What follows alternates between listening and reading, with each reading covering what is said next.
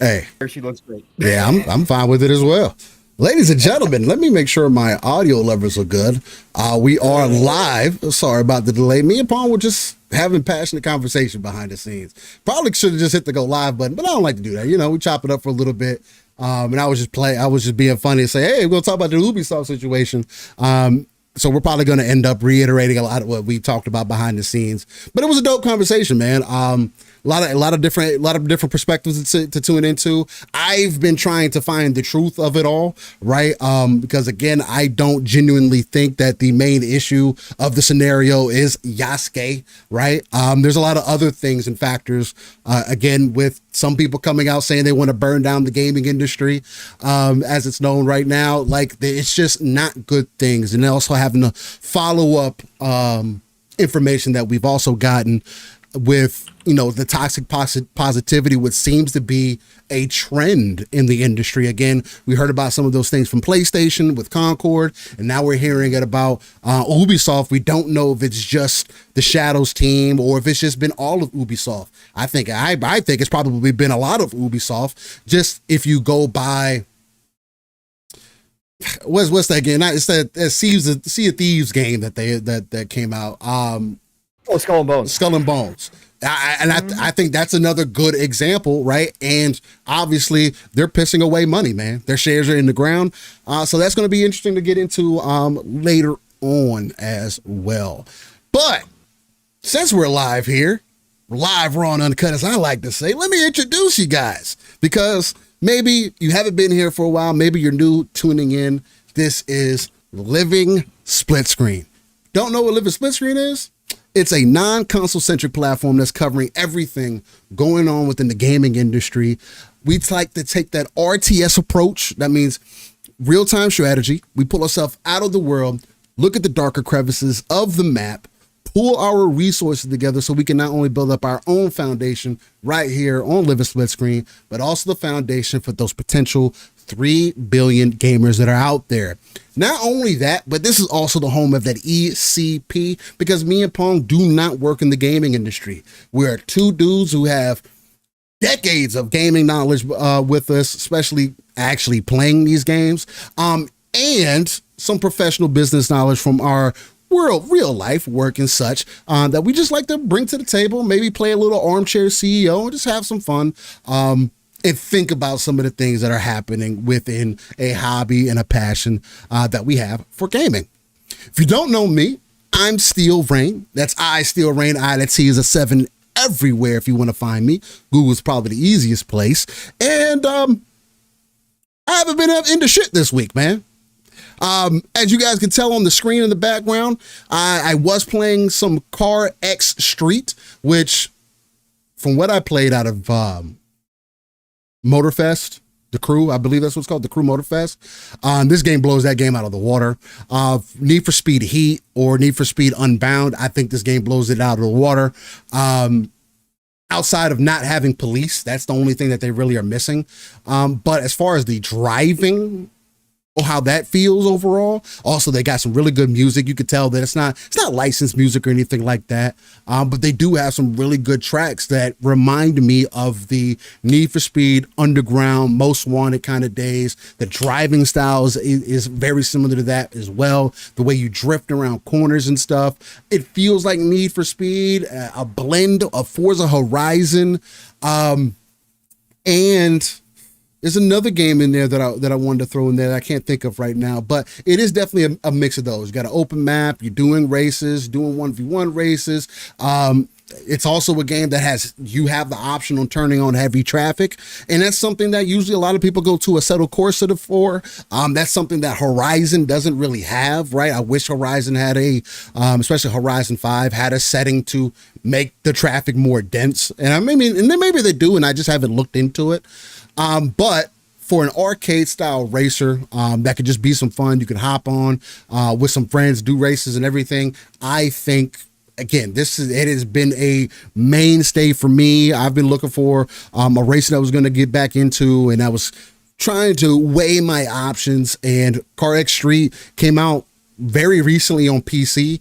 This was a game that was a mobile game as well, but this is a completely different version. This isn't a mobile game that was ported to PC. This is the PC version of that game, right? It's more fleshed out, more built out. The other thing too is they have the cars, right? So you got your Evos in there, you got your Supras, you got your Skylines, all the cars that you could want, right? In these style of games, especially a Street Racer, but they're not branded. So you just kind of have to know they do the same thing with the engines, right? So the RB26 that you would put in the Skyline, it's not called the RB26. It's called like BR26 or something like that, right?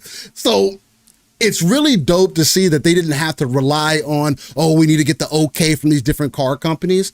I find it also strange that they could take so much of their likeness though, and it not be a problem. Like so much of their likeness to the point, it's literally the cars, guys. Like it's no short stop. Like any car that you could think of, as far as tuning and everything, getting that experience, building up your vehicles, it's definitely in here. So it's been a really dope game to play. I haven't been able to jump back into Space Marine 2. They actually had a solid almost 10 gigabyte update. I think it ended up being about 7.58 gigs.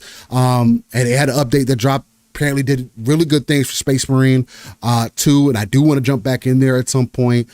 And the only other thing, I did touch on Ghost of Tsushima again. Right, for a second. I didn't really like play and continue or whatever the case, because I do have a hot take as far as Ghost of Tsushima goes. And I think I made this hot take here before as well. I don't think the combat in Ghost of Tsushima is as good as what has been put in that has been in Assassin's Creed. Take it for what you want. That's just my perspective on it. Not only that, I am also slightly jaded because before I played Ghost of Tsushima, I also played another game, which I spoke on before, called Where Winds Meet. And going from those style of games, right, especially with Where Winds Meet being it's supposed to be a more MMO style of game, multiplayer style of game, open world, and having still those very pretty vistas, good looking characters, really good combat and gameplay. Maybe those are some of the things that kind of make me look at Ghost of Tsushima a certain way. But again, I haven't beat Ghost of Tsushima yet.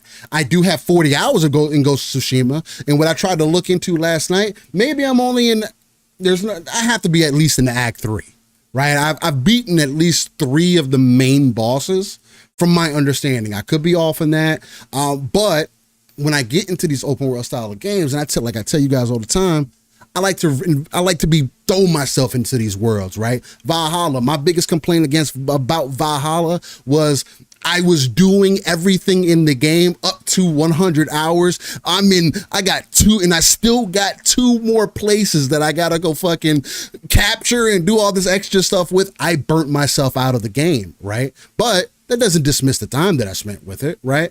And I don't think that dismisses the time that I played in Ghost of Tsushima.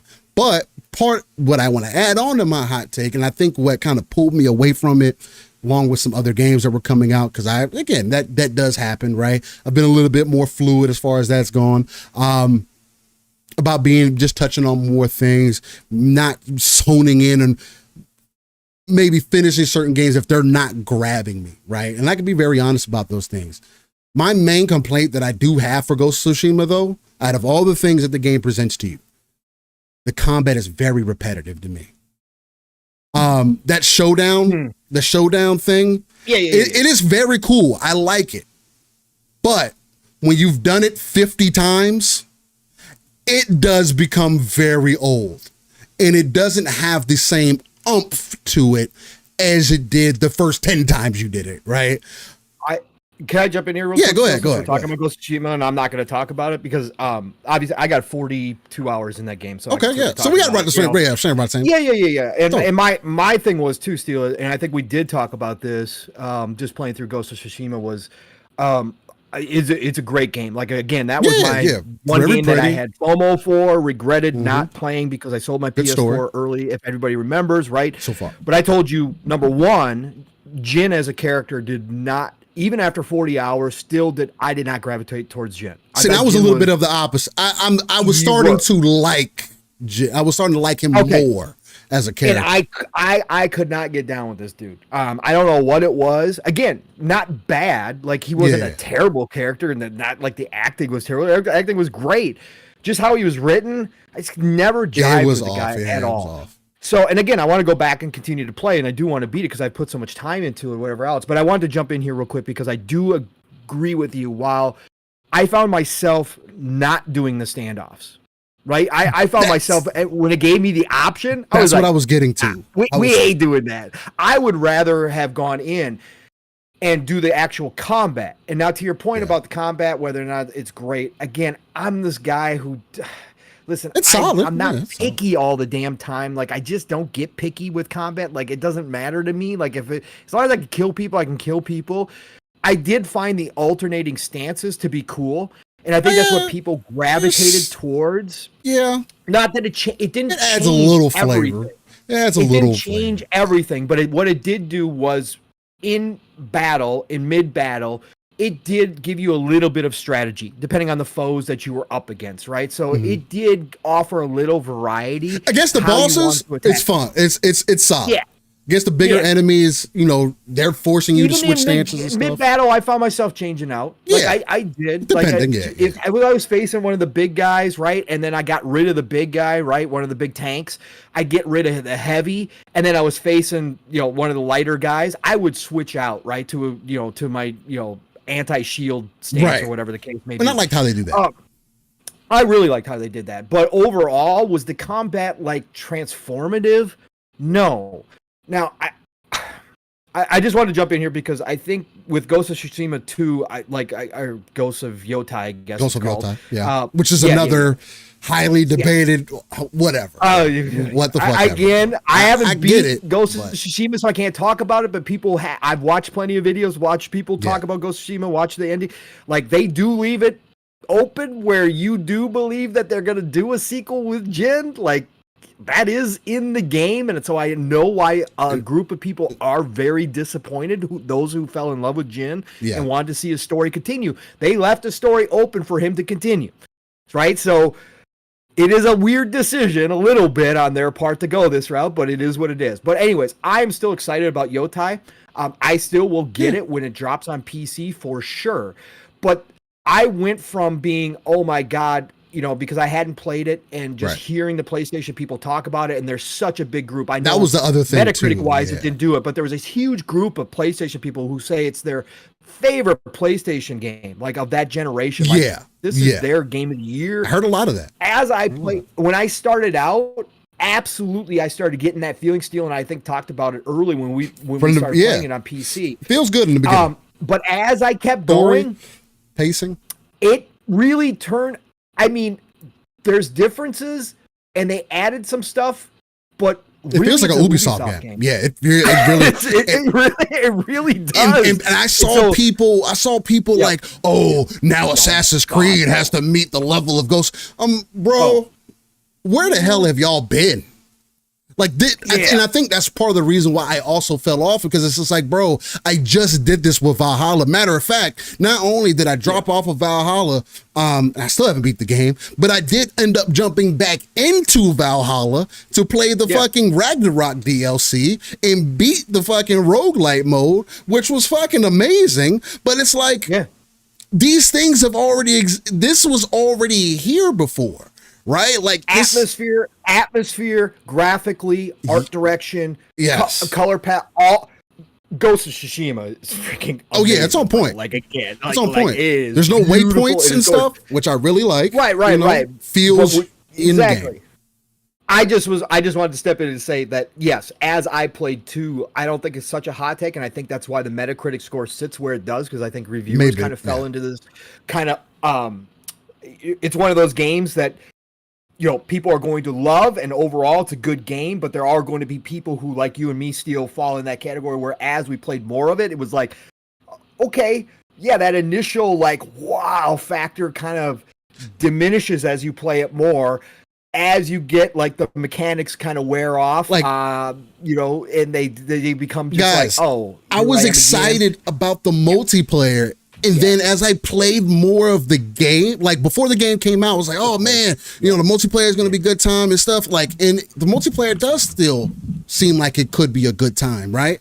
But after playing the base game for 40 plus hours that I've played it, it's like, it's not, and this is one of those situations where it was just like, I thought it was going to be, because again, I wasn't watching videos and combat. And again, when I have interest in something and I choose not to have engagement with it, or I choose not to get into it right then, or whatever the case, I really eliminate myself from out of the equation. So when I get into it, and for myself, and I hear all these great things from behind the scenes of how people talk about it, because I've heard so many different people talk about it in such a great light, it just kind of got into it.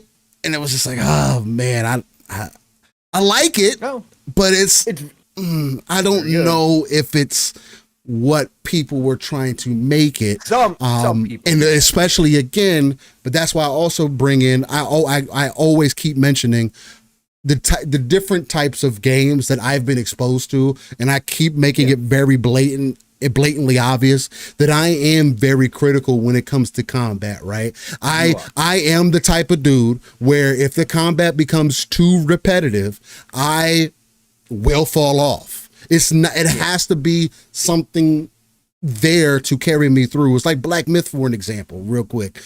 Black Myth can be repetitive, but because it is more 1v1 focus and there are stances, and as you get through the game, and it's not like, go back to Jin real quick, because Black Myth, you have different abilities you can get, you can reset and everything whenever you want, do different things. I have a good bit of Jin's abilities, even for his ghost abilities, right? And it's just like, I feel like I've been doing this already, right? So that was the main thing for me, and I see that because conversation, and the biggest reason I bring that up, and then I definitely want Paul to do his intro. Main reason I brought that up is because of the things that have been happening with Ghosts of Yotei as well. Because that's one of my biggest hopes, right? That they take what they've done in Ghost of Tsushima and they step it up to the next level. That is one place to where this could be Sucker Punch's Assassin's Creed, right? Now, could they have done different names or whatever the case? Sure, but I really don't care as long as the games are solid. And I do want to play more Ghost of Tsushima because I've taken a break from it for some time.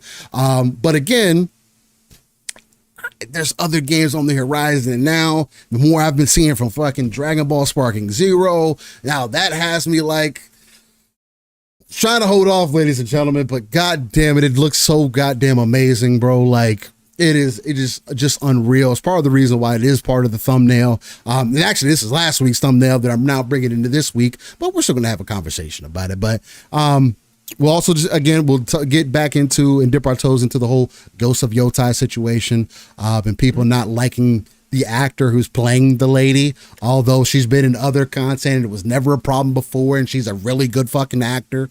And I'll get her name just to show her some love and respect. And she is based on a lot of things that it should be saying.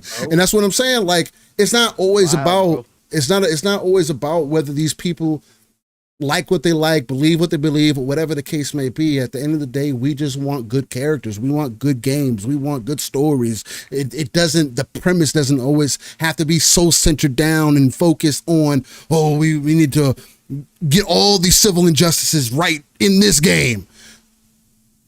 You have to still put out good content to bring people in, and have us as gamers invest, man, because again, I do hope that this begins at least some form of a strategy for us to continue to speak with our wallets, man. Right.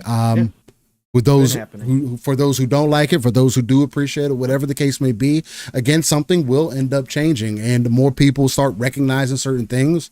And again, I'm all about equality and have representation. Again, I'm one of those people, I've said that on this show plenty of times. One of the biggest reasons I didn't think that I could be in the talking in this gaming space is because I didn't see people like me like that, right? Whether they were mixed or they're black or whatever the case. And I've also had to deal with both sides my entire life, right? One side or the other. So it's like, even that kind of brings in a whole different perspective and how I see things in totality and overall. So it's going to be a lot of interesting conversation, as you can tell, ladies and gentlemen. But I got to get to my brother from another, the uncanny gentleman himself, the one and only Pong. So what's going on, brother, man? Nothing much, brother. It's a good way to start off the morning with some engaging conversation. I love it, both behind the scenes, and then we're starting off the show this way as well. Again, I think most people come here expect this kind of stuff from us. I know some people are just sick and tired of all the conversations. Shout out to Mav. We did that on Thursday as well. I like it. Unexpectedly. No, Steele and I definitely are not afraid to get into conversations and talk about some of this stuff as well. But we've got a lot as far as gaming goes, because we had another Gamers Christmas week. For me personally, now not everybody's going to agree with that, because not everybody liked one or both of the shows this week, the State of Play, I thought they were both and then TGS. But man, oh man, did I see some cool stuff. As always, again, I'm the glass half full guy. Always will be. I'm not going to apologize for it. It is who I am, especially when it comes to video games, which, again, I will have these high-level conversations. There are conversations to be had. There is stuff going on that has filtered, unfortunately, or weaseled its way into video games, which I hate, but it's here. It is what it is. Video games are a major part of pop culture. But at the end of the day, gaming, again, I call it the golden age of gaming, and I haven't been lying about that. That's how I feel about it. Other people disagree with me and say it's terrible. I don't see all I got to say, Steele, is I made a post this week. Again, I'm a grazer. You all know this. Not shocking breaking news. Mm-hmm. I am used to juggling 3, 5, 10, 12 games. Like, it doesn't matter to me. Like, I don't care. I don't finish games like the way people like to finish games. That's not me. It's about the experience for me. It's about just getting in and seeing what the devs created and experiencing that world. Sometimes it's for a couple hours. Sometimes it's for, hundreds of hours, right? Or thousands. So I'm used to this. But I got to say right now, for the past month, 2 months of what's dropped into our world, into our laps here in this hobby, for me, because again, I like so many different styles of games. I like indie games. I like AAA games. This is some of the most difficult time I've had in a long time deciding when I sit down and I have this whole plate full of games. Normally, 1 or 2 will stand out to me, and that's how I play, right? I don't go in when I sit down I don't have goals on how I want to play gaming that day. It's like, okay, what's going to grab my attention today? And normally it's 1 or 2. And it makes it very easy. Just pop it on, start playing. And then if I'm done with that, okay, let's flop over this other one. I have been unable to do that recently. I am sitting here staring at these list of games that I'm currently playing. Mm-hmm. And, of course, my library of games that I haven't touched yet. And I'm having a very hard time, Steele, deciding what I want to play. It's a lot, man. So this week and again, with my time situation now too, doesn't help because I don't have all the time in the world. So I'm like, oh God, what do I really want to hop into for like an hour or 2 hours? What do I feel like I really want to do? Yo, man, listen.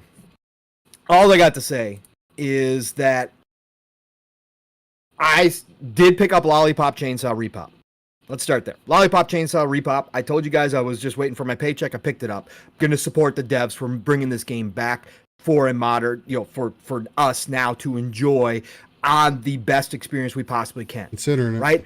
Yeah, they created a new version, right? But they also give you the option to play the original version, but obviously still upgraded, but no changes to the story, no censorship, no nothing. The original as it was, just better. Yeah. Oh, bro. So I picked it up. Is it a perfect remaster? No, there's a couple things here and there, bugs wise. There's a couple people been talking about things. That too. Yeah. There's a couple cutscenes, in between loading scenes, that kind of stuff. There's glitches. Yeah, there's things in there that they could have done better for sure, right?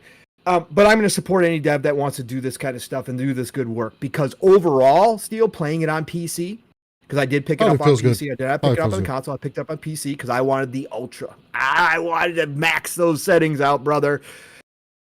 It is freaking awesome to be back in Lollipop Chainsaw. Let me tell y'all, again, it is different because the soundtrack, right? The soundtrack is missing. And I figured this is what was going to happen. They never talked about it in the lead up to this, but I figured this was going to happen. Licensing issues.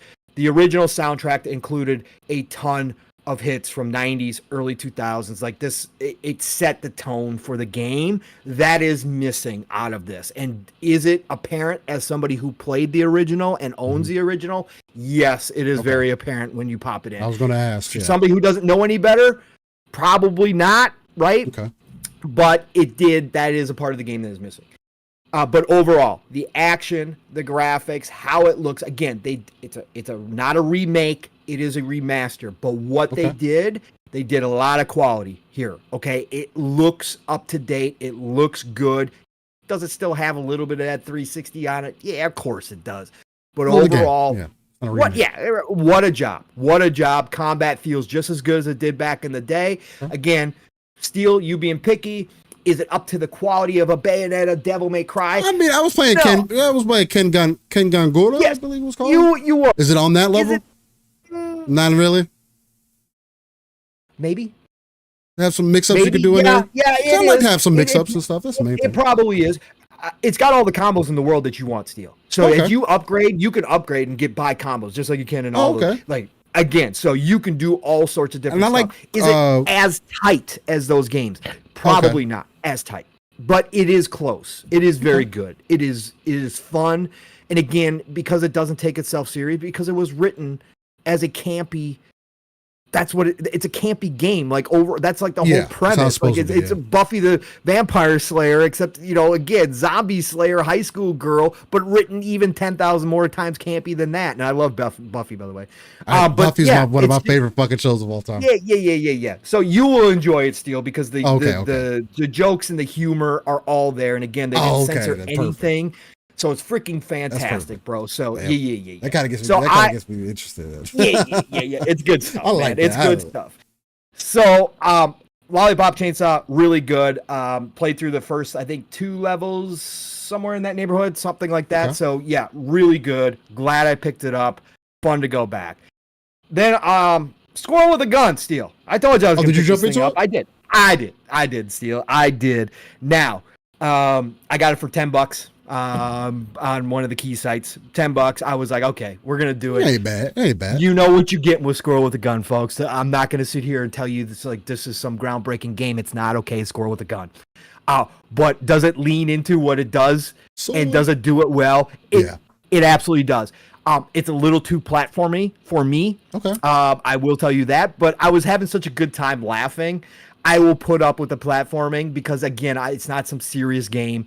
It's not a game where I'm like, oh God, I gotta do the best I ever possibly can. I gotta do no. Okay. This is just me running around with a goddamn squirrel because I like squirrels. Okay, I love squirrels. They're one of my favorite animals, right?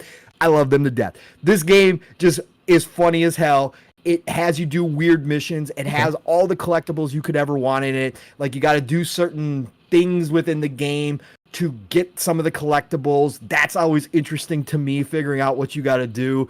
But is just what it is. Now, I will say that it did freeze up on me. Okay. It did lock. And I did. It is. It's an indie game. It's small time, but it did lock up on me. I lost probably 45 minutes of game time. Okay. So yeah, that kind of sucks. But overall, most of the time, otherwise, it was pretty damn good, man. Like, it's funny as hell, and it's fun if you just want a stupid little game to run around in. So that's another one. Witchfire. Now, all I'm going to tell you guys is I'm only about 45 minutes into this game. On Steam. Witchfire, huh? It's high on Steam, bro. As far as people that are playing. Yeah, it's early access. It was locked to Epic for a long time, so there was a group of people that were waiting. It was an Epic exclusive game for a while. They finally launched it on Steam. I've been waiting on this game. I've been watching it. I've been seeing people play it. I've been hearing people talk about this game. Indie developers, I think it's almost a single dev on this one too. Unreal Engine 4, so not 5, but 4, but he's using all the bells and whistles of 4. So when you fire this sucker up, and it's PC only right now, he has talked about bringing it to console, obviously, eventually, but right now he's focused on PC, small team, even if it's not just him. I think it is just him, but don't quote me on that. But anyways, it is beautiful, okay? All of Unreal Engine 4 turned up. It is freaking still a beautiful game. Looks like a modern day game. This is a first-person shooter RPG is how they describe it. It has roguelike elements to it, a lot of roguelike elements to it. Okay. But they describe it as a first-person shooter RPG. I am blown away by the depth already 45 minutes into this game. I had seen people talk about this, how fleshed out this game is already, even in early access. Like, I am beyond impressed by what this dude has done, okay? Stepping in, I didn't even realize the extent of the class system that he has here. There is 6 or 7 different classes, and they are all really unique. He's got a full magic system to go along with your weapons. You are basically a witch hunter, okay? You are basically a... it's kind of cool. Oh, how do I want to describe it? God dang it. You are basically somebody who has lived a awful life, and you have been called from hell to go hunt down demons, okay? And witches, and led by this, and that's your penance, okay? So you are brought basically back to do this, is from what I've gathered. It has a full crafting system in it. It has a full loot system in it. It has these unique combat mechanics that you can use while you're in play. Like there's one move where you kind of do a dodge move, but it actually shows a weak spot of spirit, kind of like evil spirit, around the enemy randomly. And if you shoot that, you stun them. So you can go into each battle doing that. But again, 45 minutes in, certainly haven't deep dived anything yet. Full skills, all that kind of stuff, upgradable. Everything that you expect is there, okay?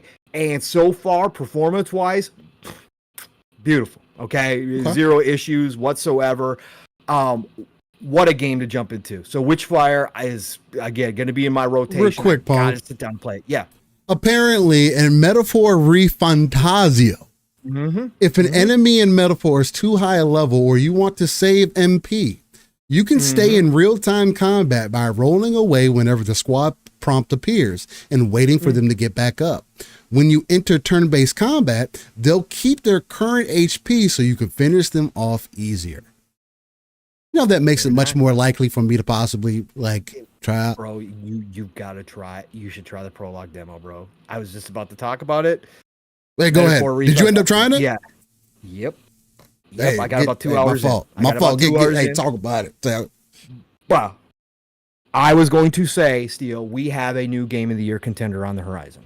Oh, 2 hours. 2 hours. No. This is no joke. Bunty, boom. Atlas has figured everything out, which we should know from the Persona series, but they have figured everything out. But to create a new IP, Steele, to this level, to take the Persona, what they've learned for Persona, to take that formula and twist it up, change it, but keep its core, but create a whole new world, Steele, that already 2 hours in, character-wise, world-building-wise, lore-wise, story-wise, feels like you've dropped into the 3rd or 4th game in a series. And what I mean by that is that's how much information and how comfortable it feels and how well crafted everything feels. It's not like the first time normally when you jump into a new IP. That's why we always give slack to new IP, because new IP usually comes out the gate. I mean, again, people go back. I personally like Mass Effect 1 better than Mass Effect 2 for the RPG mechanics. But overall, most people will say that Mass Effect 2 is better. Why? Because BioWare got through the initial IP, had great success, but they took everything they learned from that first one and then crafted a better game in number 2, right? For most people, they just, again, started turning into carrying it over your character. Yeah, so many things. Yeah, anyway. Everything. Metaphor Fantasio feels like we are already in the series. Like this is a series. Second, third game, like you said. Yeah, you already feel connected to characters that you're meeting, the characters that they're bringing out. Steel, you think you've after you played video games for this long and played this many RPGs and JRPGs and all this stuff, you think you've kind of seen all the kind of characters that you can kind of meet. And here comes along Atlas, and you're like, yo, who's this? And they got the mysterious characters that just show up, and you're like, oh, whoa. I want to know more. Who is this person that just was talking to me? And why did they just run off? And I know I'm going to meet them later, and I know they're going to be a main focal point, but I need to know more now. That's what you get out of Metaphor Fantasio already. This game is on another level. I talked about the UI and how I love the way the UI looks. I really do. Every bit of it. It's throughout the entire game, bro. It's while you're walking around town, when people are talking, it pops up on the screen while people are talking, right? Like whispering over here, and you'll have that cool UI look that they have pops up on your screen while they're talking. You can go listen to them. This is what I'm talking about. The only thing you're probably not going to like, Steel, is that the game does have that vignette. Okay, so if I get it on PC, I can get it. I can take that off. You can get it off, but it does that. But it adds atmosphere to it. And I get that. When I talk about games looking like living artwork, I use it infrequently because not every game's art. Yeah. But when I talk about that, it's for a very specific reason. Metaphor Fantasio, I sat there and just stared at the skybox, Steel, because it looks like Van Gogh painted the fucking skybox. Because I was gonna say I forgot who said it. Somebody said that. They felt like the open world felt off because it felt like the characters were dropped, like the characters were different than the game that they were in. Like it felt disconnected. They are brighter.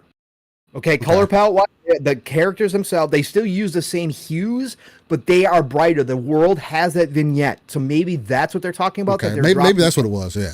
I forgot who it was. I think it's done on purpose. It's done specifically for a reason to draw your attention to the main character, obviously, and I think it does it very well. I have zero problem with it. Personally, again, it's art's always going to be personal. Like whatever. There's going to be people who hate the look of this game. That's fine. I don't give a shit. But my God, Steel, the cityscapes as you're running through the city, the people, everything, the little details that are going on, second to none. Again, Atlas is peak Atlas right now, bro. These guys are on fire. The anime section, Steel, that they obviously use for cutscenes, got full anime. Oh, okay. High fucking quality anime. Oh, perfect. Amazing. I'm playing with Japanese sub and then subtitled, right? Obviously, the actors, actresses. Again, you're probably fucking phenomenal. I don't know Japanese, but I know expression, and you can get emotion. Phenomenal, bro. And the story already got me fully drawn in from the opening cutscene. Before you even get into the game where they do the whole anime opening, Steel. Over with. I was like, yo, okay. You got me, Atlas. I'm not being hyperbolic here. If this whole entire game fleshes out this way, and again, I will be playing through the entire demo. Yeah, progress carries over. So. It is a prologue, just like Unicorn Overlord did, which was fantastic. Everything carries over, like Steel just said. I've seen Calorie. I don't know if he's in the chat yet. I haven't been watching chat, but Calorie spent about 5 hours playing through the prologue. Yes. I've seen people spend 10 hours in the prologue. Okay, so this is going to be one of those experiences. Probably. Yeah, leveling up, how you want to interact, where you want to go search. If this entire game is this way, and they said it's as big as the Personas, okay, the director has come out and said it's as big as the Personas, which is 100 plus hours. If this game carries, we are talking about a late entrance to Game of the Year type quality here. So there is no reason why this should not be in there already. Again, absolutely freaking amazing work. Themes are all there. They've got some big themes still, kind of we're talking about, people talking about finding a utopian society where nobody looks at other people differently. They have all of that tension there where there is different, I guess we'll call them races, but they are different, considered different in society, different levels, lower, some considered worthless, some already born into greatness. All of that is in there. It's deep, as Atlas games are. People look at Persona and go, what do you mean it's deep? bro, if you understand what they're trying to talk about, it's more mature than Persona is. Yeah, exactly. So yeah, Metaphor Refantasio prologue demo. Again, I got about 2 hours in, close to 2 hours. Fantastic. I'm gonna continue that. I can't wait. The full game, like this was on my wait for down the road because I got too much to play. I think I may have to get this day. This might be a come home to game. This might be one of those. I might have to just buy this out the gate, just because it's too good. I can't miss out on it. It might be one of the rare FOMO instances where I'm like, I gotta play this day one. But you had the opportunity to play a demo, quote unquote prologue that is carrying that progress over, so it makes it so much easier for you to be like. To use your word, and especially if how you're talking about it, it's like, it seems like almost like one of those. Or I might have to try the demo at some point. I might try it. You should just check it out. Maybe you don't, maybe you don't carry it forward. Maybe you just go, nope, that's enough. I know, I've seen what I've seen. But it'll take that long. I'll play the entire demo. I mean, again, I don't know. It's gonna be fun.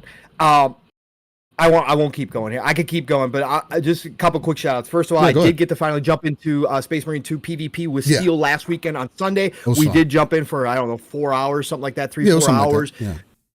Like fantastic. Again, Steel said it all. Steel's already explained it. I 100% agree with Steel.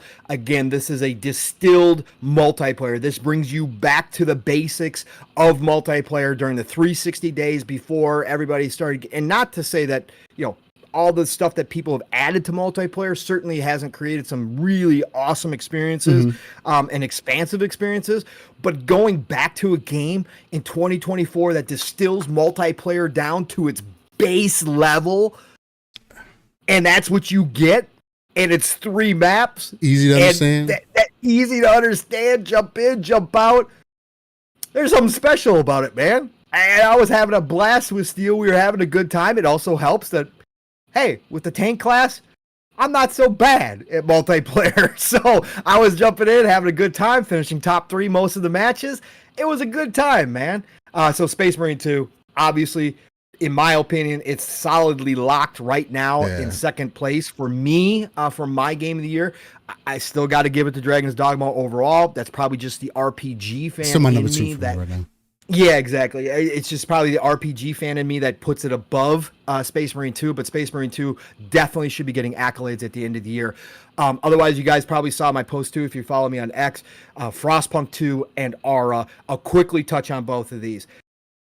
Strategy fans, we are eating beyond good. You throw an Age of Mythology Retold on top of this. This is unbelievable, the quality of game that we are getting right now. Aura did not get Aura didn't get as many good reviews as Frostpunk 2 did. I read a lot. I always go and read the bad reviews on any game or the lower score reviews just to see what people are saying. Some of it made sense because again, 4X strategy. Aura is a 4X strategy game. It's different. It's not going to hit not everyone's going to hit for all the reviewers. I thought some of the review scores, though, the way people talked about how good so much of the game was, and then they were like, yeah, but it's not Civ, or yeah, but it gets a little too complex. Well, yeah, there are very complex 4X strategy games, and there are easier 4X strategy games, and everything in between. And they deducted their points on those, and I was like, I don't, like a half point maybe, but you guys are. Frostpunk is getting some of that as well, actually. A little along bit now, with Frostpunk as well, apparently. Yeah. I guess the pub thought they were going to have. Oh yeah, no. Yeah. The investors wanted to see big numbers on concurrent players. Okay, listen, that's a whole nother topic. But overall, Frostpunk 2 got better reviews, and overall is doing much better. They sold like 350,000 copies. Yeah, it's like over 300,000. Yeah. Well, it's crazy.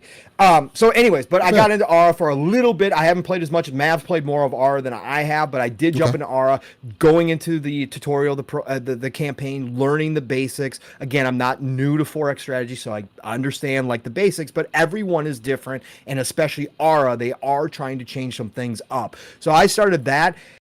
graphically pops off the screen immediately. The attention to the little details, and again, that's what you get in these big world 4X strategy type games. It's what separates the graphics is the little details. And again, this dev team did that. I saw some reviewers say that the graphics weren't anything special. I'm like, yo, what? I was zooming in, zooming out, watching animals run around the world. I was watching my workers work, and it was just these little minute details that a lot of games don't pick up on that they did. I was like, yeah, no, this game's popping. It pops right off the screen. It's beautiful. It's gorgeous. Ambience is fantastic. So Aura is going to be in my rotation. I'll be playing more and more of Aura because I want to get into it. Frostpunk 2, I played more of Frostpunk 2 than I did Aura already. Frostpunk 2, yo, listen, 11-bit studios took a chance by going big with Frostpunk 2. They could have stuck with the very intimate type game they created in Frostpunk 1, but in Frostpunk 2, they went to high level, and it works. Nice. It's different, but it still works. It still makes you feel like you have an impact on actual people's lives when you know you're just playing a video game. But now it's to like, oh, I have a colony of 8,000, 10,000 people that I got to worry about. Oh, I'm going to make this decision and I know I'm going to lose like 100 people. Like, and it's like, oh shit, man, this is going to suck. Or I'm going to lose, might lose 1,000 people if I make this decision, but it's for the betterment of the colony. And then the political side, now dealing with the factions on a greater level than you did in the first one, and having to make deals with some of the factions to get laws passed or to increase your popularity in certain realms within Frostpunk 2, all of that. Oh my God. And then you throw in, again, the little details. I took video of it. It posted screenshots. It's freaking amazing. Music. The soundtrack for Frostpunk 2. My God, I haven't heard a better one this year that I can think of. And that's weird to say for a strategy game, but it's the truth. The music is unbelievably good in this game. And I should say that about Metaphor Refantasio too, by the way, Steel. Some of the most unique music you will hear already. Really? Classical style, got the choir in the background, you got the voices raising and lowering, but doing very unique things within that steel that I haven't heard before that really draws out some different kind of emotions while you're in the middle of battle or while you're running or whatever the case may be. Very different. Still have classical pieces in there, but really unique stuff in there too. But Frostpunk 2, awesome. Anyway. Delroy in chat was saying that he heard performance in the Metaphor prologue was pretty bad. I haven't had any problems on my Series X, but again, I'm about 2 hours in. I have had 0 drops, 0 issues whatsoever. So I don't know. I hadn't seen that either. You can see where it's coming from or what. But yeah, I haven't seen anything as of yet. 0 issues so far. I guess we'll end up finding out. Yeah, so Steel. That's that, man. Again, rocking out Age of Mythology Retold, rocking out Warhammer Inquisitor still. Freaking yeah. I got so many games right now, Steel. It's ridiculous. It's and right. Again, it's becoming worse. Again, like I was talking about Dragon Ball Sparking Zero, all the characters that they're releasing, the combat, the gameplay, just the mechanics of the game, just seem to they remind me of, again, you go back to the PlayStation 2 days, we're just sitting there trying to unlock all the different characters, having people come over. It just reminds me of those classic fighter days. Not only that, but just seeing how much they've revamped Dragon Ball as well, how good it looks in that Unreal, because I do believe they're using Unreal 5. I could be off from that, but I do believe that's what it is. And not only, but that as well as the what if stories that they're bringing back into it as well, it just leaves so many opportunities for the story to go so many different ways, for you to get so much gameplay out of it, and just have overall fun with it, man, and get back to what made Budokai Tenkaichi special. So just seeing more and more of that get put out there as well is getting me hype. And then again, I mean, I was kind of swearing myself off of Metaphor Refantasio, man, because of the gameplay style and more things that I'm seeing of it. It is making me think, hey, if there's a demo out there, demo's free, maybe you try it, See how you feeling about it. Again, it's going to be nothing but a play session for me. Maybe I even try it on stream so you guys can get live reaction from me, because I'll be very upfront and honest. Because again, because talk about turn-based, there is something that I have been playing that my brother got me into. Not back into, but got me into. And it's 100% his fault. Real 5, by the way. So okay, yeah, okay, so I was right. Yep. And it looks fucking, oh my God. Yeah. It looks very pretty. Very, very pretty. So some people were like, oh, all the Dragon Ball games. I think that was Rand and Chaz. Shout out to Rand. They were like, oh, all those games look the same. I was like, what? No. It was, sorry, Rand and Chaz. It was a random shot. It was ACG. It was like, all those games look the same. I was like, like, I get what you're saying, like some of the style, but the graphics have definitely gotten way better, and there is more style that they've put into this, because they didn't try to make it like, oh, we need to make it look more real. There's just, they made it more anime, which is dope to see. That translation, again, being in 2024, the power that's available to you, the things that are possible, is super dope to see. But no, my brother got me into playing Pokemon MMO. It is the older Pokemon games, right? But of course they've been updated and everything for MMO standards. Apparently this game has been out for some time. I'm not a mobile gamer per se. You could download this on PC or whatever device, Android device, whatever kind of device. But for a phone, especially with those older games, it reminds me so much of playing on the Game Boy back in the day, and how that felt playing yellow version for the first time, right? On that OG Game Boy. And just the feelings and things that you got from that. And again, I went back and started on Fire Red version, because there's like certain versions that are part of the MMO, and the way that they do it is you progress through the normal game, and you see people, and you just see people like an MMO just running around. There's people that from random people.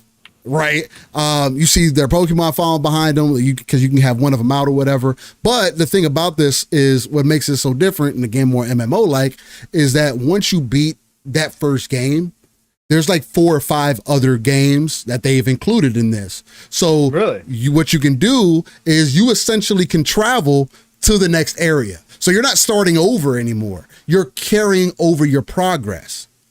Ladies and gentlemen, this is fucking something I've been asking from this goddamn company, Nintendo and Game Freak, for a fucking long time. Why do I need a Game Shark, a fucking handy dandy notebook to store all of my shit in, to possibly have it carry over? Because my brother, because he's been keeping up with Pokemon for the most part this entire time. They've even created a Pokebank, so when you go from game to game, that you got to pay a monthly subscription for. So when you go from game to game, you can access your previous Pokemon. So there was already groundwork that was laid here, and whoever created this Poke MMO thing, and again, it's available everywhere. It's very easy to download. Again, however you get the game is up to you. I'm not going to tell you how to get it, but you can download it on Android. You can download it on PC. I don't. That's the same question I was asking myself.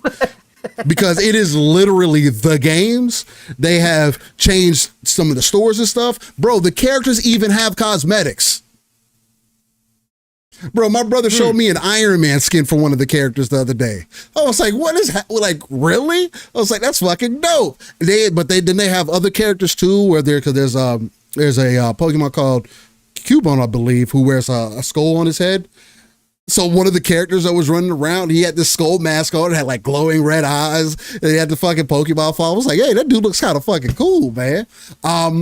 But they revamped some of they essentially revamped the original games, which is just really fucking dope to see. And it's crazy that this is something that Nintendo could have been done. Right? And the amount of money that they could have made off of something like this existing currently. Because again, this is a free thing. This is a free to play thing. This isn't, like you got to pay a Discord to get access to, because of course you can't. It's still Nintendo's property. And if that might be part of the reason why Nintendo's completely oblivious to it. I don't know. But it's just been really interesting to get into there. I'm not super deep into it. Just getting to like my second or third gym or whatever. No, it's my second gym. So starting off a Fire Red version, but just the concept of it, super dope. Probably gonna be able to get my guys Yotei, Lugia, just get my squad back, man. So that's gonna be really dope to kind of experience and go through. Especially I put my brother on the Pokemon back in the day, man, and he kind of carried that torch forward for me. Where when I fell off of it, and just to see that this is something that has been constantly worked on in the background apparently as well, and see the kind of support that it's getting, along with like you're just walking around, there's tons of people, right? And you can change if you got a good phone, because of that bit style, right? It's not very taxing on your phone. Right. So you can play this on battery life for probably a fucking good long time. And you can also up some of the things, right? Like right now, I think it starts you off at like 20 people on screen. You could turn it to even more people on screen if you want to, right? Make it as chaotic as you want to get. I don't know how high it goes, but just the concept of it has just been super dope for me, especially since I don't get to really jump on the game like that or whatever during my work weeks and whatnot, just because it's just a lot to jump in and get my attention, especially the kind of games that I play and wanting to be good at whatever I'm playing and hold up a certain mantle or whatever else, and real life as well. So, but yeah, man, it's just been a dope experience, something interesting to jump into, and a lot of fun. What's the name of the game, Steel? It's Poke MMO. It is called Poke MMO.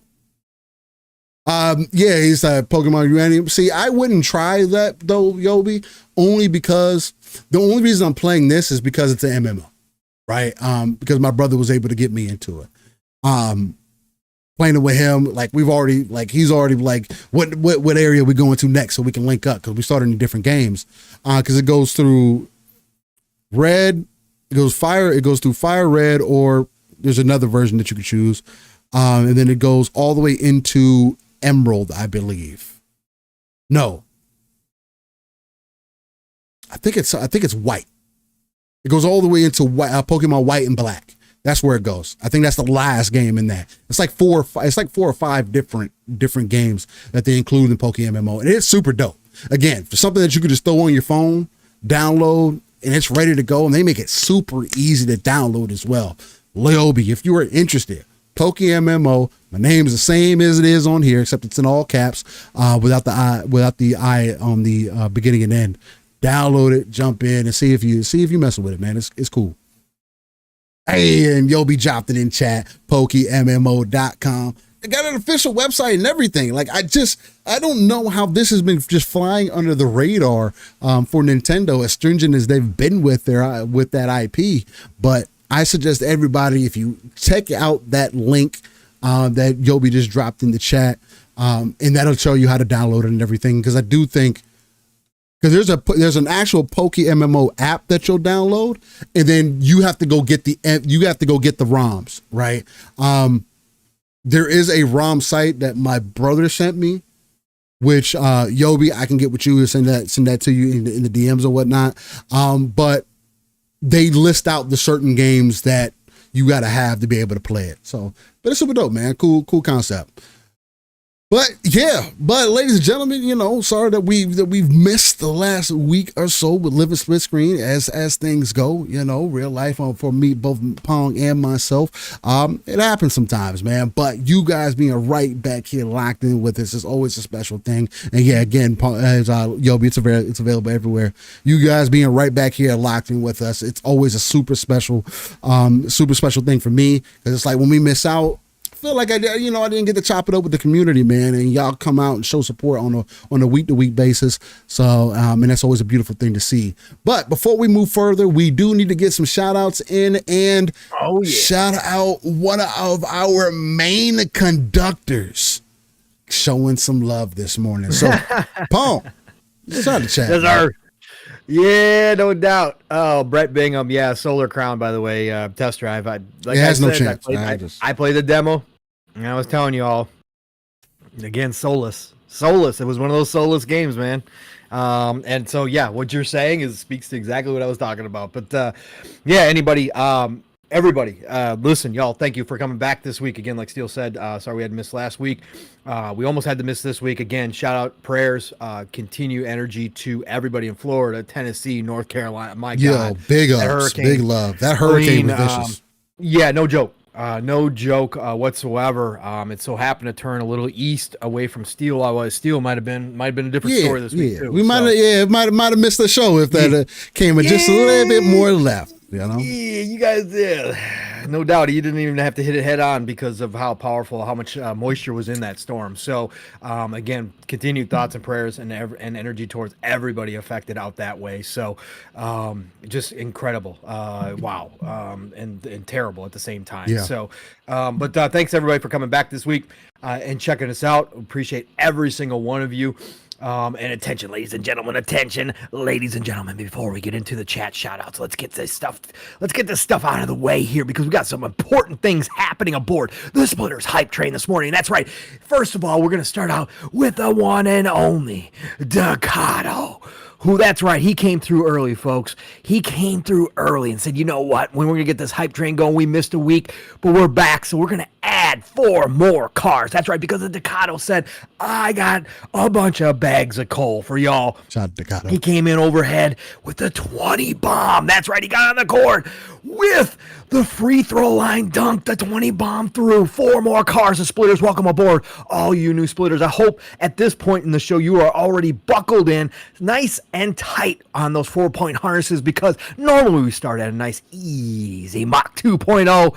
But that's right, with the Decado's bags of coal, which Steele and I got into that furnace, we are now at a nice Mach 4.0 to start a Saturday morning back at it. The one and only Decado coming through. Thank you, Decado. Always appreciated, brother.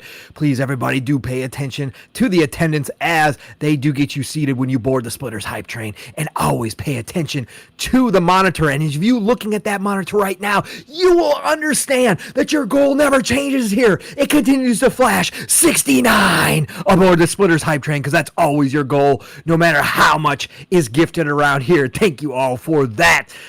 We're staying ad-free in 2024. Hashtag no beans on this podcast. That's right. And we got the Rescue Squad Culp coming in here, member for 9 months. Happy 9 months to you, Rescue Squad. One of the OGs as well. Thank you so much for being here this morning. And of course, Tim the Sorcerer, member for 14 amazing months. Tim the Sorcerer, always appreciate you, brother. Came through and says, hi, Steele and Pong and chat. Let's have a great show. Oh, that's the way Steele and I like to do it every Saturday. Having great shows left and right. Choo-choo, motherfuckers. Choo-choo to everybody. Love you all for coming back and seeing us. Man, oh, man. I gotta give me a freaking, what is that, a stream deck so I can start making some of these noises and stuff, man. Yeah. I've thought about that too. Yeah, we gotta talk behind the scenes anyway, Steele. I gotta do some upgrading too, by the way. And I want to get your obviously thoughts, memory and stuff. So I do. Well, like storage or memory? Yeah, storage and memory. I think so. I do want to get that. No, I thought you had 32 gigs. I thought you had 32 gigs of memory. Am I at 32? I can't remember. I don't remember. I got 32. Talked about it that you said that I should bump it to 32 before, and then I don't know. We'll talk about that. Yeah, and I also got to give a quick shout out because I don't know if we're going to get to it. We got a lot to talk about. But if y'all didn't see my post, by the way, it's a little sad. But like I'm gonna figure out a way. Anyways, I posted it. You guys know my love for Dead or Alive Extreme. Listen, y'all. Konami did not disappoint. I got you, Yogi. Did not disappoint at TGS because we are getting a new Venus Vacation Prism. That's right. But it is going to be region locked, y'all. So it is going to be regional locked again because the cowards don't want to deal with the Western cancel culture of beautiful women who are animated being in a video game. So they are going to region lock this shit again. And we do need a Dead or Alive Extreme region volleyball game. Hot Tecmo, I should say. Did I say Konami? Region lock it to where? To the east. It's region locked? Yes, sir. Yes, sir. Just like the last one was. It's region lock, bro. I guess they don't want the game to do better. I don't know. I don't know. They don't want to deal with the cancel culture over here, man. They don't. Maybe that's what it is. Yeah. This is totally what it is, man. They don't want to deal with it. I said Konami, though, by the way. It's Tecmo. But Team Ninja, Koei Tecmo, is bringing us a new Venus Vacation Prism. So I will be figuring out, and it's coming early 2025. We are so back. This is a full dating sim, by the way. So they're not even messing around anymore. It's just like, yeah, no, we're just going to lean into what we do. I do want another volleyball game because it was one of the greatest volleyball games of all time, beach volleyball games. But I know. Yeah, we're going to be leaning into this. And we're going to figure out a way to play this game. But shout out to Koei Tecmo and Team Ninja for doing what they do and bringing us a new game for 2025 out of TGS. Gotta love real quick. Yobi with the 12 months, he got that exotic cash. The legendary drop. He says, a year, let's go. It's been an amazing ride. I didn't see that one, Yobi. Sorry, I can't go back that far, brother. I apologize. You guys have been chatting too much, and I didn't see that one. My bad, Yobi. Thank you, Steel, for grabbing that. Oh yeah, thank you. Did you get Tim as well? Yeah, I got Tim. Yep, I got Nam. Tim, and then we got Nam Omar for 14 months. Hit that like and share it out. That's right. Do that. Absolutely, Nam. Thank you for that, and congratulations on 14 months. Appreciate all the support, Nam. I'm one of the OGs, and of course the Decado jumps in here. Of course, remember for 14 months it says no one sleep on the Remnant 2 DLC. Listen, Steel and I are going to stream some Remnant 2 Jesus. again.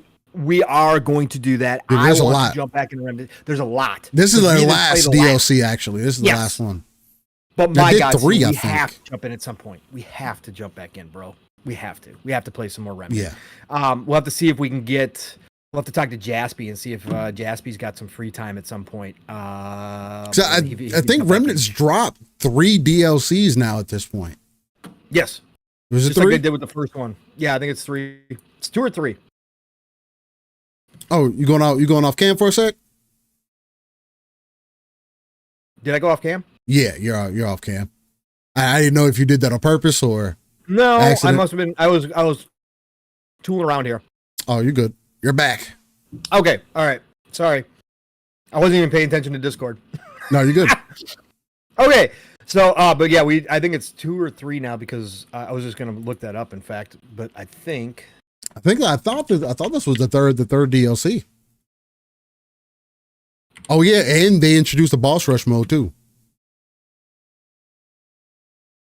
which is also super dope. How many DLC? Yeah, the boss rush mode and all that kind of stuff. Yeah, we definitely got to get back into it though because we did buy the big ones, right? I believe so. Yeah, because we were playing early access. Yeah, 3 DLC packs. That is so fucking crazy, bro. That's Gunfire Games is amazing. There's so much content there.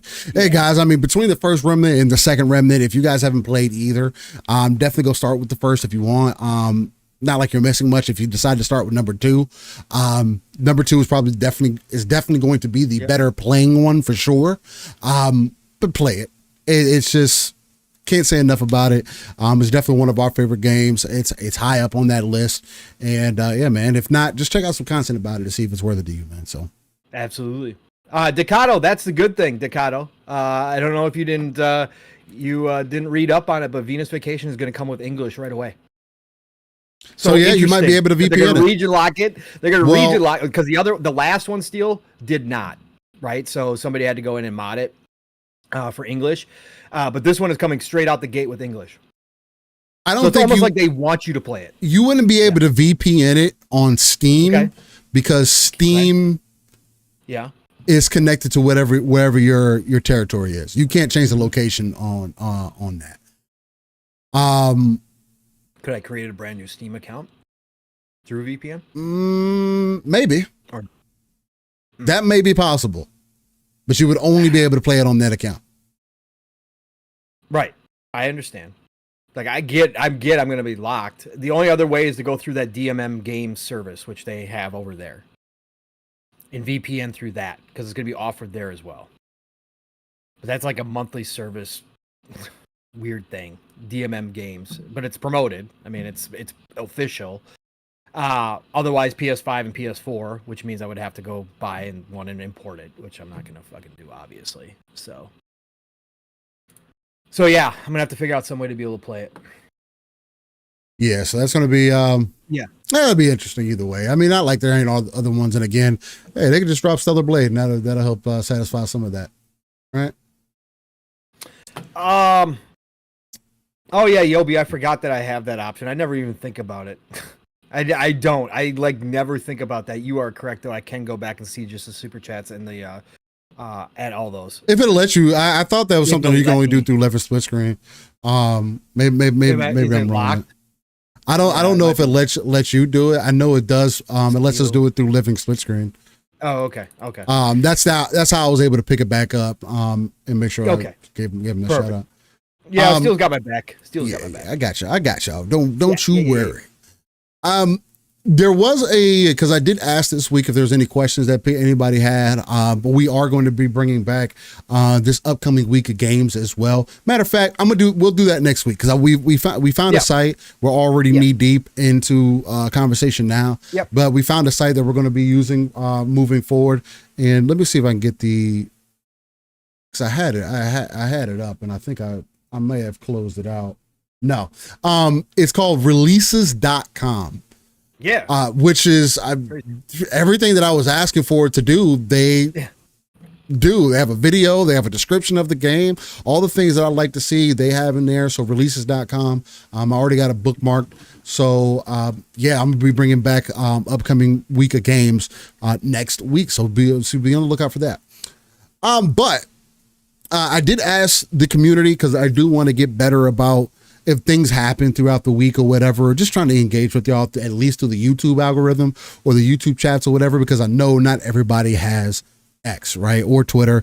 Maybe you guys don't use it like that. Even me, I have these platforms and I don't even frequent them or are on them, involved in spaces and comments and everything else. Like a lot of other people are, right? I just don't see the point in any of that. It's conversation, but there's other ways. Anyway, so I do want to become a little bit more active on YouTube for y'all to jump into conversation. But I just asked if anybody had questions this week. Yobi, as he does for Luca on the Scumcast and whatnot, always drops some of the dopest questions. This week he came with a few of them. So I told him we'll get through these at the beginning, and then Pong, depending on where we want to go from there. We could jump right into the Ubisoft thing if you want. I know a lot of people are tired of talking about that seemingly. I do think it's a good conversation to have nonetheless, because again, it's a reality of things that we're going to have to deal with no matter what. You can run and hide and be under a rock if you want to. Like, I don't know what to tell you. I haven't been able to hide from a lot of this conversation ever in my life. So like, for me, I like talking about this stuff because I always welcome multiple perspectives.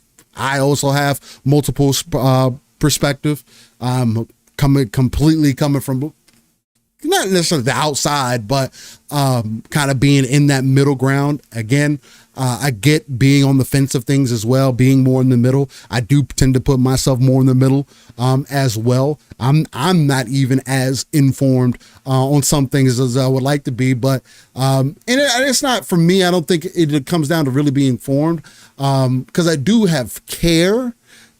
There's just certain things that haven't necessarily proven to me that I should get deeper into them, but I always like having those conversations and trying to find out more if people have information to give, because I always got questions, right?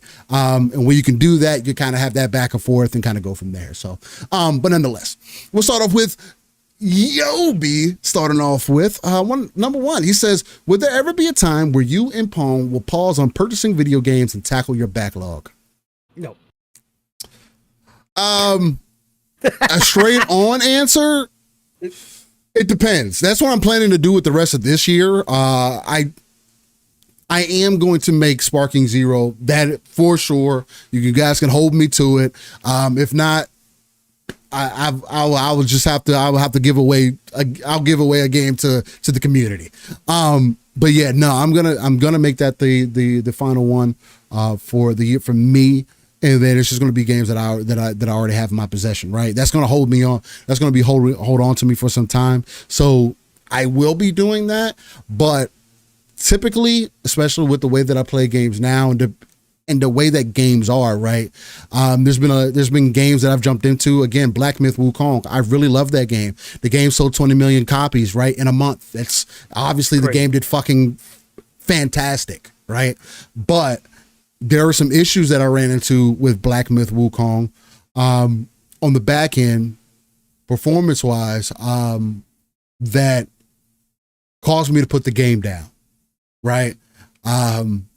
Now there's been updates that have been put out since then. I believe, because I had to update it the other day. Maybe that fixed some of that.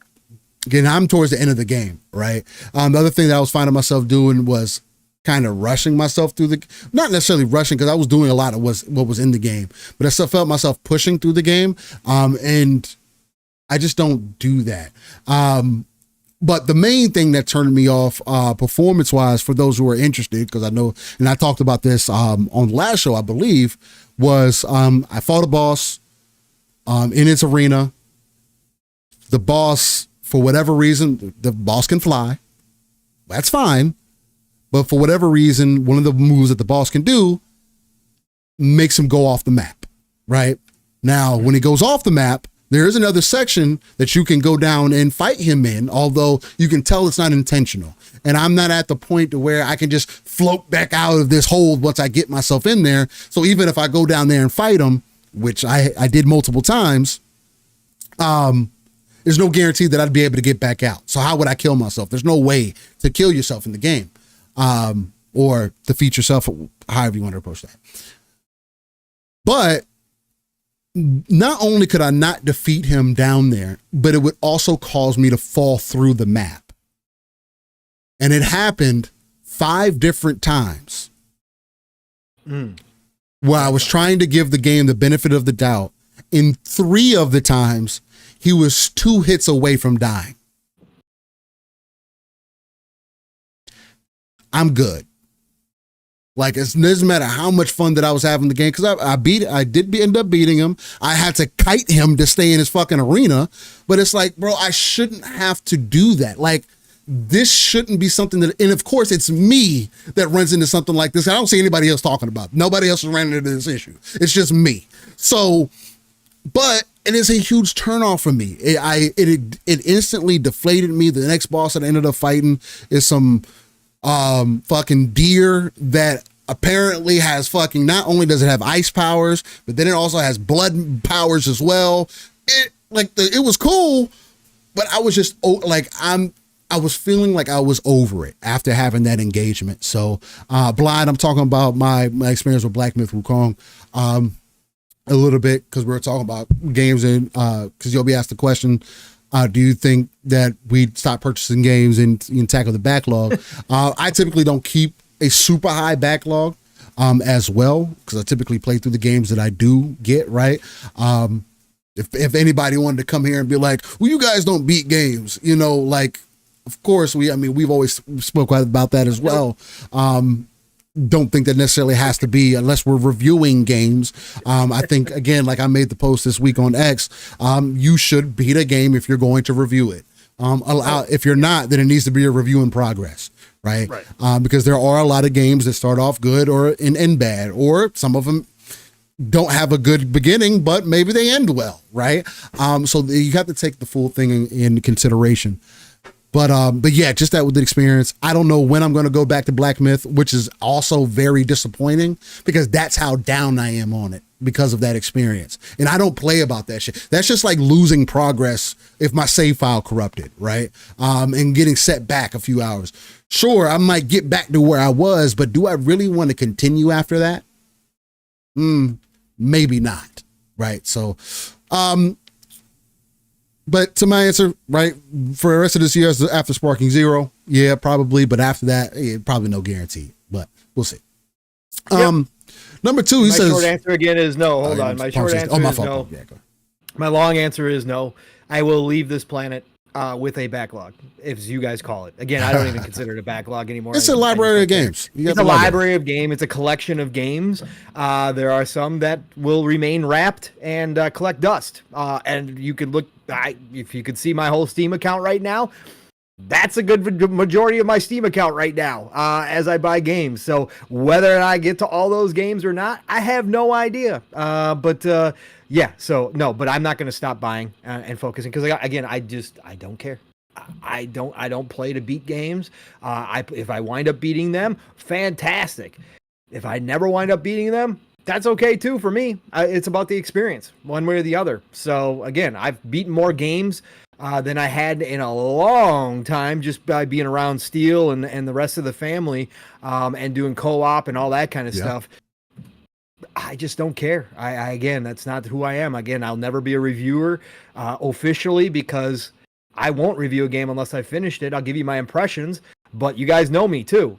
Even like Steel says, most of the games that I played, even if I finished them and the ending was bad, it still wouldn't dock that much off my review score because I like a lot of games and I'm not as critical as people are. My reviews would be terrible. Most people would be like, oh, Pong put out another review. It's probably going to be a 7. It's probably going to be an 8. That was another question. Like, that's it. Like, that's what it always would be. Like, I would never, like, it would be so rare that I'd come through like a 4 or a 5 or even a 6. It'd be like ultra rare that I ever did that, if ever. So, whatever. So, no, I won't be, I won't be stopping buying games just because I have so many in my backlog. Period. Anyway, Nam Omar says Pong is my gaming spirit animal. No, that's a fact. Blind Mephisto says, I got a small amount of OCD with games. I always try to roll credits. I'm the same way, Blind, but that's also because I like to throw myself into those worlds. Again, I have become more lax because the other thing that I won't do, this is something that I have noticed since I've expanded my library, is I don't play about whether it's interesting to me or not. Just like Ghost of Tsushima. Once I started feeling like it wasn't pulling me as hard and another game came out, I went to the other game that I had interest in, and that game held me for however long. So there is that as well. There's that. The second question, he says, would love to see you and Pong do a series of streams tackling your backlog. Gives you both a reason to stream more when time is available. That is definitely something that I would probably do more times than not. I think it would be very interesting to see if I did end up liking Metaphor for whatever reason. I think that would be really interesting to see me play that game because, again, I've sworn off RTS games. The last similar style of game to Metaphor that I played, which Metaphor ReFantasia reminds me a lot of Tales of Arise in the way that you approach combat and everything. And even that game was good, but it also was a turnoff because of how much start and stop that there was in the game. But from what I've seen from Metaphor, it does seem to be a bit more fluid. And now knowing that there is more freedom in the game, right? You don't have to immediately get into the turn-based combat. I'm just not a turn-based combat dude, man. When you think about the collection of games that I have to play, that's kind of that. Well, you got any thoughts on that second question, bro? On the second one? Read that question to me one more time. He says, would love to see you and Pong do a series of streams tackling your backlog. Gives you both a reason to stream more when time is available. Now, the other thing I'll bring to that, because I do want you to answer. The other thing at that, we do need to play 2 Human at some point. We did say we were going to end up playing that. If we'll ever end up fucking get into it. But it's out because I've never played 2 Human, so there is that. I still have it downloaded. I haven't uninstalled it. I almost did the other day because it is almost 70 gigs. But I really do. Damn, I forgot it was that big. Yeah. So I do want to play. Do you know how much bad First Descendant is calling to me too again, Steel? And I haven't touched it. Like, listen, y'all. Yo, this is how bad it is right now. People were, you know what? Yo, the First Descendant, they just released new update. Freya got an update. She got a rework as well. I like her new skin. There are people fucking complaining. Why? About her new I think that's her ultimate, whatever skin that is. People were saying that it wasn't. People were saying that it was ugly. I was like, I think it's. I mean, no, she's not showing the fucking most skin or whatever, but I thought that shit was fire. Like it's not like sexy like some of the other ones, it right? It fits her though, I think. But it fits her, and she's poisonous. Like that's her power. That she's poison. Fire as like yo, you again, poison in real life doesn't smell good, folks. Like again, like there's the darkness to poison, and I thought they did well. I thought it was dope. I thought, and there's plenty of other custom outfits you can put on her if you don't like that one, so whatever. But yeah, no, I thought it looked great. So yeah, but that game has been calling to me again too. Like, yeah, no, I definitely, and they've been updating the fuck out of that game too, and they're reworking things, and it's actually going to be easier to grind than the last time we played as well. So it's like. But again, I think that's gonna just be another one that's gonna continue to age like fine wine, right? So even if we don't immediately jump into it, although there is some FOMO because I know some of those skins aren't gonna fucking stay for forever. Forever. Correct. Yeah, I know. Yeah. I get you. Anyway. I get you. The third one is. But yeah, to answer that question, to answer the question too, someday, right? Everything's gonna kind of change here in the next. Little over a year. When all that stuff goes down, and I get through all of that stuff, then I will be definitely doing more. I will definitely be learning and doing streaming. Right now, it's just not really feasible, but I will get to the point where I will have the time to do streaming. So I will definitely be streaming. So you will see me go through my back catalog because I won't be the guy who just chases the most popular game right now and just streams. You're play what you want. I'm going to play the most random shit. That'll be my whole entire stream. Random stream night with Pong. Because my catalog, I don't care, old, new, indie, I don't care. You're going to be seeing some weird ass shit that you probably never seen before, and people are going to be like, "Why the hell are you playing this?" And I'll be like, "Cuz this is what I like. I like this shit. Yeah, I feel like it. I feel like it. Like this is my jam tonight." So yes, you will see that, but that'll be probably debuting sometime in 2026. So yeah, but yeah, at some point I'll be doing more of that for sure. So, anyways. Tim says Steel still has Alien Isolation on his backlog.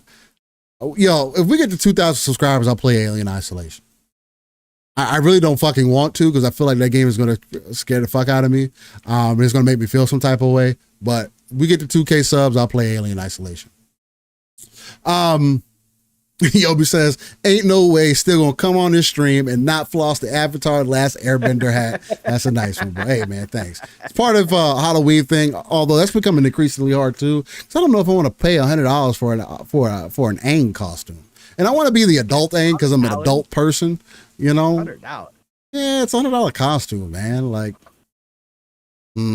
I don't know. Yeah. Just makes me feel some type of way. It does. William Riggs for the 8 months on being a hordovore. He says, "Hey, good morning, gentlemen. Glad you two are safe." Hey, man, I appreciate that. Steel's the one that we had to worry about. I'm way up in Minnesota. You ain't got nothing to worry about me. Ain't shit touching me up here, right? Except for the cold coming pretty soon. But we're good. We're through tornado season. We're done with tornado season. Yeah. We're good. I'm safe. I'm about as safe as it gets. Apparently down here we're supposed to have another hurricane that's supposed to build up at some point. It's still becoming a tropical something. You're in that season. Yeah. It's supposed to land around October 6th, so I guess we'll find out what actually happens with that. But we'll see. All right. The third thing that he jumps into here, he says, your top 5 things that you would love to see about this gaming community. No, your top 5 things you would love to see change about this gaming community and industry. What would be your top 5 things that you would change, Paul? Top 5 community things and industry I would change? Community and industry. Oh, Jesus Christ. Wow. Okay. Well, I mean, there's the obvious ones. Again, now we're talking about utopia, right? Okay, so that the whole console war bullshit just goes away, right, for the community, and then we all just get back and we just talk gaming and high level stuff, but we just talk it normal, like we don't have the we don't have the same thing that we have everywhere else in life, where everybody has to be tribal, right? And yes, so that's the easy one for me. Obviously, you guys know that I hate that shit. It doesn't bring anything. Never liked it in sports either. Everybody always goes to the sports analogy. Never liked it in sports. I thought it was stupid as fuck. So don't care.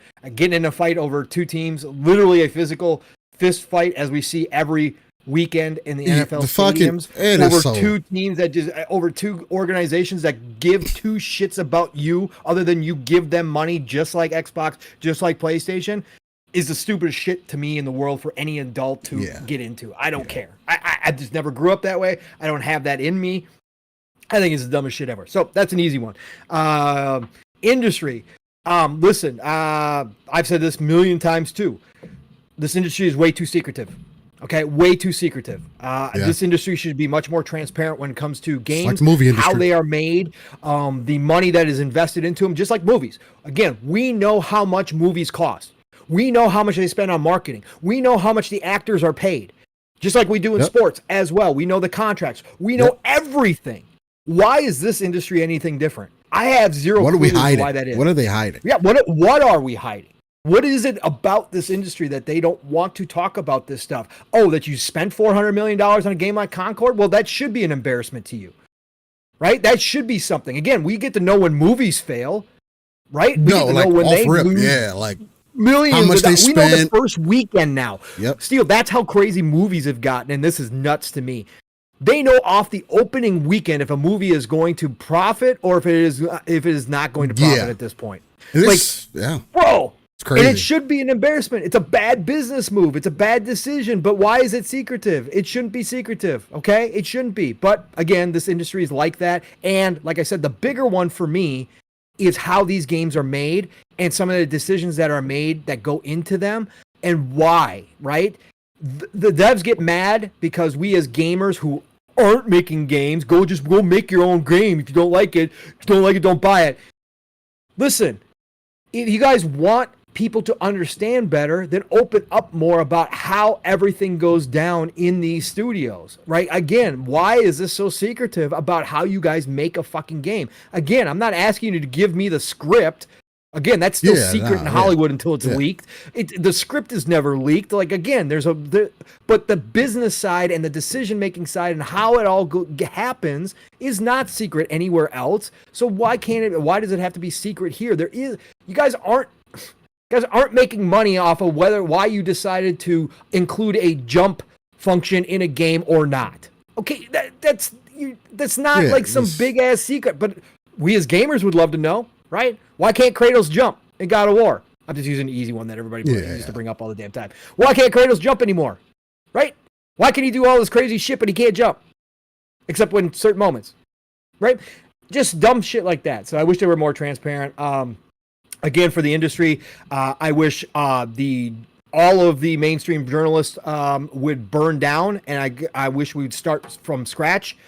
Again, and I wish there would be a real emphasis on actually doing journalism and not writing editorials and clickbait articles. You guys know, for me, this is a big pet. This is one of my big. We talk about it. I hate it. So I think they've done more damage to this industry than any other part of the industry almost at this point. They are the main cause for a ton of the division, just like in politics, just like everywhere else where we see journalism has taken on an activist role versus a more neutral role.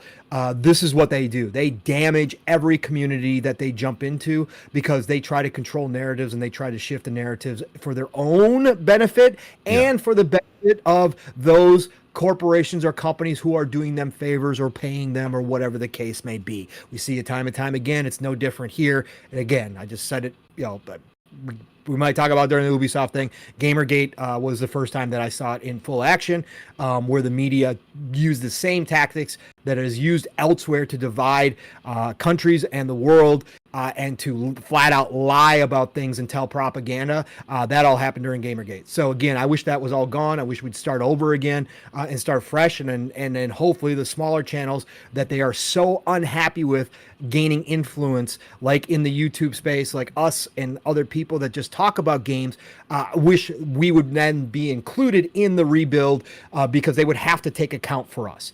And they would have to understand that they are also competing against us at that point. Because unfortunately the IGNs of the world still have massive access to these companies that just even bigger YouTubers don't have. It is still a lot of a game right now. And I wish that was all gone. So that's an easy one. That's 3. Listen, man, I've talked about it. I wish we could just get back. This goes into part of the community. It's part of the stuff that we've been talking about. But I wish game companies, I understand it's a business. I've said this all along. We wouldn't have what we have now if it wasn't a big business, if it wasn't money driven. But I really wish devs and publishers would realize that you got to make a good game first. Everything else is bullshit. Everything else, whether it's the monetization, whether it's if you're thinking about checking off boxes of inclusivity, whatever the case may be, all of that is secondary. That can all be a part of it if you want it to be, but that is all secondary to you just creating a great game. And I wish they would stop chasing every single golden goose. I understand why they do it, but I wish they would stop chasing every golden goose and go back to creating games like Space Marine 2. We just got a perfect example. More so, again, not every game has to be like that, but I just wish the industry as a whole would wake up and realize that making a game fun first and catering towards your massive part of your audience is not a problem and shouldn't be a problem, and actually will help you get to where you want to be so you can go make other experiences for other people as well. It can all happen at one time. As a game's big circle of life, but I think a lot of them have lost it. They're all chasing like squirrels, chasing these random nuts everywhere, and we've wound up with a lot of issues. Now we get more games in totality, so we get more good games. We also get more bad games. It all kind of equals out. That's why I call this the golden age, right? There's still plenty. There's more than plenty for everybody, but I think the industry needs a reset there. Fifth one, let me see. It's another easy one all the damn time. Protections for us as consumers in the digital age. California starting. California is starting it. Again, I hate big government. I hate regulation. You all know this. We need to have the minimum amount of possible. Where it's at right now, that's where it needs to stop. Every state can do that. Yes, no deeper. But it's starting now. And again, the only thing I will say, Steel, it needs to be taken to the next level is that if we purchase a digital copy of a game and it is multiplayer only, or not multiplayer only, but let's say it is a game online that includes multiplayer, but they shut everything down, there has to be a way for them to patch in offline so that you can continue to play that game after they've decided. Even if the world is empty. Yes. Fuck it. You should be able to continue to play that game even if they don't want to shut down their servers, which again, it's a business decision. I don't think that everybody has to keep their server farms up and running for a game that's been dead for 10 years. Like, of course not. But there should be a way for us as the gamers to jump into that game and play it even after life, because we did purchase it. Again, I thought Hogue brought up he posted the other day, Steel, about Sony's nefariousness in their contract, in their agreements that you, oh God, why can't think? I can't think of the name of the agreements. What is it called, Steel? The agreements that we all agree to. What is it? What? God damn it. NDA? No, not the NDA. The NDA is when you can't talk about anything. What's the agreement that we agree to in games and everywhere else where we say accept all of this? EULA. God. Yeah, EULA. Thank you. In Sony's EULA, it actually has a line in there. Let me see if I can find it real quick. Bro, this is crazy. Nobody reads the EULAs, right? No, none of us do. Nobody reads the nobody EULAs. cares. Let me see if I can find it real quick. None of the gamers care about reading that fucking first box that pops up. Here we go. Okay, so Hogue posted this just 2 days ago. He said, "I'm not a policy guy, but I'd like to think my continued highlighting of one of Sony's more nefarious buried terms had at least a part to play here. As ever, I'm in favor of honesty and disclosure." And this was in response, obviously, to the California law, right? Where now, if you have an electronic storefront, you have to notify the players that you're not buying a game. You're getting a license. Exactly. Right. But in Sony's EULA, it says online ID and access to content and hardware used in connection with PSN belong to SIE, its affiliates, and its licensors. Use of the terms own, ownership, purchase, sale, sold, sell, rent, or buy in this agreement or in connection with the PSN content does not mean or imply any transfer of ownership of any content, data, or software, or any intellectual property rights from SIE, its affiliates, or its licensors to any user or third party. That's insane. Now, I mean, and Xbox probably has something similar. But, I'm sure. But again, Hoag's obviously read through them, right? He's on top. He's on top. To highlight this one is very so they use terms own, ownership, purchase, sales, sold, rent, buy, etc. in a lot of their terms, depending on the situation in their own contracts, in their own EULAs. But then they say, oh yeah, those words don't mean anything though. Literally, you are not getting anything from us as a consumer. That should be taken. That should be taken. It should be outlawed. Yeah, nah, you can't. Again, the general consensus and understanding as a consumer is when there is a transfer of money for a product, software, whatever it may be, it doesn't matter. It is a purchase. It is a giving of ownership to a degree. Again, we all understand that it's not like I bought I bought a share in the company, Starfield game, and I own Starfield now. Like we all get that as consumers, right? Yeah. But that we are buying that. It is my game. Right. I should be able to access this piece of media, no matter what. But Sony's flat out saying, "Nah, we didn't even give you anything, bro. You just gave us money. We didn't give you anything." Like what? What? So anyways, I wish we had more protections, and that's what I've said all along. The governments are way behind the digital age in this factor. Some governments worse than others. America's awful because, again, we have a bunch of old, mostly attorneys who just don't give a fuck and made millions of dollars getting rich off of us, and they don't care. They're no longer for the people, so they don't even look at this stuff. They don't even know what video games are, half of them, even though we are at this point where video games are so big and popular. And so that's the fact. Like, they just don't care, and we need, as consumers in the digital age, we need to work on that. Again, we've seen all this stuff close down. 100%. We've seen them, we've seen Amazon, we've seen Apple, we've seen all these storefronts pull content that you purchased and say, yeah, you just no longer have access to it. Sorry. Like, what? I didn't rent that. Like, I didn't rent that. My time's not up with it. I bought that at full price. I bought that song. I bought that movie at full price. Yeah, I said purchase when I got this. So yeah, that would be another one I'd change. Yeah, no, sorry, I'll take up a lot there. But no, you're good. That was good. Yeah. I don't know if mine are going to end up being as deep as Paul's, but what are top things that I would change about the community and the industry? Oh, let me see if I could be a little bit different from Paul.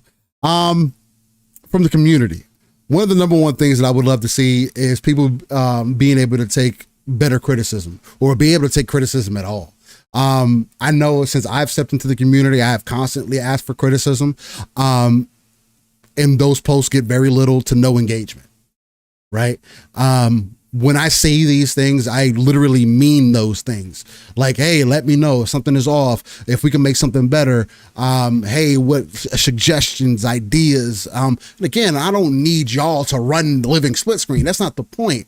But I do care about y'all as a community. We do giveaways. We try to show love. We make this an open place for people from any, if you like Xbox, PlayStation, PC, if you are a gamer, we want this to be an open space for you, no matter what's going on out there on the social media sites or whatever the case. But we also want you guys to know that we do feel the way that we feel. We are live, raw, and uncut. This is not a stint. This is not grifting. This isn't none of that extra shit that people be talking about. This isn't us blowing smoke up nobody's ass, man. This is just us giving our opinion about what's going on within the industry and the different perspectives that we maybe have going on in the community. So I would love to see people be able to be more honest and more forthright and not be so sometimes evil seeming behind the scenes, or not very forthright, or have other motives or whatever, or misunderstand what people's objectives are, or they don't sharing or tweeting out this content. Because I don't know if y'all know,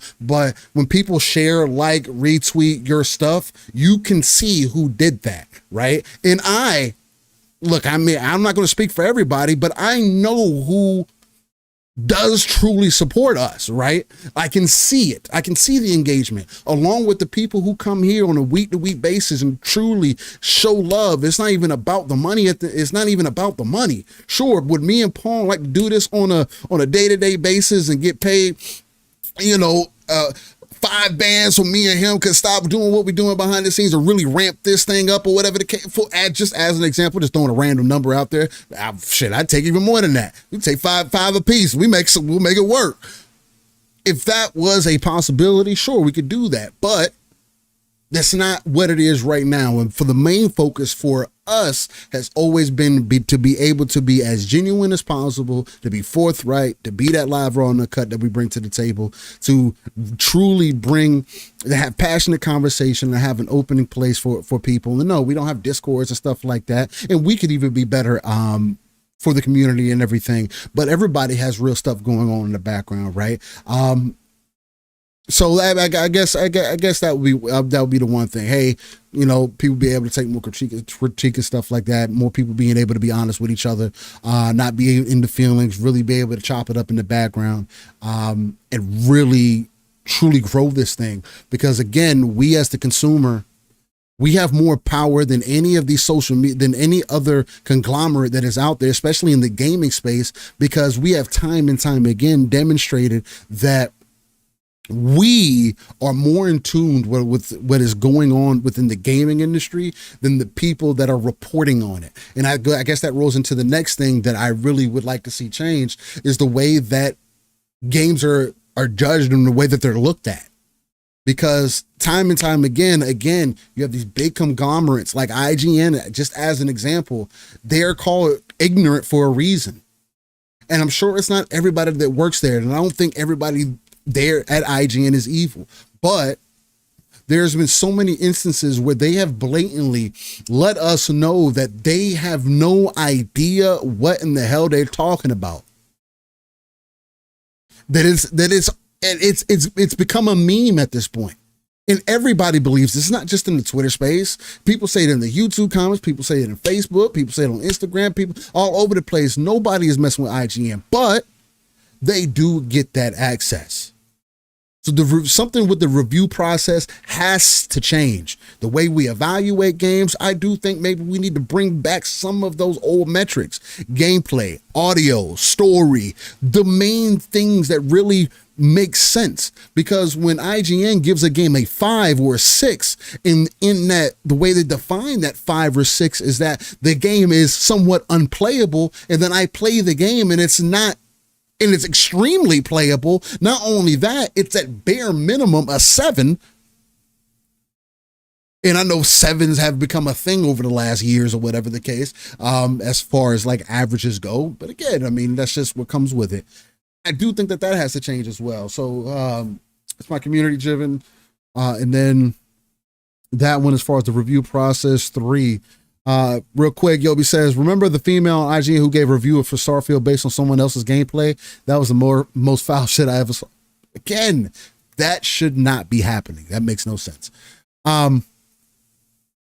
Let's see. What's going to be a number three thing? Community and industry.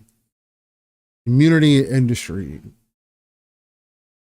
Community side, again, and it kind of ties into the first thing that I brought up.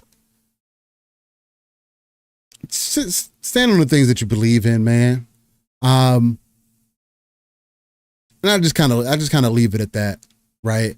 We're not all here meant to get along with each other. We don't all have to be cool. But there can be people who may not only tune into us, you may tune into them, might tune into them, and whatever else. I'll let y'all know I don't carry any animosity in my heart for anything that's going on in social media, especially.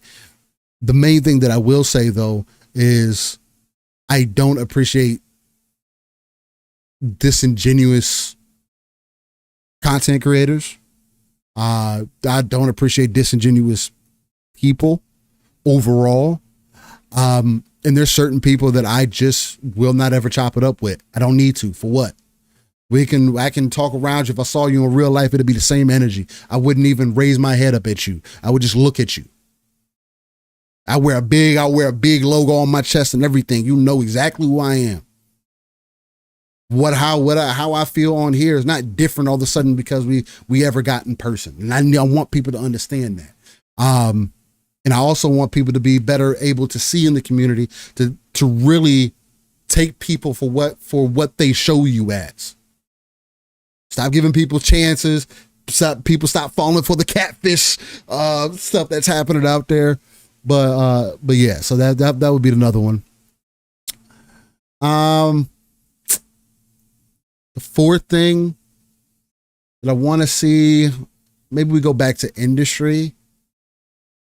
I would love to see the industry, and I guess this just ties in what Paul kind of pretty much said earlier. Just make fucking good games, bro. None of the extra shit would matter. The inclusion, bringing more people into it, whether it be people of color, trans, LGBTQIA, whatever it is. Nobody would give a fuck if you just told good stories. And obviously you aren't telling good stories because there is so much, there is a lot of agenda driven things that are happening behind the scenes, that are creating negatives in certain aspects. Again, people tripping out about females being looking sexy in games or just looking good in games. Like if I can get muscle bound brolic dudes with their shirt off, in majority of the games that we play that are all pretty goddamn attractive, then why can't we have the opposite end either? I get everybody wants that form of representation to get, we gotta, nothing wrong with being a little chubby every now and then, for different people. I'm not gonna, whatever you like is what you like, no matter what that scale is. But these games are a product. These products do need to sell. I would like to see the next iteration of a game, if it's a good game, and the first thing that's going to get me in the door is if the character's cool or not. I have never looked at a game and been like, man, I'm so excited for this game, but the main character is trash. But I'm still going to play it. I've never done that. I literally use the concept of, hey, I pick up a game disc, I'm looking at the disc. If I'm looking at your cover art and your cover art does not pull me into being interested in your game, then you've lost your customer. That should be the focus.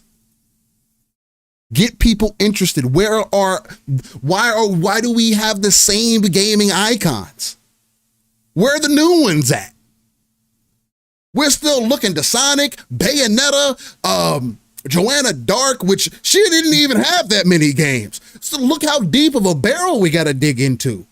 And then things start crossing paths because you involve things that are anime and games and anime. So it's like now you're combining different elements. So is it really just gaming at that point? But who else do we have to kind of show us what are the dope examples in this industry for characters and whatnot? Who is the new Dante, right? It wasn't Nero and he wasn't meant to be, but I don't see who that is. Who's the new Marcus and Dom, right? Where are the Army of Twos, the more of the Space Marine games that we've been getting, the more of the Bayonettas that we got back in the day, the more of the stuff that was just cool to see. That needs to be the focus. Give people to be a reason to be interested outside of whatever agenda that you're trying to portray, or whatever story that you're trying to tell. Let's see. What's another one? I don't know if I have another one that necessarily for like the industry or anything like that. The Sugar stuff was good by you, Pong. That's 100%. I definitely want to know more of what's going on. I want to know where all the value went for our games, right? Why it's just become acceptable for you to buy an $800 PlayStation 5 Pro that doesn't have a stand, that doesn't have a CD drive, that doesn't, okay, well, what happened to all the other value that I got? And like Pong just mentioned, PlayStation is telling you straight up that you don't even, like, we tell you, like, we're telling you you're purchasing and buying stuff, but really we don't mean what you're purchasing and buying stuff, right? So like, take that how you want. That's very backhanded. And again, I know that they're not the only ones that do it, but again, when you take those things into consideration, we are losing so much as a consumer, but they're telling us because we're sacrificing quality and effort that it gets to make these new games. Why are the games still coming out broken? Why do they need updates after day one? Right? On day one, excuse me. Why can't we get good performing games? Why are we in 2024 and wondering if we're going to get 1080p? What year are we in? We have somewhere reached the cap. 10 years, and I think graphics have gotten somewhat, definitely are getting better, but what are we losing just to have the best graphics that we ever seen of all time? And then we got these companies talking about 8K. Something where probably is never going to be easily accessible, especially by no goddamn console. Shit, they can't even hit 4K without figuring out some way to reconfigure and readjust and make it upscale to make it look a certain way. And oh man, it's at 1080p. Oh no, it's at 720p, but we upscaled it to 1440. Bro, that's not what this was supposed to be about. It was supposed to get baseline 1080p at least 60 frames at least. I was supposed to be getting 4K 60 this entire time, and that hasn't been happening. So I guess I want the industry to focus on bringing out better performing games, right, across the board, holding people accountable. It's people at the top, management, because that's obviously what the problem has to be, right? I felt like there was so much more pressure back in the day on these studios to really make a good product, right? That they were working it to the bone. And again, I'm not saying that we have to give people quadruple overtime for them to get a game done and mount all this pressure onto them. But there is something to be said that when there is a deadline to hit on any project, and people, if you have been in the workforce, you probably are familiar with this, especially if you were part of corporate at any point. You have deadlines to meet. You have to do what you got to do to make the deadline meet. Is it always going to be fair every time? No. But if shit got to get done, that's your job, as long as you're getting paid for that. Because again, I love how people act like, oh, if we don't buy the game, the devs don't get paid. The devs got paid. They weren't working on the game for free. They don't work on a game for 6 to 8 years and say, oh man, you'll get paid based off of how many games we sell. They get bonuses, but they're not getting paid on the back end. They're getting paid the entire time. And I don't think every dev is intentionally lazy. Are there some lazy ones out there? Probably, because there's a ton of fucking lazy people in the real world. It's in game development, and it's still a real world thing. There's lazy people at fucking Walmart. Now, there's a lot of reasons why they've become more lazy over the years, right? Wages, inflation, the cost of living, there's so many other things that go into that. But to reel it back in, it's just, we have to start holding them more, the corporations more accountable for our digital products, working on ownership, forcing them to show us where the value is being given to us, and stop trying to believe the hype. The way that you support the devs is making sure they put out a fucking good game. Point blank, period, man. And they either do it or they don't. But don't come complaining to me because your game didn't sell because you didn't make a good game and you took 8 years to make it. I'm not the problem. It's obviously something in management. So I guess those would be my choices, man. So good choices, bro. I like them. the last one that Yobi has, and then we'll dive into this Ubisoft topic, because I feel like there's a lot of passion to be had there as well. And again, if y'all may have heard a lot about it, we're going to come from that RTS perspective on the conversation. I may open some doors up, so we'll see. But the last thing that Yobi asked here, he says, aside from family and etc. Oh, no, sorry. He asks, LSS as a collective, what is the biggest goal for the platform? Do you two plan on expanding LSS and doing a series of videos here and there, exploring your hobbies outside of gaming? Maybe LSS presents Steel Rain's top 5 favorite foods, or Pong's top favorite songs, and etc. Those are things that we can kind of do on the show or live a split screen as well. I do want to get into moto vlogging at some point, because I do think I've been thinking about doing like this moto gamer kind of thing for some time, where I'm just out riding on the bike and I'm talking about gaming shit while I'm out, while you guys can see the scenery and see me getting it on the bike and stuff like that. I always thought the concept of that would be really dope and really cool, right? They'd be at max maybe 30-minute videos. And I would call it riding in the rain, or call it Steal the Moto Vlogger or the Moto Gamer. I don't know. I haven't come up with a good name for it. But yeah, so that's kind of what I've been kind of thinking of, just to bring in more attention to what we have going on here, and just to kind of extend out my hobby into my other hobbies as well. So what would you say, Paul? Well, I think for both of us, as far as the collective goes, for LSS, eventually Steele and I getting to show together, meeting in real life, getting to I didn't even touch one of the shows, meeting up with everybody else at one of these shows, obviously doing real groundwork too, getting some video, getting some interviews. Steele and I would love to do that.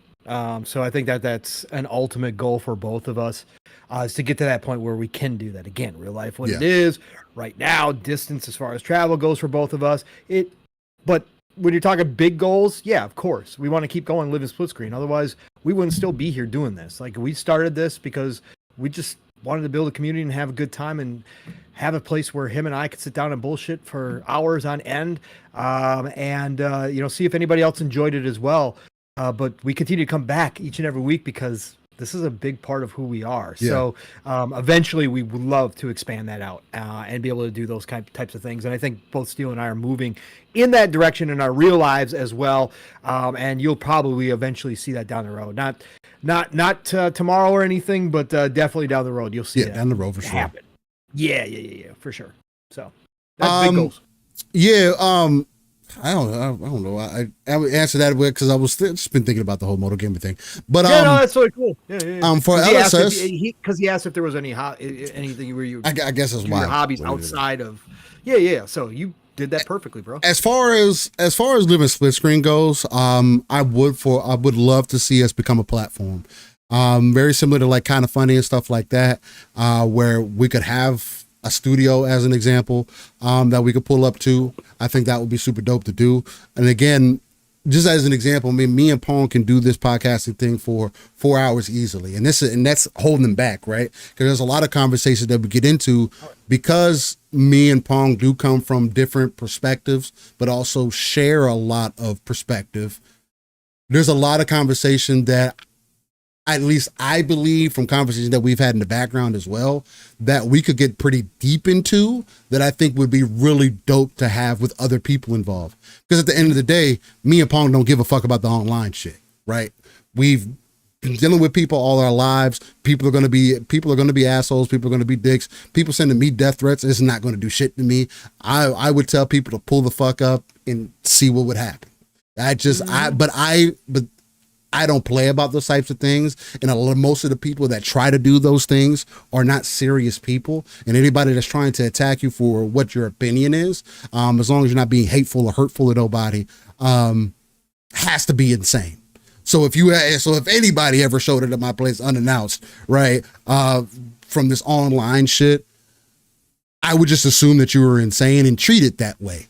So I don't necessarily have those problems like I see with other people that seemingly can't disconnect. I like the engagement. I like seeing different opinions and everything. So that would be the biggest thing, man. Being able to do it, side by side, live, raw and uncut, having games going on in the background, maybe even being able to play games there. There was a thing that I wanted to do back in the day, as well as being able to host tournaments. Just because hosting local tournaments for people, different types of games. It could be the games that me and Pong are interested in, right? So it doesn't become like a Madden 2K type of thing. We're sure we could make some money off of that, but that wouldn't be the purpose. It'd still be going. It would still be coming off of the basis of what Live a Split Screen is about, and that's not only the memories we have with gaming and our experiences and everything, but making it an open platform that's available for open discussion, that can be welcoming to anybody that is out there, for us all to be able to sit down, man. Right. And again, I know we don't have Discords and stuff like that that's set up and whatnot. And to be honest with you, I haven't been good with Discord ever over the years. Right. My biggest form of engagement has always been through Xbox parties and stuff like that. So maybe we need to get better about that and really start building up a community. But I also think that kind of starts separating people. You get these pockets, right? And I'm tired of seeing people in Discord talking about other motherfuckers and not being able to say that to those same people's face, right? I think that shit is weird as fuck. Don't say shit about people that you wouldn't say to them directly on. But I see a lot of that happening, especially in our gaming community. So, and again, I don't have to get into names about none of that, but it's just, I want to be able to do things differently, but still do it but still get a community get together and stuff. So. Yeah. Oh, I totally agree with you, Steel. Big time. I love it. Love it. I was just laughing because Hard Drive posted. Anybody knows Hard Drive is like the Onion for video games, right? Oh. So they posted, they go, Ubisoft cancels every game in production. Quote, fuck it, we make dog food now. It's about right. It's about right. It's a good turn, Ubisoft. Bro, they gotta get shit. We're gonna springboard into that. He got one more. He says, aside from family, etc., what gets Pong and Steel to wake up in the morning to keep their engine on and life running? What are your true motivations, etc.? Man, that's a fucking deep ass question. That's a way deep question here. Besides, what do you say? What he said? Besides family, besides that, I can make mine simple. Yeah, I try to every day live by the saying, you got to give good energy to get good energy, and that's something that keeps my motor running on a day-to-day basis, especially when you've dealt with as many people that I've dealt with over the years. Some of the situations that I've been in, right? You got to give good energy to get good energy, man. Aside from family, because that's such an easy comment. I'm like, my wife, my kids. But he said besides family and etc. What gets Pong and Steel to wake up in the morning to keep that engine on in life? I'll give you mine broadly. Go ahead.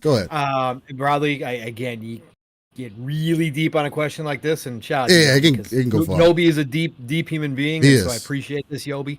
And this was a different podcast. We certainly sit here and have a 3-hour conversation on this too. But just broadly, just like how I game, I enjoy the experience of living, right? Yeah. Through the good, through the bad, and through everything in between. I am thankful to be alive and to have this experience, no matter what you believe is on the other side or not on the other side of this, whether this is a simulation or whether this is something else. Like, none of that matters. I mean, it does. I think about that stuff all the damn time, right? Obviously. But I'm just saying, on a day-to-day basis, I'm thankful to still be here, to open my eyes in the morning, and to see another day, whatever that may bring, and whatever that actually, means in totality, I'm just thankful to be here still. Right. So I'm not, with been dark times in my life for sure. Very dark times in my life. Seen all the ups, had some very big highs in my life, as well.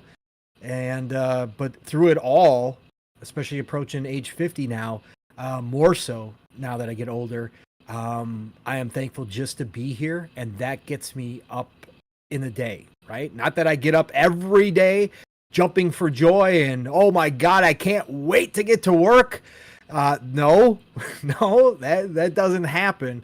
But, that is what gets me going though. 'Cause that thought that, hey, made it through another day. I'm still here. I got still more to do, still more I want to see, still more I want to play. Still more I want to experience in this life. Yeah, man. That's what gets me going. I guess off the heels of that, I guess I'll attack it more from what the true motivations are, because you never know what people's true intentions are unless you know their true motivations. And for me, true motivation is is what keeps me going is I want to be able to put me and my family in a place where we don't have to worry about the normal shit. I'm not extremely complicated dude. I don't need to be extremely rich. The things that I want, the things that I like, are not extremely far in reach, right? I don't need the biggest house in the world. I don't need the biggest car in the world. I just want the things, I just would like to have some of the things that I like, right?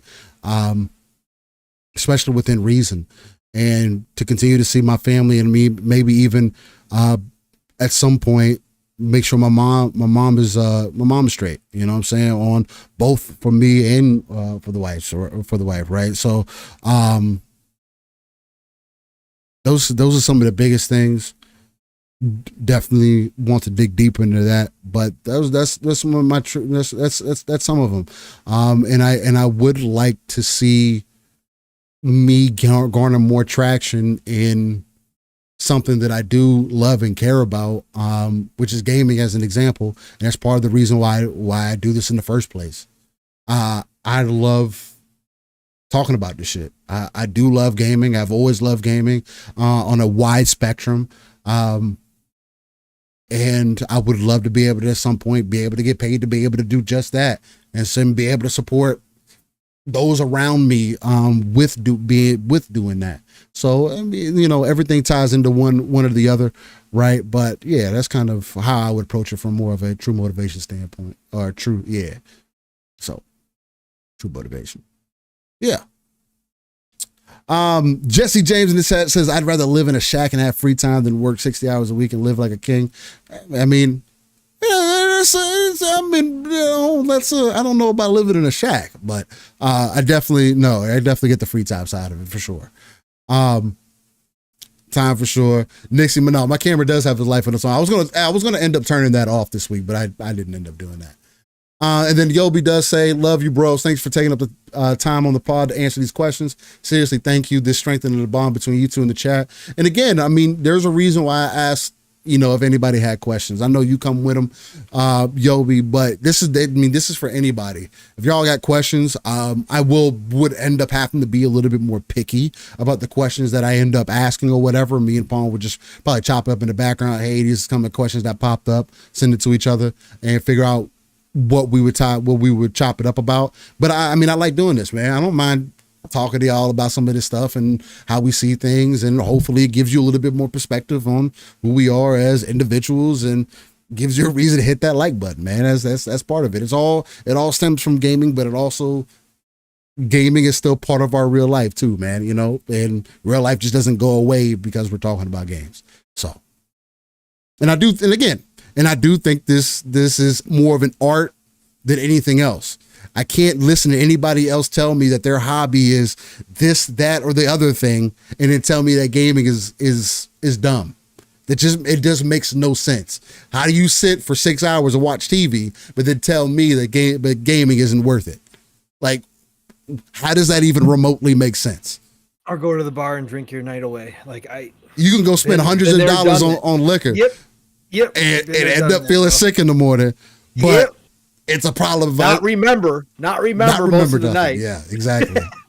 But me playing video games and creating memories that I actually do have a video game and having a good time is somehow bad. Okay. But again, to each their own. To each their own. Yeah. All right. Well, with that knocked out and us knee deep into things, before we get into the Ubisoft thing, and we may be able to branch into it as well, because of the whole Ghost of Yotei conversation. But let's get into a little bit of the game shows first. I think we'll bring that energy right back up.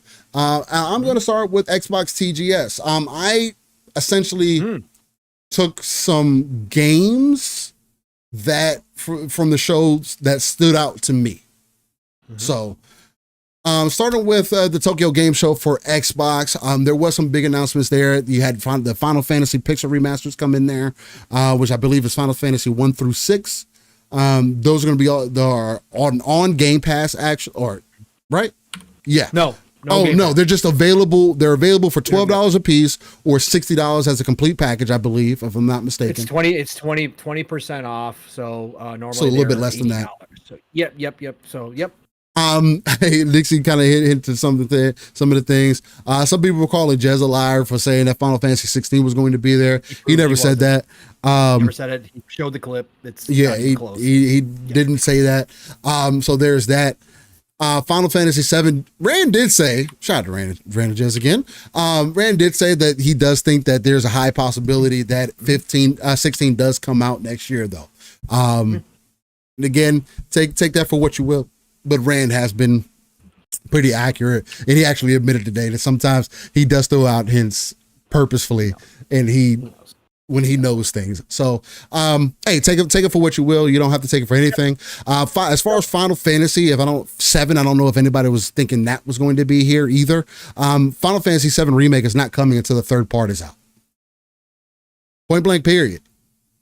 It's not. I used to agree with you, Steele. I used to agree with you that. Think that so? You think feel differently? I think there's a chance now. I think there's a chance. I think that probably was the original plan. But now that Square's in the spot that it's in, and they know that they would sell the first two copies like now, I think they would. I think there's a shot that it comes out before the third one's actually done. I really do. I'm just along the lines that there may be an original deal that was in place for them to do 3 games. Again, with it being Final Fantasy 7, them taking liberties and everything. I don't see the next game taking as long to get put out either. I do think it comes out within the next 4 years. I do think, though, when Part 3 releases, that it's going to release all 3 day one, maybe even as a collection, available to Xbox. $100 you get a 3-disc collector's edition, very reminiscent to how you used to have your game case for Final Fantasy 7 back in the day. It's a good marketing play. I can see it happening. Final Fantasy 16, again, you could be more loose with, because again, not enough people played it. You need more people to play it, right? Those people like myself who played 15 will play 16 at some point, right? So there is reasons to bring it to other platforms, so they can take advantage of as much of an audience as you can. Because Final Fantasy does need to make its way out of the dirt a little bit. But I'm mainly going to go through the games, the list of games that I drew interest to, and then Pong, if you have any in between that you want to kind of fill in, we can go from there. So one, I did have Slitterhead on there. Slitterhead was interesting to me because of the idea of transferring from body to body. Was very similar to an anime called Parasite.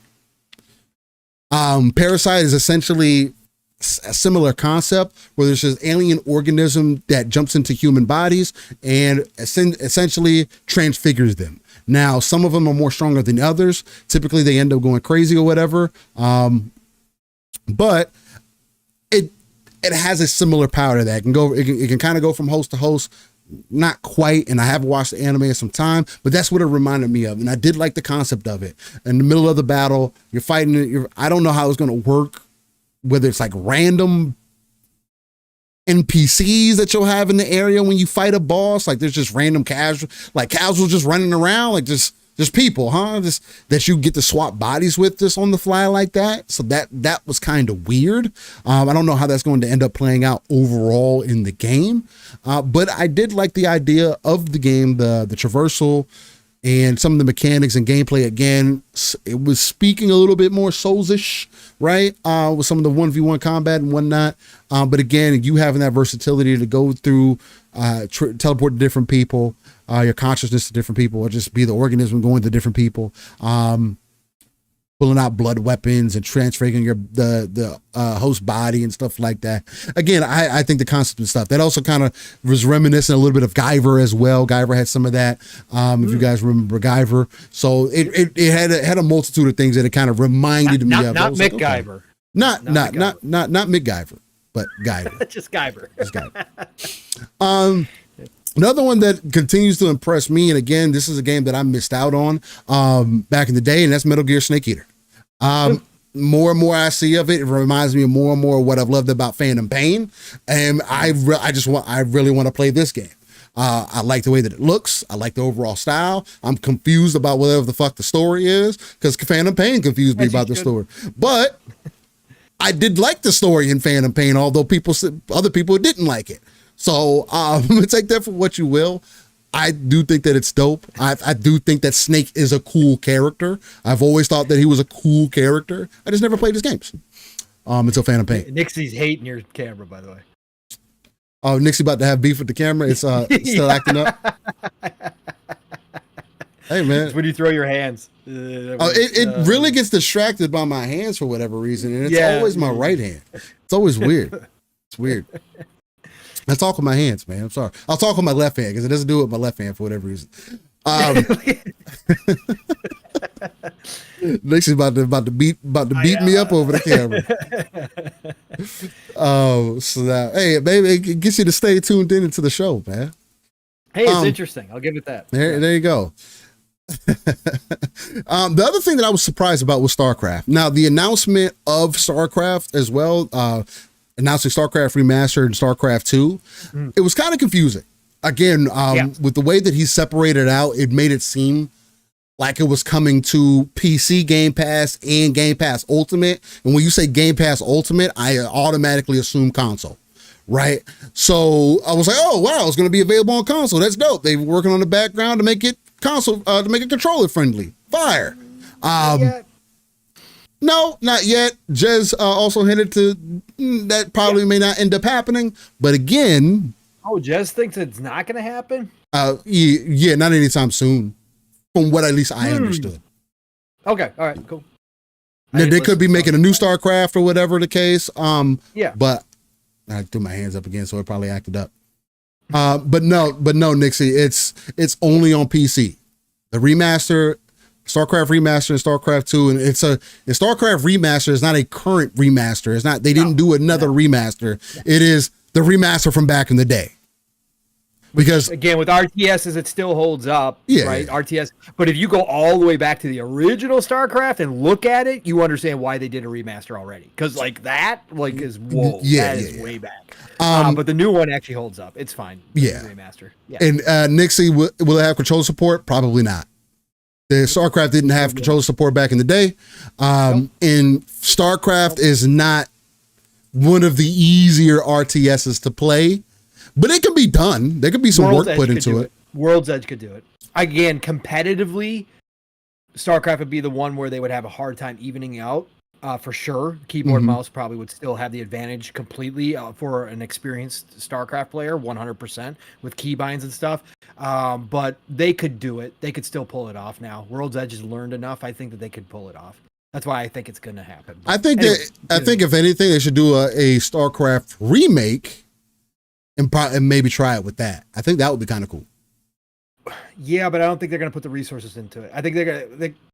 If what we're hearing is true, right, and they've got a first-person shooter in the works now, and what we believe to be true, that StarCraft 3 or a reboot of StarCraft, whatever, RTS is probably in the works as well at some point. Again, my whole point, and we'll just stop here just real quick because StarCraft's one of mine as well, so we might as well just sit here.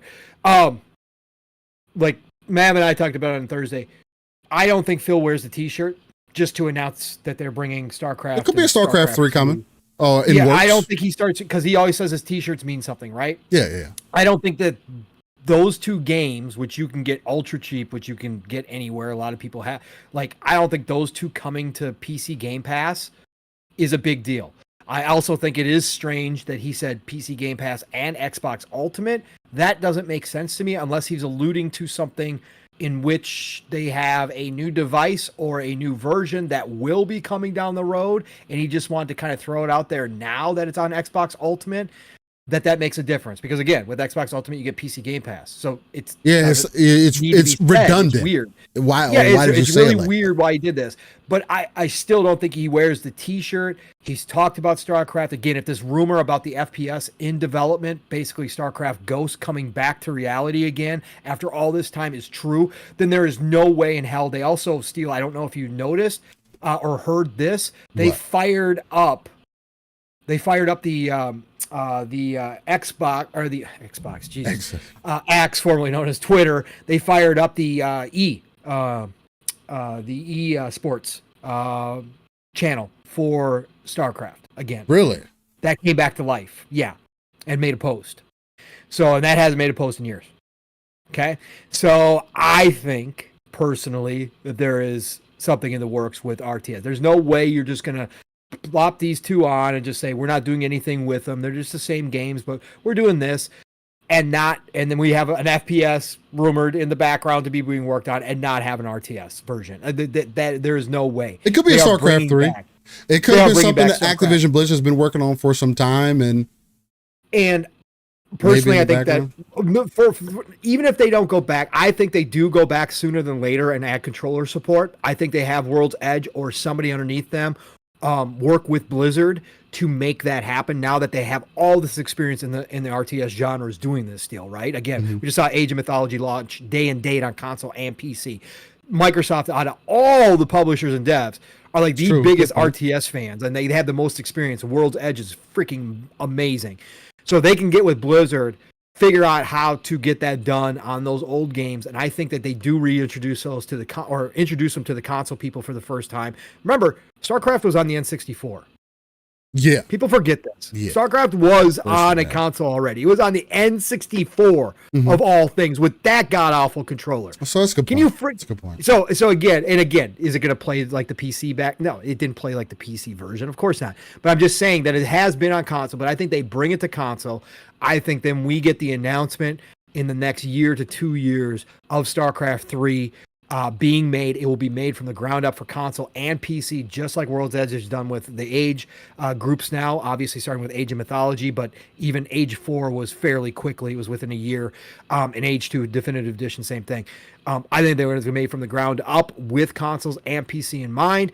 And I think they're going to reboot this franchise in a big way and also announce that first-person game that is going to be in the vein of StarCraft Ghost. If it's not StarCraft Ghost, it's going to be in the vein of StarCraft Ghost, being headed by Dan Hay, who started working on Far Cry 3 and worked on all the Far Cries up to that point after Far Cry 3, 3 and forward, I should say.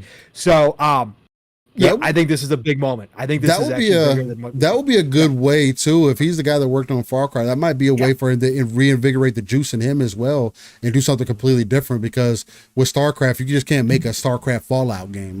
Far Cry game that wouldn't translate well at all, right? So you would have to really lean into the science fiction of it. To pull it out. So that would be kind of dope. We can see how that goes. And maybe StarCraft, the first person shooter, could be the next Halo. StarCraft Ghost was there, bro. They was ready to rock and roll. They had the cases printed. It was gold. It was basically almost gold when they canceled it. Maybe they still have that.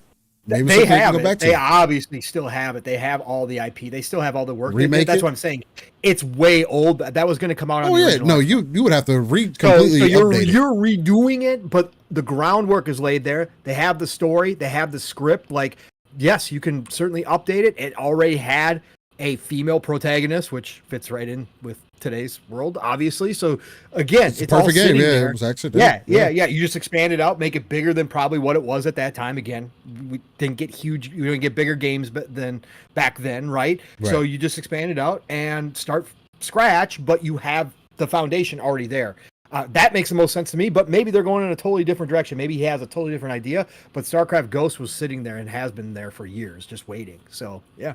It'd be cool. It would be cool if that's what they ended up doing to it. But just it being there was a cool thing for me, even if it's just for reminiscing purposes of anything, because I do love StarCraft. Bleach Rebirth of Souls, them showing Yukiura and Ichigo's final hollow form, well, his full hollow form, if they're in that fight. I really like the art style that they're going for in Bleach Rebirth of Souls. At first I was kind of like, I don't know if I'm really liking this. It's still something that I'd probably need to get a demo or something of, because I am interested to see how it plays. But I do love the overall art style that they go, the tension that trailer had during that showcase as well, and just the way that it portrayed. I hope other people at least could see why Bleach is interesting. Because there's a lot of that happens throughout the entire show, right? It's also I think it's an overall really good anime. So for it to have more games coming to the West, especially, I still want a RPG Bleach game. I think that would be really dope to get. Maybe akin to something like what we've gotten from like One Piece and stuff like that. Open world traversal, maybe some open world combat as well. There's just so many possibilities to play into the power fantasy, being able to walk in the air, like the whole idea of the Shinigami in general, just that whole Reaper mentality that I like to play into as well, especially Soul Reapers and whatnot, crossing over souls, taking care of the real world, and then bringing them to the Spirit Soul Society. Just the whole concept of that, I think, would be really dope for a game, and I would want more people to experience. But anyway, us getting a fighter, I think is cool. So it was a good trailer, nonetheless. That got me up there. And then Sin Duality: Echo of Ada. It's the mech game. But I wanted to bring a little bit more information here because Fighting Cowboy ended up playing this game in alpha, cool. I believe it was either an alpha and beta. It's a PvPvE, right? It has PvE as well, where you're just doing regular stuff. Yeah. From what he was saying is that the combat felt a little dry because there wasn't enough enemies. Right. Okay. So it kind of made the combat kind of bland. I do still like the overall aesthetic of the game. And I hope that they took whatever feedback from the initial playthroughs that people did in that closed beta, alpha, whatever it was, and improve the game. Because I do like the concept of Sin Duality. Again, I am a mech dude. Hopefully it plays as well as it shows off. And yeah, man, we'll see how that game ends up showing. And yes, Nixie, Mech Warrior 5 Clans dropped, which was an update, which is massive update, by the way. Which is something else that maybe me and Paul jumped in too early. Maybe we jumped in too early. Because but they've changed a ton, bro. There's probably better controller support now as well. Yeah. But and be able to swap out and swap between all different there's a lot they've added since we first they did all kinds of stuff. That might be another one we got to revisit. We were having fun. We were having a good time in there. Yep. We were trying to feel it out, but then we couldn't fucking use a different mech, and it was like, what is the point of this system? No, having one big one and one small one, weak one. Oh, God, I like the story too. I like the concept of it and everything. Like going to different places, and great. If it was kind of like Starfield, it had like some survival element to it because you got to manage your money and the mech and. I think that needs to be lessened up. Hopefully there's like a setting or something that can, because I don't have to. That's not classic Mech Warrior to me, man. Like I don't want to. I want to go in there with whatever mech I want to use, beat the mission, maybe give me some limitations. But outside of that, like I just want to go in there and just have a fucking good time. Somebody asked, somebody asked in chat, how much is CarX Street? It's $20. It is a $20 game. One of the best $20 you'll ever spend. Tell you what. Yeah, I was watching some of your clips, bro. Looks damn good. Yeah, no, it's fun. It's definitely fun. But those were my biggest takeaways from Xbox TGS. Just their portion. Overall grade, Steel? What'd you give it? Overall score? I give it a 7. Okay. I give it a 7 mainly because a lot of the things that they showed again, it wasn't like they were new things. Maybe other people would be more interested in the Final Fantasy Pixel remasters that are coming in as well, which would make it a higher grade for some people. I'm not interested in that. I played them back in the day. I don't need to replay those games. I never played Final Fantasy 1 through 5. I did play some of 6, and I did play 7, but and then 9.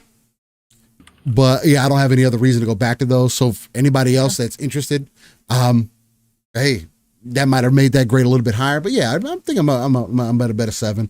Because again, it wasn't like there was anything new or any special things here outside of StarCraft. And I think StarCraft is what really upped it a couple notches for me. Because I wasn't necessarily expecting them to have an announcement there, whether I end up playing the game or not.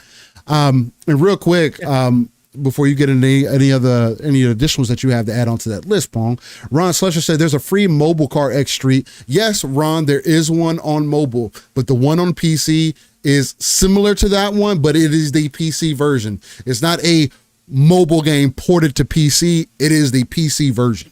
So it is going to be different. So just to kind of keep that in mind. But yeah, Car X Street, definitely check it out if you can. But yeah, what else you got to add on to the Xbox TV? I got a lot to add on too, bro. You know me. This is my part. Even though I don't play JRPGs like I used to, and I'm first to admit that, right? Back in the day, JRPGs were everything to me, and obviously Western RPGs have taken over. Plus, all these other games now, again, strategy games, all these time sync games that I have, that I play, that I love. I still love the Eastern flavor stuff. So you guys know me. First of all, shout out to World's Edge. Again, we just talked about them, but starting off the show with Age of Mythology, and dropping that the Eastern gods, the Chinese gods, as I talked about a few weeks ago, Steel, right? Yep. The original Age of Mythology had the Eastern gods, and what did I say? I said I said first of all, this game is ripe for expansion forever, because you can pull gods from freaking everywhere in history, all over the place, and bring in interesting new creatures and everything else to introduce to this world. But the easy one was the East, right? Because they already had it in the first one. I didn't think it was going to be this quick. So for them to announce Immortal Pillars right here and show off the gameplay already, oh my God, it looks so dope, man. It looks so good. Oh, I've been playing so much Age of Mythology too. Like, listen, this is great. So I got to shout out that one first. And foremost. And then, obviously, I already talked about StarCraft, so I won't do that again. Atelier Yumiya. This is a franchise that is coming to Xbox for the first time as a JRPG. It is an action JRPG. This has always been in the this series. I want to say there's 6 games out in this series. They've even gone back and redone the first couple to bring them up to date. This is an underrated JRPG. This has been in the shadows of the Tales series, of the Trails series. You said Altair? Is that the one you're talking about? Yeah. Atelier. Is that how you say it? I always thought it was Altair. Yeah, no, it's not LTR. I'm adding a whole bunch of funk to it. My fault.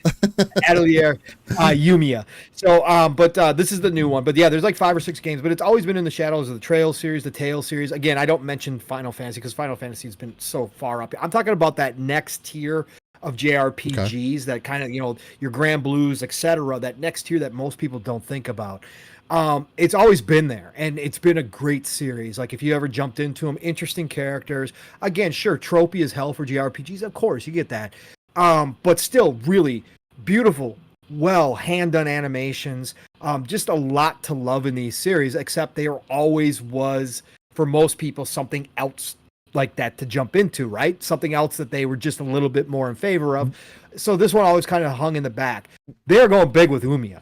So wasn't that the one that was like 2D, but it like changed perspectives? No, I'm going to get to that one, bro. Oh, okay, that one was fire too. That was I'm getting to that one because that was Mav and I's game of the show. Basically, that was our game of the show. But yeah, I will get to that one.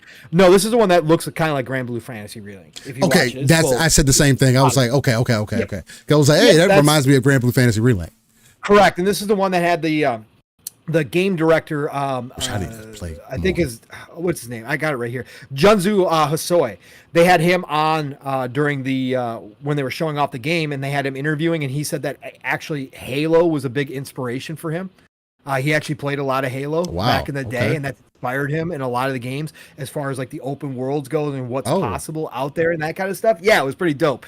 Anyways, this is a big move for them. They are trying to bring this mainstream, and they're bringing it to Xbox for the first time. Now, I'm hoping the old ones do now get ported over to Xbox so that people that fall in love with this one can go back and play all the other stories. It's not one of those series where you have to go back and play the old ones per se. Like each one is kind of a standalone story and game for the most part. I can't remember. There might be one or two that are kind of linked, but for the most part, they're standalones. This one is going to be new character, new main character, new story, all of that kind of stuff. Yumiya, and she's totally dope looking, by the way. Great anime character. This one stood out. Can't wait. Looks really, really good, and I'm just so happy. Of course, we're going to continue the Square Enix love here. Yes, I was one of the people that really thought. Well, I mean, I thought that we were going to have the Eastern side of the showcase for Xbox during their June showcase, right? And that never materialized because they had so much first-party stuff to show off. They never did the Eastern side. So when that didn't materialize, I said, well, TGS solidifying that deal with Square Enix, coming and being on the stage and saying, yes, we are definitely serious about bringing our games everywhere, more of our games everywhere, because we figured out that our business model sucks and we can't just keep signing exclusive deals with Sony anymore. Right. I thought this was a good spot, and I thought that 16 had a good shot at being here, right? I thought this was a good spot for it to be announced. Now, that didn't materialize. However, they still showed up, and they still showed the love to everybody, saying that their games are coming everywhere, and that included, obviously, you said, Steel, the Pixel Collection, Final Fantasy Pixel Collection, which is dope as fuck. It's going to be amazing. It already is amazing because I don't know if anybody doesn't know this. It wasn't advertised, but it is a Play Anywhere game. Oh, wow. Okay. So you can buy it through the Xbox PC store, and people are playing it on the ROG Ally. So it's a Play Anywhere, cross-save, everything. Okay, so not cross-buy, but Play Anywhere kind of allows that with the handheld. If Xbox is going to come out with a handheld, these are the games you want in there because, my God, the Pixel Collection is perfect. Perfect for handhelds. People are going to love this shit. But the fact that it was here, the fact they announced it and they brought it over to Xbox, they're giving you 20% off the full purchase price. It's all 6 Final Fantasy games. Like, that's cool as hell. Like, that was a great announcement. But the one that got me, Steel, was Dragon Quest 3, the HD 2D remake. This brings... I was watching Mav's co-stream while I was getting ready for work that morning. I was up that early. And I was watching his co-stream, so I had it in the background. I wasn't watching everything, but I was like listening to him while I was getting ready and stuff too, in between taking a look at what was going on. I heard the announcement, Dragon Quest 3, H2 remake, and I'd already seen stuff about it, so I was like, oh, sweet, man, they are. This is awesome. It's on Xbox. Like, this is Xbox's TGS. This is dope. Let's go. And then all of a sudden they started playing, the actual game video in the background, and they had the sound on for the game. Steel, I'm telling you, man, first of all, the game looks gorgeous, of course. It's in the Octopath Traveler style. Like, again, they've perfected this 2D, 3D style. It works. It's gorgeous. It's a great way to remake these older games, these older JRPGs. I love it.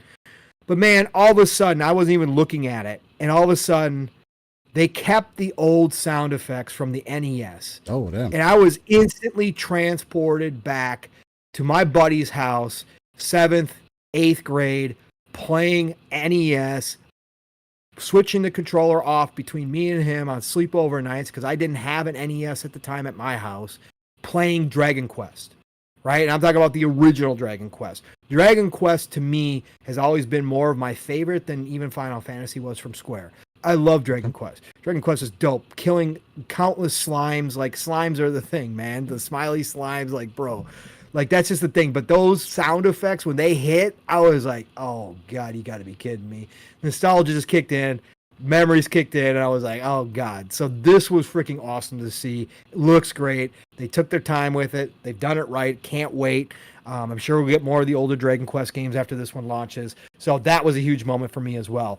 And then the surprise as well was Legend of Mana and Trials of Mana coming to Xbox, and not only just coming to Xbox, because of course we got Visions of Mana, right, which just launched, new game. It's on my list. I'll be picking it up at some time. I played the demo. I like the demo. I know some people were lukewarm on it or not liking it. I like the demo personally, but I was hoping they'd bring Mana. Now they haven't brought all of them because there's still the Secret of Mana, right, out there that they need to bring over.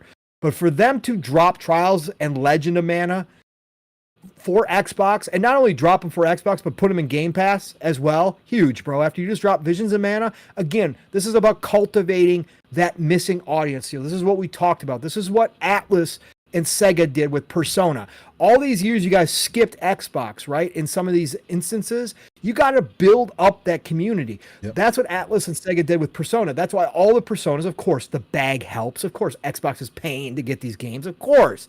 But the fact when you do put them in the Game Pass, you get all that missing audience, more of that missing audience to try these games, and it gives a chance for more people to fall in love with this series and all of a sudden become permanent fans of that series as you move forward with it. As you launch more games down the future, those people show up then.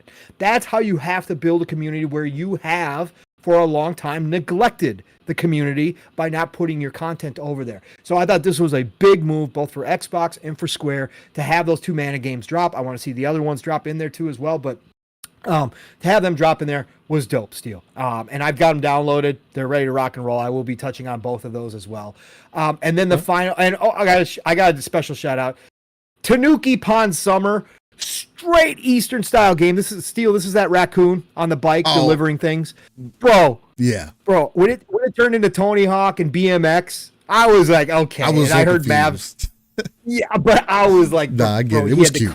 It was cute. Cute ass raccoon in the like the cutest anime style ever, and all of a sudden he's doing BMX tricks on his. I'm like, I'm gonna be trying this shit out. I gotta try this shit out. It looks funny as hell. He's playing baseball. It looks like they got mini games in there too as well. It's funny. I gotta give a shout out. It was great. It was straight Eastern flavor. Again, Raccoon Yakuza.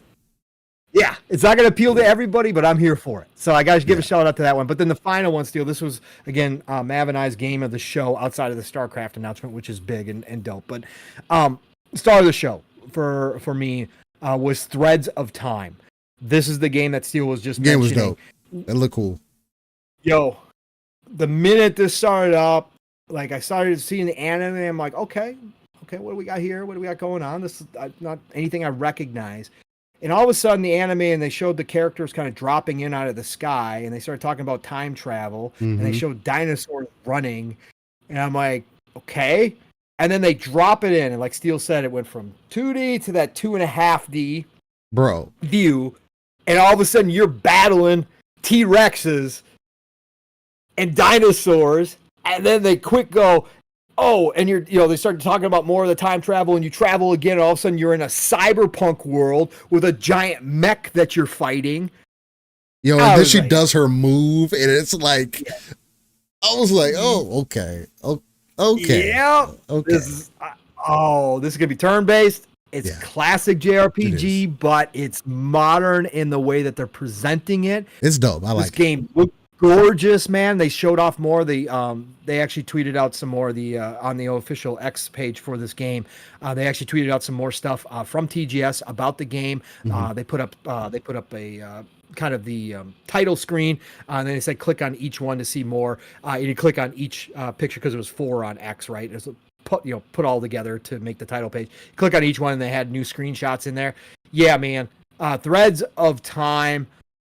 This is not day one. I believe this is 2025. Yeah, this is day one, bro. This is day one. This is going to be something I want to jump into. I can't wait to see more. I can't wait to see kind of the mechanics, the battle mechanics, how they're doing is as well. This was nice to see, man. This is a new IP out of nowhere, and I think it's freaking. I think it's dope. I think it's dope as fuck, man. I gotta add that to my. I gotta add that back to my. It was travel what? It's Threads of Time. Oh, Threads of Time. That's what it was. Yep. So I can't wait. I can't wait to see that. I more of it, and I want to see how this thing all plays out. But this one is day one. I gotta say the surprise Steel for me, real quick too, because I don't do these types of games at all. But that Azurajang, which is that top-down Battle Royale meets Super Smash Brothers. Oh, I do remember that game. That game was, I thought it was a MOBA. I thought it was going to be a MOBA the way they did that first level. And then I saw the circle close in and I was like, what? Yeah. But it seems like it still has some Dota to it, has some MOBA to it, but it's also a Battle Royale Smash Brothers game. Yeah, that's what and it's top down and it reminds me of Power Stone. It reminds me of Power Stone. That's what caught my attention because I don't like Smash Bros. I've never been into those games, whatever. Yeah. But Power Stone was basically Smash Bros. It's just different because it was top down and they obviously didn't have the whole off the map thing and all that kind of stuff. It wasn't as strategic as Smash Bros is. And again, I'm not taking anything away from Smash Bros. Shout out to all the Smash Bros players because they're ridiculous. But I'm just saying it never appealed to me, the viewpoint. But this top down and how they were doing it and the kind of the character movements and how unique each character, I've looked at the entire cast. They got all these unique characters just like Power Stone did. I was kind of interested. I'm like, okay, it's coming in 2025. I'm like, it might be something I have to check out. Yeah, try out and see what's going on. I agree with you. So that was cool as hell. Yeah. So I just want to throw that one in there. Nah, I definitely agree with you on that one. That one. Didn't they start the show with that? Or that was one of one of them in the beginning. It was towards the beginning though. I feel like towards the beginning, but when Phil came up, he did they just started with World's Edge for Age. They had the Fallout 76 stuff in there. He had the StarCraft announcement. Okay, yeah. So that game kind of slotted in there. That game was impressive. I thought it was interesting. I thought it was a multitude of different things, and it ended up being something different. Which again, like that's going to be cool if they're able to get that to lock that in. Because that's kind of Fragpunk looks good.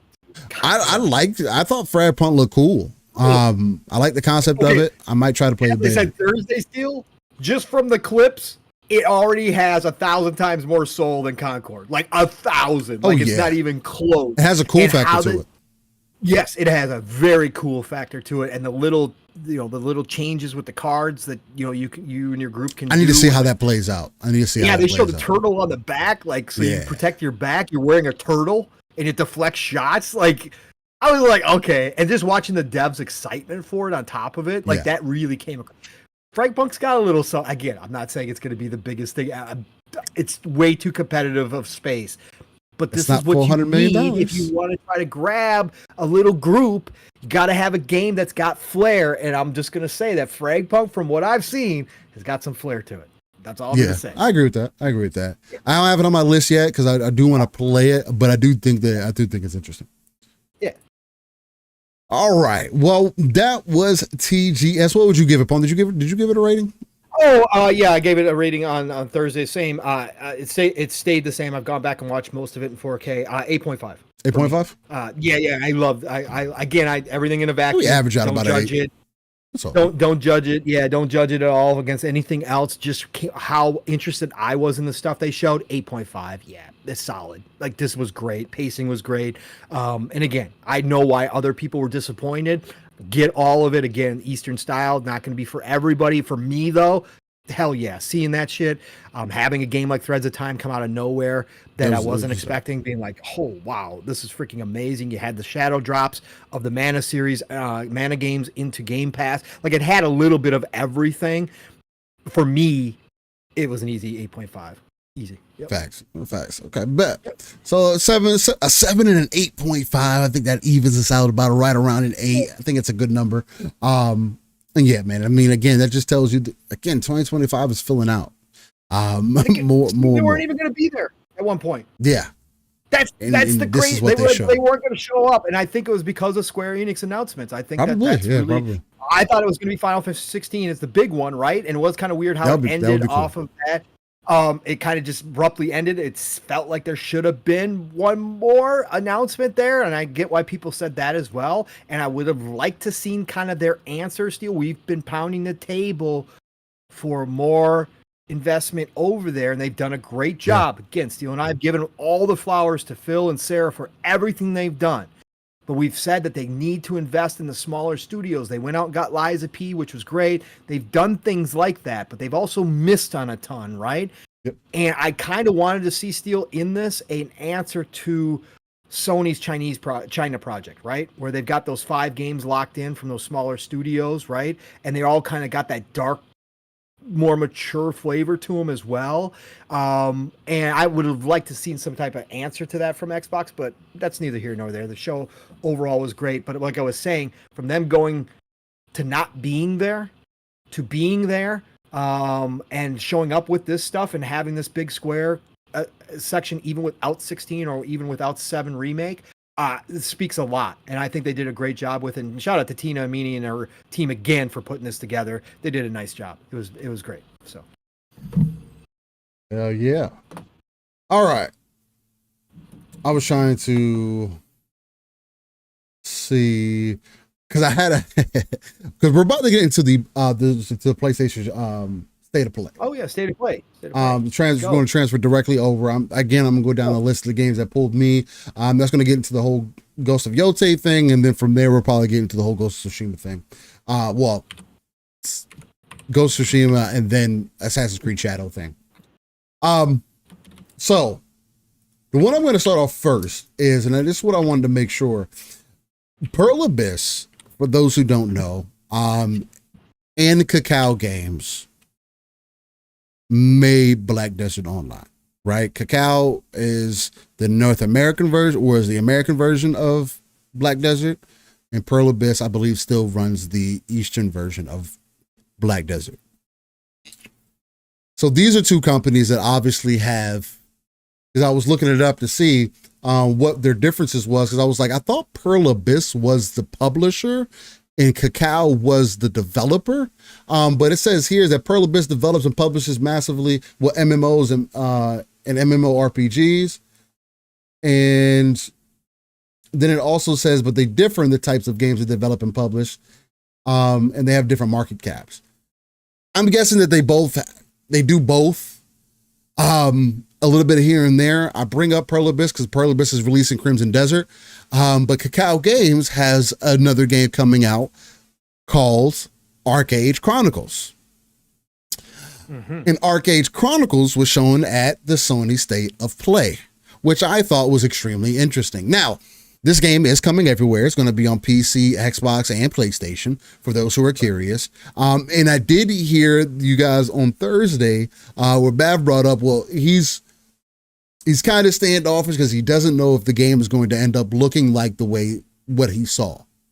And I want to reassure you, Mav, that whatever you saw in that trailer is how the game is probably going to end up playing. I didn't think that it looked rough, Decado, to me. Arcade. He says Arcade was rough. I didn't think it looked rough to me personally. I'd be curious to see what did you feel it was rough about it? I thought it portrayed what it was trying to do pretty well. It has action-oriented combat. It does seem like it's one-on-one based, but also from what you were saying, I didn't know that it was 10 players. I thought it was more than that. It is more than that, but they said 10 players. They did say 10 players, so I don't know if that's like in those battle areas. And then there's a wider, you know what I'm talking about? Yeah. And then there's the wider world too, right? But in those specific arenas. So when you do raid bosses and stuff like that?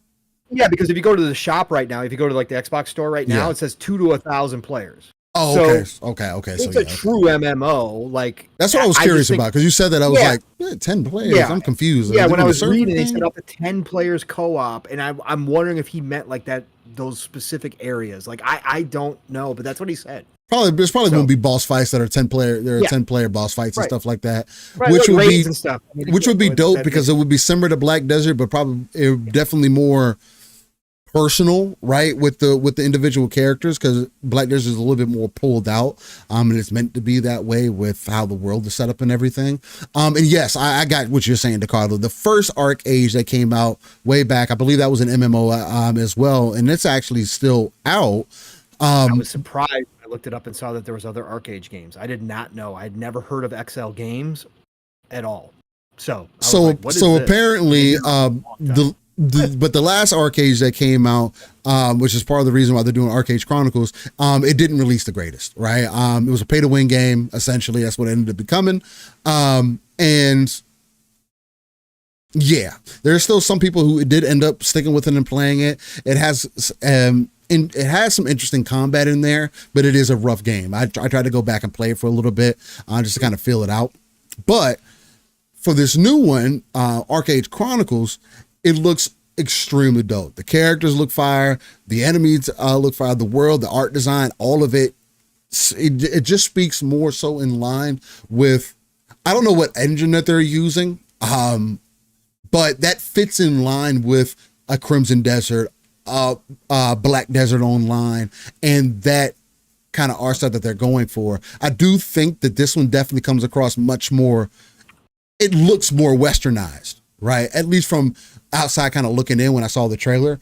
But I did like everything that I saw from it. So that was one of my biggest standout for Arcade Chronicles.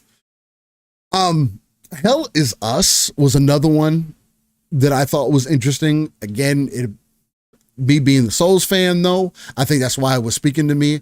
I liked what I was getting out of the combat. It seemed dark, eerie, interesting. And I liked what was happening in that game. Another standout for me as well is Soul Reaver. There was a little bit of a leak that happened before Soul Reaver was announced there. Now this is going to be Soul Reaver 1 and 2 remastered. I haven't played Soul Reaver since back in the day. And I wanted to look to see if it's just the emulated version, but they updated it with the mods and stuff. And no, it does look even better than what you can get right now if you try to emulate it with mods or not. So is it remade? No, but it does look way cleaner, and they definitely went in and touched some things up, not only, but made the characters look better overall. So I do want to see, Rand was making this point, he was making this point when I was listening to him earlier, that I do want to go back and play those games to see if I have rose-tinted glasses with that game. Because I remember my back in the day experiences, and I don't remember if I ever played 2. I know I played 1 for sure, but I don't know if I ever played 2. So I want to jump back in, see what it's feeling like. For the younger audience out there who does not know about this is why I love when they do this. Now, again, we're going to cross our fingers because this is Aspire. And so you got a 50-50 shot at not having a great remake because we just all saw what they did with Battlefront, right? So again, we're going to hope this is a better version, better one of a remake than Aspire has been known to do in the past. But for the younger audience who doesn't know why some of us old heads talk about this game the way we do. Now, Steele's going to find out whether or not he has rose-tinted glasses. Again, it was one of my favorite games. Right. But the big thing with the Reaver, Soul Reaver 1 and 2, why it has gotten this place with a lot of us where we look at it with reverence as far as some of the older games goes. It's the story. And for anybody who doesn't know, this is Amy Hennig. Okay? This is Amy Hennig. This is before we knew who wrote games, right? We didn't have the internet. We didn't get, again, if you were one of those people that, looked at the when you beat the game and you were looking through all the names and you picked out directors and you picked, okay, you guys were on a different level because even from me, because I didn't do that. Like if I read about them in magazines, I knew about them, but I didn't pay that much attention. But Amy Hennig, this is where she started making her mark. And for you guys who say, well, who's Amy Hennig? Okay, well, Uncharted, okay, Naughty Dog, right? That's where she became a household name, was with Naughty Dog doing Uncharted series, and then of course she's done other games. She's done Jack, she's done different things. But Amy Hennig, she was almost peaked from the beginning because this is very early on in her career with Soul Reaver 1 and 2, and it's phenomenal. The story is phenomenal, and now she's done. Now she's doing Marvel 1943: Rise of Hydra, and the clip that we got at the last was it Disney show? Yeah, bro, that whole scene. Again, I have zero interest in Captain America, zero interest in Black Panther as any type of characters. Watching that scene between the two of them on the bridge, I was all in. I was like, yo, this is now moving up my list on 2025. Because if this is how the game's going to play out, if this is how it's going to be acted and written, and it's all Amy Hennig and her team, but it's Amy as the lead, okay, you got me. And it shows. Again, this is the quality, but she was already peak back in the Reaver days. You go play this game, you'll see why, just from the story of how great it has excellent voice acting. That's one of the number one things from this game.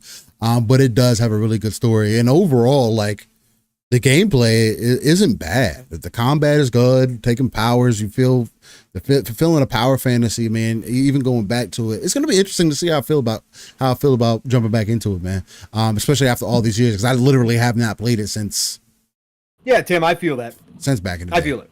Yeah, I feel that. That's why I warn everybody to aspire. Like I said, I will wait and see. I'm not just going blindly in. We'll see. This is gonna be the best thing ever. I'm gonna wait for the reviews. I'm gonna see what everybody's talking about it. It does look good, like Steele said. The upgrades. It is not a remake. It is a remaster. But they did do some work to it. You can tell that it definitely looks a lot better. But yeah, I'm going to not hold my breath, and I'm going to wait and see because it is Aspire. So yeah, because overall, I want a remake of those games. We need a remake of 1 and 2. Because of how great those games were, and with modern day, the type of combat that you can put in there now, the type of battles that you could have in Soul Reaver, like making you feel even more vampiric as well, bro.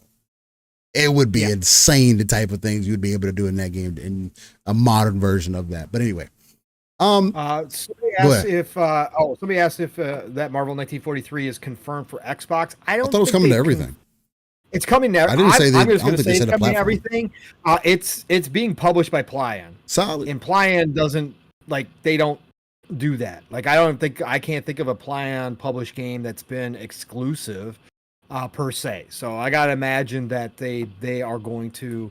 I got to imagine that this is going to be. I'll double check while you're. I don't think Amy Hennig is going to be doing anything exclusive because she left PlayStation for a reason. Well, yeah. Right? She is just a writer, but I guess she is the main part of the Skydance. So, I mean, I guess, she would have some say in that. I mean, she's like, again, you talking about her pedigree. I would imagine she would have a lot more say than most individuals. So, I mean, again, you bring that trailer up, I mean, it's a good example. If it made you feel something, I know it made me feel. It made me feel something, and I don't like Captain America at all.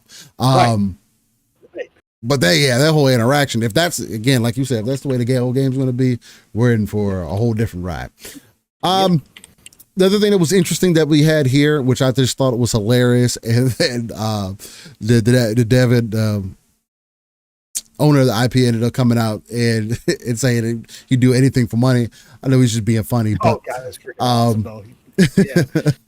Love it. The 2B and Stellar Blade crossover. Essentially, what this is going to end up being is a 2B costume. I know some people were like trying to ask, "Oh, are they bringing 2B into Stellar Blade?" No, that's not what's happening. They're just going to bring the costume, but I can understand why that would be appealing for people. 2B is not a bad looking character. I've seen a lot of interesting content when it comes to 2B. So her coming into Stellar Blade, with Eve being the way that she is, especially with the updated physics that they've done, again, I can see why that would happen. It's such an Eastern thing to do, and I just I made a post saying, I just think that it's dope that literally Niers and everything. They haven't made a game since Automata, since what was that? Was that 2014? Or was the Automata come out in 2017? Oh, they did the redo. Anyway, first, right? Either way, there hasn't been a game that has been made in some time, and you see these chicks, you see 2B everywhere. You see all of Nier in a lot of different games. 2B, Decado says 2B on the third playthrough is the best 2B. You know, Decado, I wish I could have experienced that. There was another circumstance. No, it's fucking every bit of it is worth it. From what I've seen the wife play and my daughter, that's one of the only games that my oldest has played that is an action game of like modern time. That's funny. And she loves that game, actually. Yeah. Amy Hennig, I just find that interesting. Co-president, by the way, of Skydance. So yeah. Oh yeah, she got a lot to say. She got to say. She's gonna make sure that game turns out right. But anyway, shout out to Stellar Blade. Can't wait for the game to come to PC. Again, I'm the type of player that the game speaks to as far as the combat goes. And I do want to see what that's going to end up being like. Again, I'm just going to end up getting a better version of the game with DLC content and everything. Something to look forward to. And the other thing too, again, that showed here was the Sonic X Shadow Generations trailer again. It's the year Shadow, man. Like, I don't know where else they can say it. Keanu Reeves is also voicing Shadow in here, so it's going to be interesting to see. I never played Shadow Sonic Generations from, I believe it's from the 360. I never played the game. My brother has. He said it's a good game. He already pre-ordered the game. He has it ready to go. He told me you need to go download it when you can because he has it through Steam or whatever. And yeah, so that's going to be interesting to see how that's going to end up being. Again, I do think Shadow's a cool character. I think Sonic and Shadow together is some of the coolest platformer kind of heroes that we have gotten in the last 30 years. But again, I am biased to Sonic. I think 3D Sonic is amazing. I think 2D Sonic is cool as well. I'm more of the Sonic Advance side of things. Those games were fire. But yeah, man. And Sonic Cross Shadow Generations, I thought it was dope. Do you have any others that you'd like to put in there from the state of play before I also throw the final one, the standout of the show for probably most people on the end? Of course, I will steal, and I don't know where you're going with that one because there's a couple that I thought you had in mind. But anyways, of course, I got to jump in here. More nostalgia on top of even Soul Reaver. I'll start here. Again, I'm a big nostalgia guy. I don't care. You know, again, Steel could tell me I got rose-tinted glasses all the time sometimes with these games. I don't give a shit.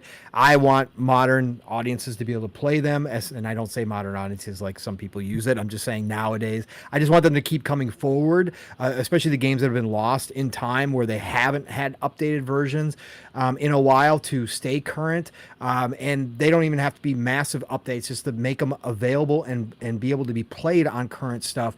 That's what I'm talking about. And of course, I'm going to talk about Lunar. The remastered collection. Yo, listen. I thought you were being funny. My fault. I thought you were going to say Horizon Zero Dawn. Oh God, no! You totally thought I was going joking. No, I think the joke's already been made on that thing. Man. Anyways, we can talk about that too because I doubled the price. Holy shit, Sony! You guys are fucking unbelievable. My God. Anyways, Lunar, the remastered collection. Again, if you are younger. If back in the day you didn't play JRPGs and you're an older guy like me, but you just never played JRPGs, or back then there was so much to play JRPG wise, or in just games in general, because there was a lot of games back then too during this time frame. You just never got around to playing Lunar as a series for the JRPGs. Listen. Again, they're not going to update it to the 2.5D model like Square Enix does. They're not going to do that kind of stuff, but they are bringing it, up in the resolution, all that good stuff, right? That you would come to expect. But it is going to be the old school JRPG style. Lunar is one of the best. It is one of the GOATs of all time for me for JRPGs. If we're specifically talking about JRPGs, Lunar as a collection, probably if I had to pick one, Lunar the Silver Star would probably be my favorite. But this series is so freaking good. It's not even funny. And so the fact that they're coming back with this and it's coming everywhere, again, it's not just going to be on PlayStation. That's the other thing we should mention, Steel. There was like 9-10 games out of this list that are going everywhere. 12 games or something like that. Yeah, they're going everywhere, but Lunar's one of them. But Lunar being able to come back and be played again, day one, 2025, I will be there. I will have it. Whether or not I play through them all at that point, don't matter. But I'm going to support companies and devs that do this right and that bring back these games that a lot of times I get surprised with, like, holy shit, they're actually going to do this, like Suikoden, which is also coming next year. I'll get that right away as well, and I'm going to get this Lunar collection. So that was huge for me from the nostalgia standpoint. Let me see here. Fantasian Neo Dimension. Talk about The Godfather. Talk about Final Fantasy. Mr. Sakaguchi. My guy, like, oh my God, the dude is so freaking amazing. Obviously for the Xbox people, Blue Dragon, Lost Odyssey, But Sakaguchi is the godfather of Final Fantasy, and he's still out there making games, has been for a long time. Mobile, Switch have gotten most of his games. In fact, Fantasia Neo Dimension is a mobile game that he is now bringing forward, redoing for consoles and bringing out. And Fantasia Neo Dimension looks freaking awesome. I can't wait. Some of the mechanics, some of the spells that they showed off, some of the stuff that he has going on is unique. Is it like mind-blowing, game-changing as far as graphics go or anything like that? Is he trying to do anything different than he's been doing for decades? Not really. But does it look like it's a Sakaguchi game, which is polished as fuck and just good? Yes, it does. And so I can't wait to see more Fantasia Neo Dimension. And to jump into that, you already talked about Arcade, which was on my list as well, Steel. I don't have much more to say about that. And then the other one, Dynasty Warriors, always in on Dynasty Warriors. This Origins one, I'm not sold on it from the unknown protagonist perspective. Instead of playing, mythological or, based on reality, people from the past, like we normally do, heroes, in Dynasty Warriors. I'm not totally sold on this.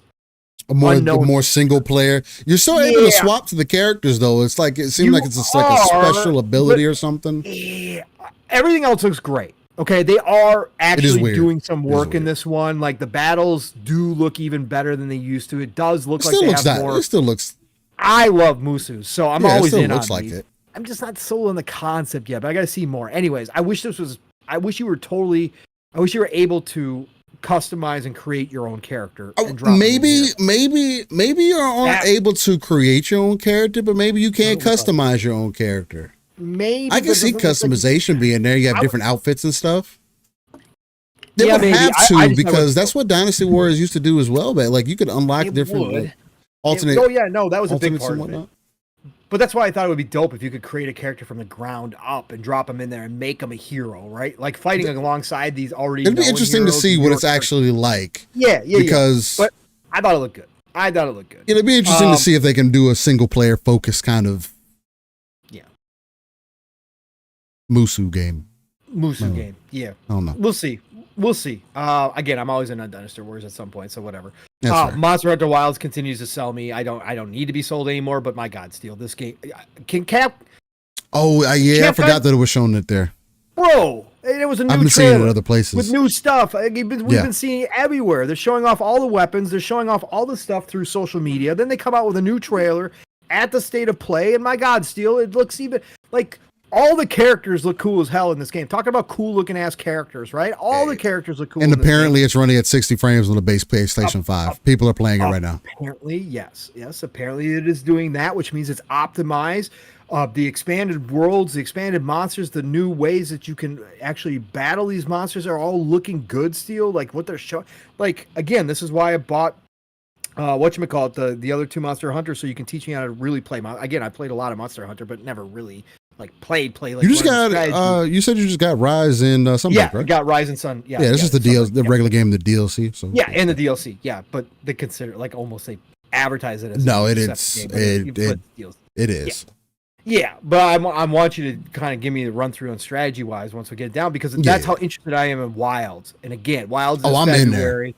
Yeah. Bro, did you see the stuff about how they're doing they're connecting the world and everything? No. There was a recent gameplay trailer where there are people playing it right now at TGS. At TGS, and they were asking the director like, "Hey, is this game open world? Like everything is accessible once you're here?" And he essentially said, "Well, it's not essentially like there are some areas that you can't get to because they're further away, but." He essentially said it's all connected. Like there are different areas, but it's not you loading in to a new area. It's literally seamless. Once you're out, like it does the you know how they do the hallway shimmy kind of thing, right? It's not that, right? It's more of like a cave pathway that you're taking and just caverns and stuff around. Like you're going through like this whole vista area. You can tell that it's a loading screen without it being a loading screen. But Dragon's you're still Dogma's got that. Yeah, it's essentially similar to going to be similar to Dragon's Dogma. Yeah. Because you do the same thing. You travel through like a tunnel or a crack in the wall or whatever else, and all of a sudden you're in the other area. But you know what's going on. Yeah. No, that's what I do. I had sent you in the DMs too. The map size looks ridiculous. Everybody's talking about the map size. Like that's gonna be dope. These areas are massive. So yeah, this is gonna be dope. So I just had to shout it out. Don't need to sell me. I'm all in. Day one. It's February. I'm gonna have Avowed. Thank God Avowed move again, Steel. Thank God, Booty, you saved Avowed, man. You saved Avowed. They need to move the game up. Massive genius fucking moves. Big brain moves over there. Let me tell you, again, I've given you your flowers, Booty. I've tried, right? I give you a ton of credit, but my God, stop over fucking thinking all of this shit. Drop the games when they're ready, unless it's obvious. If you have 5 games, they're all ready within a month. Of course, you're not going to drop all 5 of those games in a month. But for Christ's sake, stop overthinking this shit. Because when you overthink it, guess what? It blows up in your fucking face like it is right now. Thank God you moved to February. Now you got fucking 4 big-ass fucking games around you. Congratulations. Jesus, fuck. Shit pisses me off so bad. We should be playing it next month, 2 months from now. God dang it. Anyways, sorry about that mini rant there, but I've been thinking about that all week too. I didn't get it off on Thursday night because we were paused, but I didn't. We were going to talk about it Thursday night, but we didn't. Yeah. So, but yeah, I've given Booty all his flowers. I've tried to give the guy credit where credit's due. Where a lot of people have been slamming him, but my God, man, this is the stupidest move. And Mav called it correctly, and we talked about it when it happened on PM and PM when they moved it. But Mav said it right. He was the first to say it was, just watch. A bunch of games are going to move into February. Sure enough, now you got Assassin's Creed. There's no way people are going to choose to play Avowed when Monster Hunter comes out that same month. I would. Okay, of course you would. It would be in my role. But you also want to play Monster Hunter. Yes, of course. So yeah, you probably play a couple hours of Avowed or whatever, and then but either way, just even for the principle overall, at this point, you might. Like I agree with. How stupid they're gonna look when they move it fucking again, Steel. They got to move it up. The only positive thing that you could do is move it up, like at the end of January. At least then you have a 2-week break. Yeah. I mean, I guess that's probably your best. And it's not bad because it's a January game. I don't feel like we get a lot of January games. They said the game is good to go, so like, they could if it is true. Again, this is the whole secretive thing again. If it is true that the game is good, they just wanted to spend some more time polishing. Hey, they need to move some things. Things were cluttered. You can move it up. Yeah, at least 2 weeks, if that's true. So that, I guess that's the main. Yeah, that'd be the best. That'd be best case scenario if they do that. But still, again, I just want to say, stop fucking overthinking this shit. Just release the games as they show up. Anyways, the other game I did want to touch on before you get to the one we're going to talk about, which is obviously Ghost, but we're going to get there. Is Hell Is Us. This has got my interest. Right, this is from Nacon. I need to know if it's Souls. It looks like it. It looks, but looks can be deceiving because they have not described it in any way, shape, or form as a Souls-like. That's what I get from it.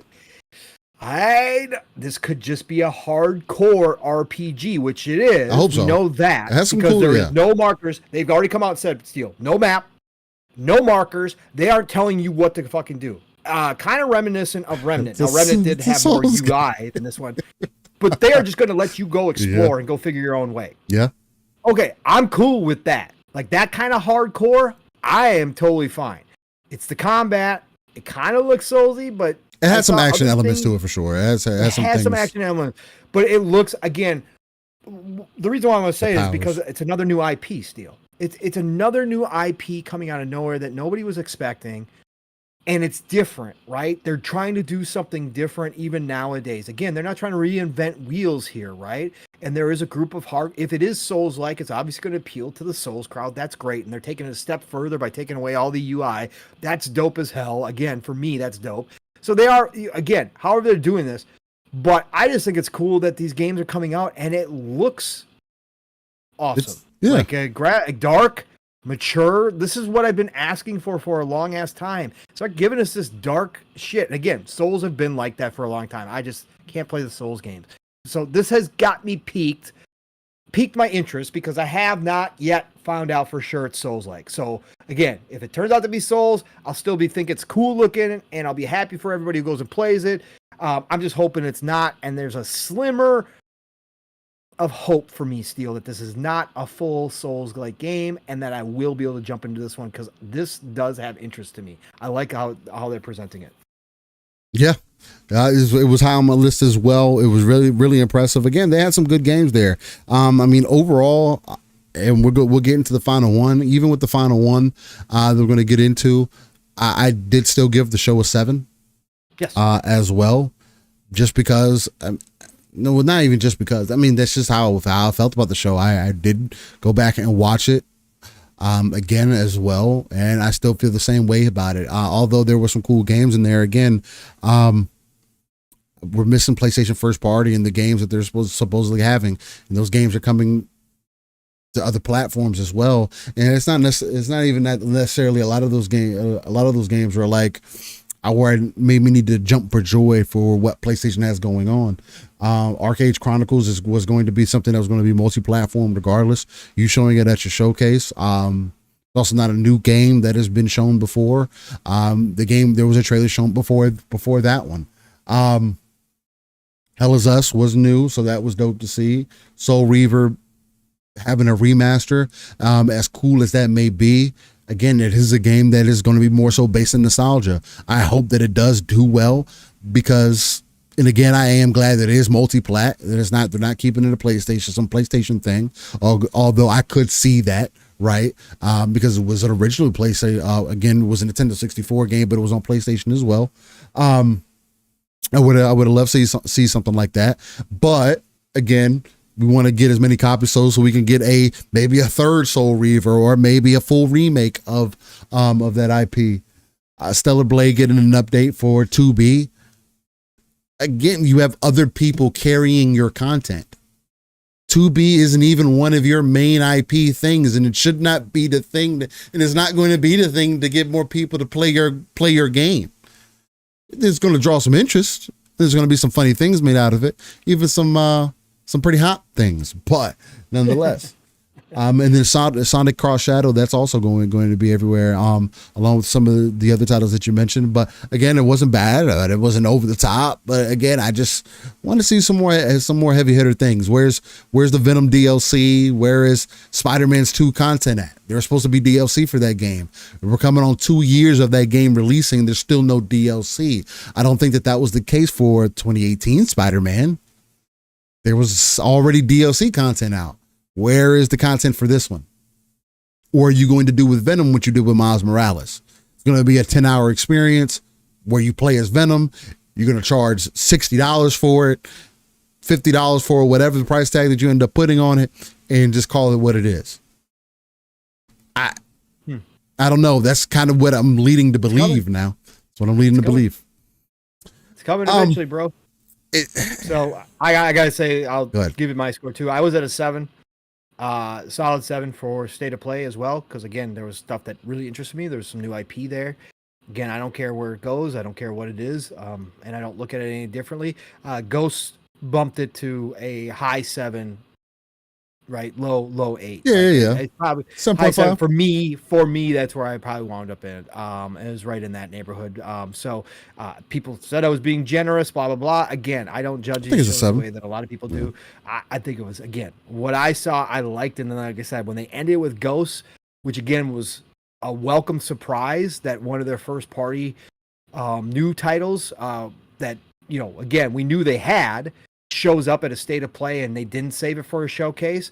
That kind of pushed it over the edge for me a little bit because it did surprise me. 1 year for and it was a great showing. So yeah, that's why. But that's where I'm at. So yeah, Yobi said correction. It's 1 year for Spider-Man, but still, man, like no tease of a DLC. Nothing. Again, it's just, are they starting that whole strategy early where they're going to separate all the games out in the different parts and charge $60 for every part that they make? Is that what they're literally going to do from now on?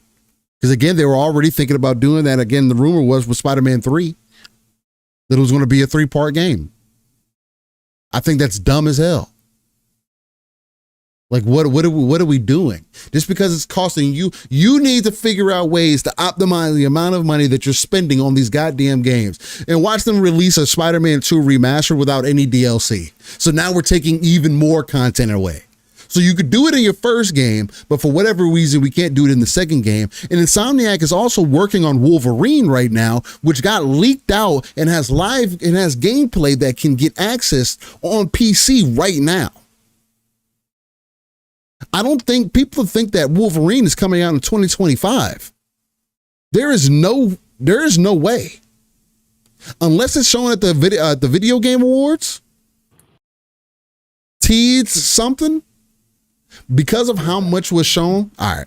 Because of how much was shown from Wolverine previously and how much is out there, I'd imagine that they would need to rework some of that game. Although, yeah, it's not.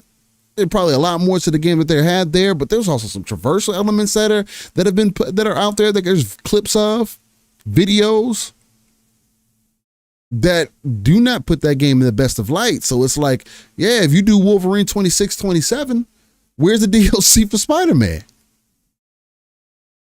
Or the Spider-Man 3 release. But again, we know that Venom is supposed to be coming. So is Venom going to get teased? Like, you have Insomniac literally being the workhorse right now. And no other first party is to be spoken of. But again, but Ghost of Yotei,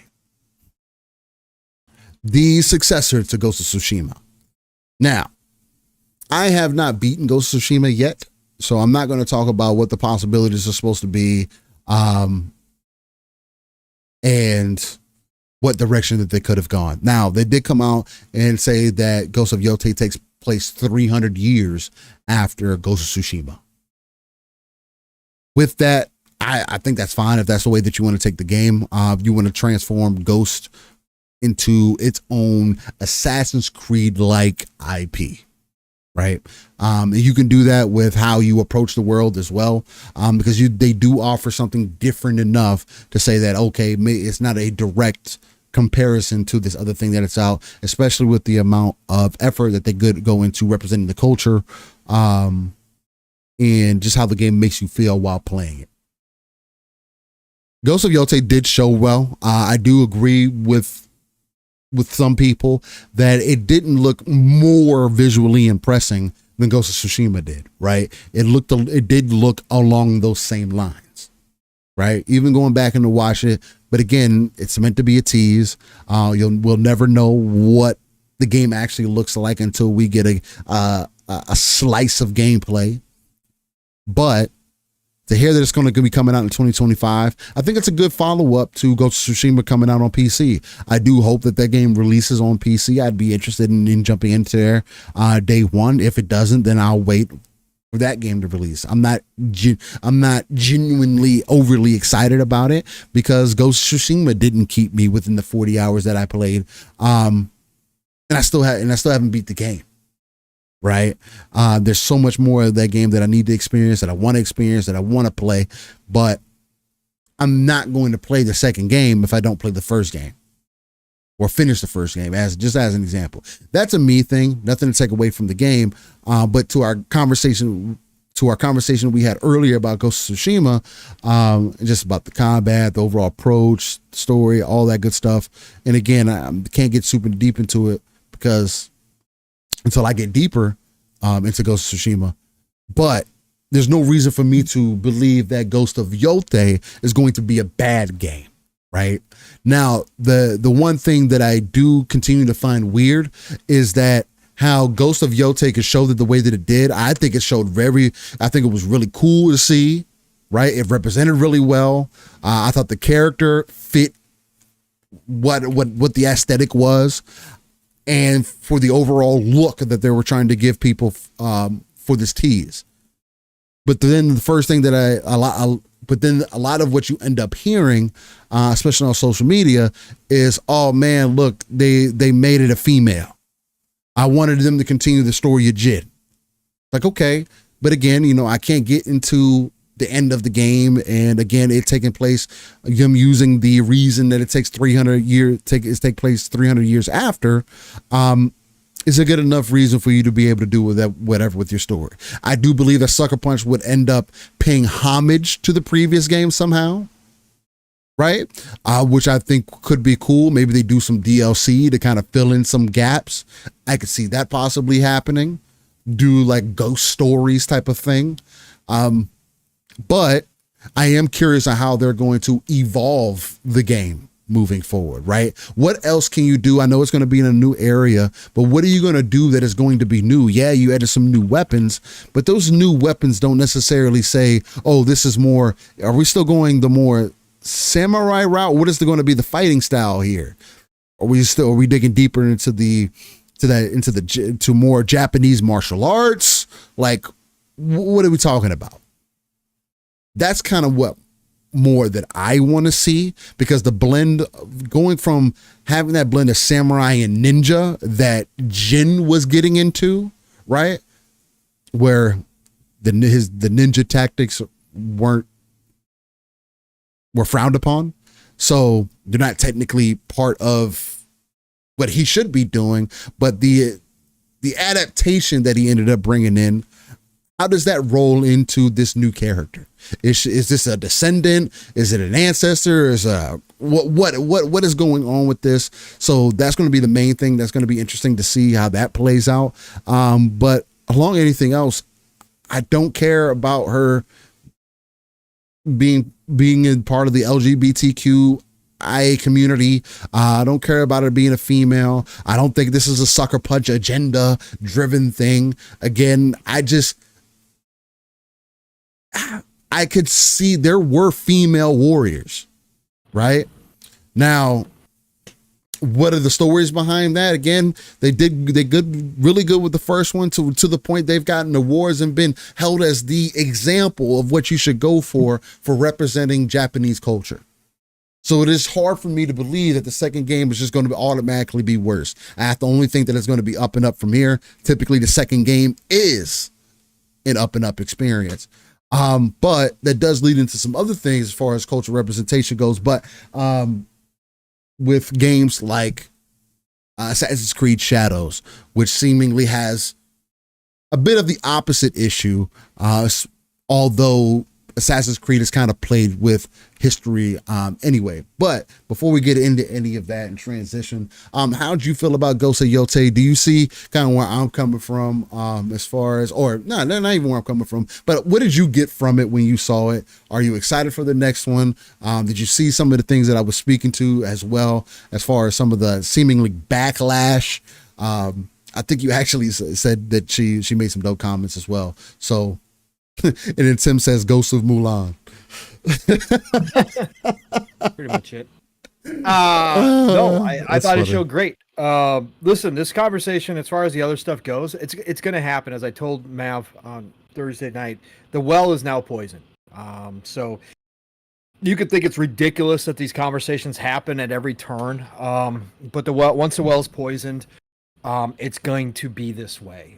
Even when something isn't necessarily what is being criticized, as a forced issue, being placed into video game, even if it's not that, right? People are going to speak out on it and say it is because the well's poisoned, because that's the feeling around a lot of this industry right now. And again, whether you agree, disagree, don't like it, whatever. Again, I'm not here to argue with you. It is, just a moment in time of culture war, where video games has become a part of it. Because, and again, I said it when I first walked in this community, I was sad to see that it was starting to show up here, but that's where we're at. So that's going to happen no matter what. I do think it's a little odd, again, considering how they left. And again, I have not finished Ghost of Tsushima, but knowing how it does end and kind of how it does open up the possibility that Jin was going forward, and I'm not going to spoil it, but taking the battle elsewhere, that I can hear the conversation of the Jin fans that are upset that they didn't continue forward. I can also scratch my head a little bit and go, I wouldn't put it past Sucker Punch to make a decision like this for the various obvious reason of certain agendas nowadays where representation is very important, and they gave everybody Jin.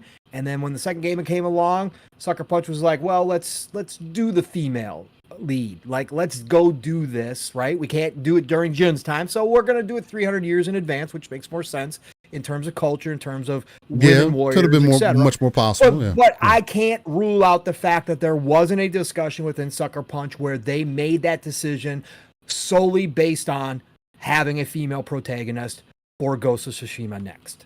I can't rule that out in this day and age. And number one, that's sad. Fair. I mean, but I can't rule that out, that wasn't a main deciding factor for them in this, right? To make this decision. What I don't care. You guys know I like to play female characters. Like I'm one of those dudes where all these people are like, oh, you got these guys out here arguing about this stuff because they just hate women. They don't want to play women. Oh God. I'm like, I love women in my video games, but please, I choose when I'm given the choice to create a woman character as my character. Okay, so I am not that, and I still have a lot of criticisms for this stuff. So no, that's not everybody. Again, there's going to be pockets of resistance, but I think overall, Steel, just to get back, Ghost of Yotei, again, shocked and surprised me, and I thought it looked great. Are they? This is a quick turnaround for them, which I knew they were going to do. I've said that they've had this game ready, like that. We were surprised they hadn't shown it before this. You did. And I said, come on, man. Sucker Punch has got Ghost 2 ready to rock and roll, bro. They're just waiting. They're sitting on it. I actually did not think that they would show us as much as they did. They showed us a lot. Actually, if you go back and watch this clip, there's a lot of gameplay in there. A lot of different environments that they showed off as well. Now, they didn't show off a ton of the combat or anything like that, but they showed off all the environments. This is not groundbreaking. I saw people complaining, oh, it doesn't look next gen. It looks just like Ghost of Tsushima. It's the second game, bro. I mean, it's the same game, of course. The first game looked good, though, so that's not going to be a problem. Gorgeous. Like, again, like I can't take anything away from like how they did it, their art direction, all that kind of stuff. So I wasn't expecting this all of a sudden to be like some, oh, you got to have a 4090 to run it or some shit. Like, no, why would they? They had huge success, won tons of awards for Ghost of Tsushima the way it was. The sequel, they're doing a whole new story.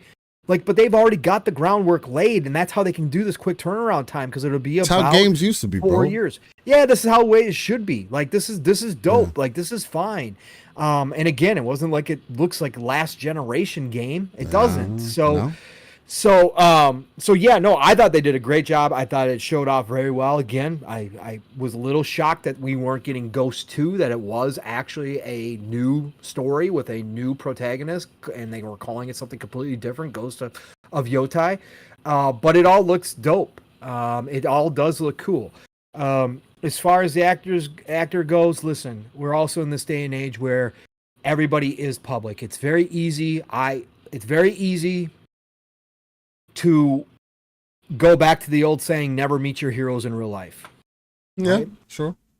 That's a very true subject in a lot of cases. I found out that to be true and false. I've met some of my, let's say when I was huge into sports, like I've met a ton of athletes. Okay. Met some that were really dope. Right. Met some that are not so dope, right? Mm-hmm. Things have come up publicly now that we are in social media where viewpoints of some of my heroes certainly don't align with anything I have to do with, right? And so then that's where that does come into play. So we are at that point now where people's public opinion is out there and can be scrutinized, and even people that are famous, and they do like to use their power to try to influence people. So they have to be able to take the criticism. This has been my thing as well. If you want to be out here publicly speaking on things and trying to act like you are above the normies because you are famous and a celebrity, okay, and you're going to use that voice for what you think is important, well, then you got to take the backlash as well. You don't get to step behind the victim shield and say, look at the horrible people after me. No, fuck you. Then shut up. Then shut up and stop trying to tell people how they're supposed to think. So I think it's fair game if she is publicly out here, and she has been. Her quotes are out there. She went on a blocking spree, which is her right. It's her account. I tell people, it's her account. She can do whatever. Everybody should be doing it. Issue with her preemptively blocking the entire world because she doesn't want it. That's your right. Go for it, girl. I have zero problem with you doing that, right? But she has been outspoken. And not everybody has to agree with her outspokenness. And not everybody has to agree with her viewpoints. That is not the society I grew up in. It's not the society I want, but it's a society that certain people would love. I don't want that. So again, if people want to speak out on her, if people want to be pissed off that they chose her as an actor, and yes, I know she's been in games before this as well.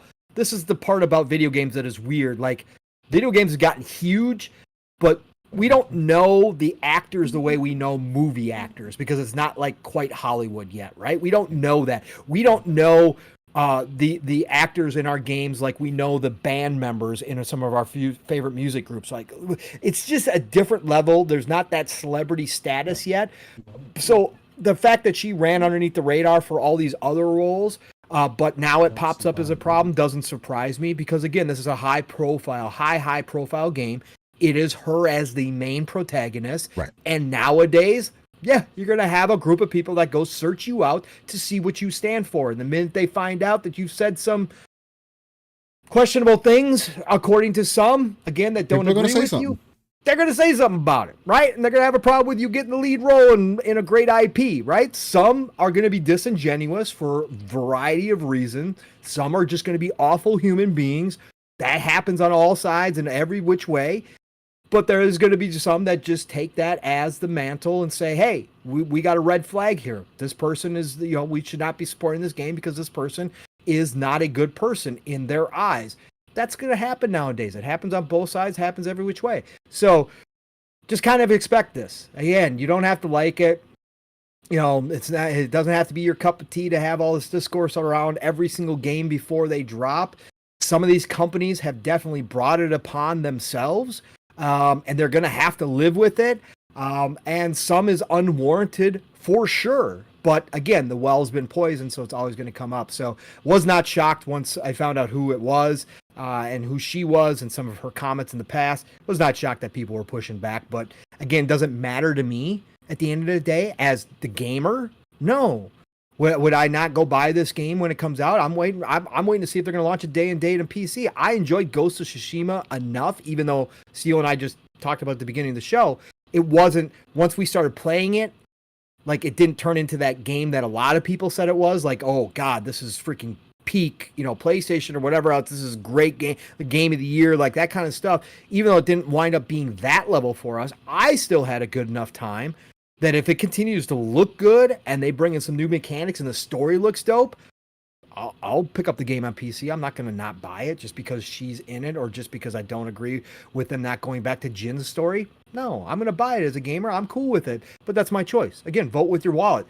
These companies are feeling the hurt. A lot of these companies have taken the hits, right? And we're going to talk a little bit about it with Ubisoft. Disney certainly has taken their freaking hits, and they still haven't learned their lesson yet because Kathleen Kennedy's still in charge of Star Wars. But they've taken their hits. They've taken huge hits. So it is working. It is being effective out there if you are in that camp that wants things to change in a certain direction.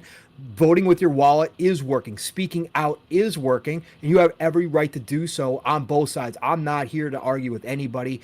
I don't like the rules that were set in place starting about 6, 7, 8 years ago with cancel culture. I never approved of those rules, but those became the rules. And to continue to say, well, now you guys are all hypocrites that didn't like cancel culture for calling for it.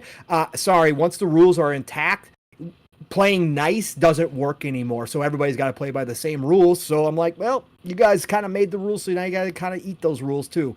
Kind of happens, sorry. Don't like them, but that's where we're at now as a society.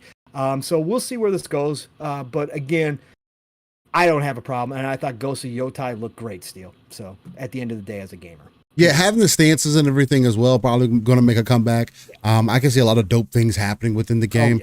Oh, yeah. So regardless, firearms, dual katanas, and even I think it was God Emperor mentioned it. He wonders if it's dual wield kodachis or katanas. That's going to be really interesting to find out. I love dual wielding, so bring it on. Yeah, dual wielding is dope. I'm all about it. So again, I have interested. I didn't. That's the crazy thing to me is I didn't even question anything about the trailer when I saw it. But when you see the engagement go the way that it is, I don't think there's anything nefarious, at least for Sucker Punch, just because of what they've done with the first game. And it's also Although it's quite different when you make that comparison to something like Ubisoft, right? To where there's more blatant things that have become obvious. And there seems to be a trend of ideals that have leaked out from Ubi, along with some of the internal turmoil that they've been dealing with, especially with Yeez being at the top, man. I've been thoroughly convinced that he has no idea what was happening. He put out this most recent PR piece that made it even worse. If you didn't end up checking that out, definitely check that out as well. But as essentially ignoring the noise, saying that, hey, there is no agenda-driven things going on here. We're just trying to make, hey, man, look, cool. But you also have people that are coming out from people that you're working with, that you're contracting with, like Sweet Baby for an example. And again, I'm all about representation and all the greater things, right? But when you have people come out here and say that they want to destroy the gaming industry, I think you're missing the mark. The change that you're trying to make, like, cool, like, yo, I get it. I've wanted people in games that look similar to myself for some time, and it's cool when we get custom created characters. But honestly, I've also never looked at it that deep. Beyond, hey, is this character a cool character? Yeah, okay, great. And I'm gonna keep playing the game. Whether they're a female, they're a guy. I didn't question it when Bayonetta was the main character. I didn't question it when Lara Croft was the main character back in the day. She had she had dual guns, and I thought it was outstanding. She could do fucking kung fu flips, and I thought, hey, this is a fucking badass. You know, right. I'm pretty sure people felt the same way about Joanna Dark. I'm pretty sure, like, there's probably a whole list of different characters that you can go, dead or alive characters, Tekken characters.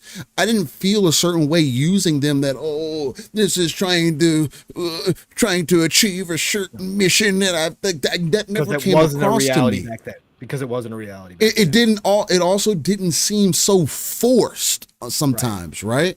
And I think that's the biggest thing that is becoming an issue, is that things feel extremely forced, especially from Ubisoft, who has had a history of putting out games that don't do well outside of the Assassin's Creed franchise. And now you're even having a possible huge issue with Assassin's Creed Shadow.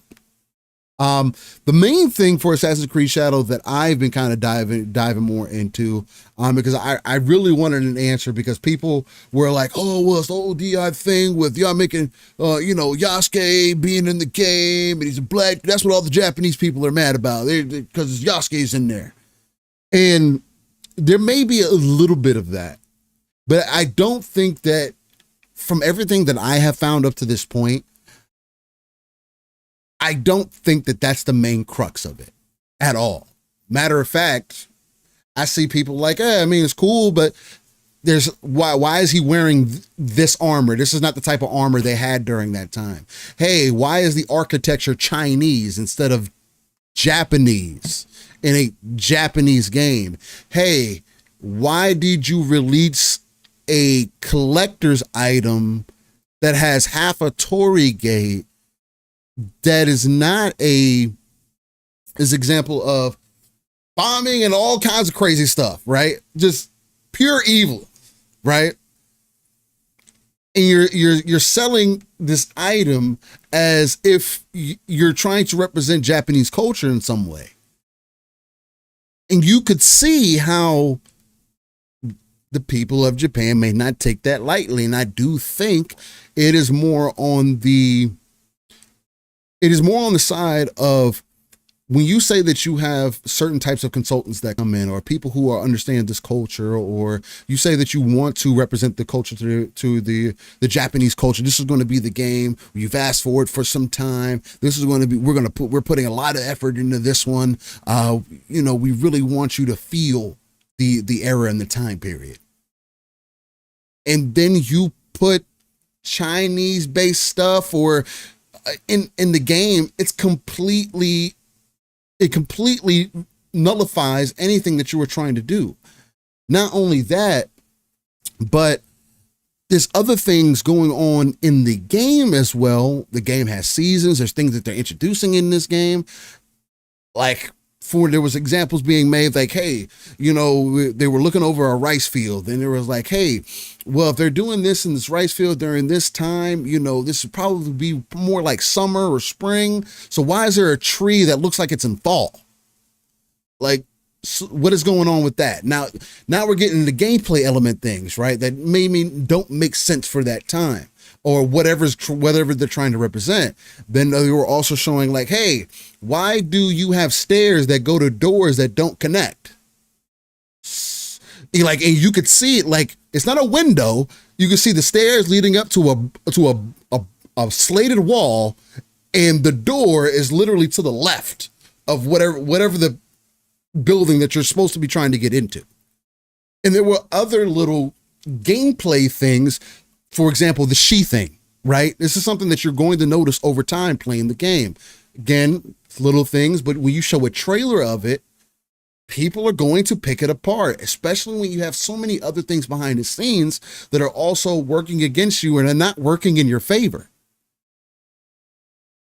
Helping people believe that there has to be something else going on. So the thing that I've ended up finding out about Yasuke is nobody knows what the fuck it.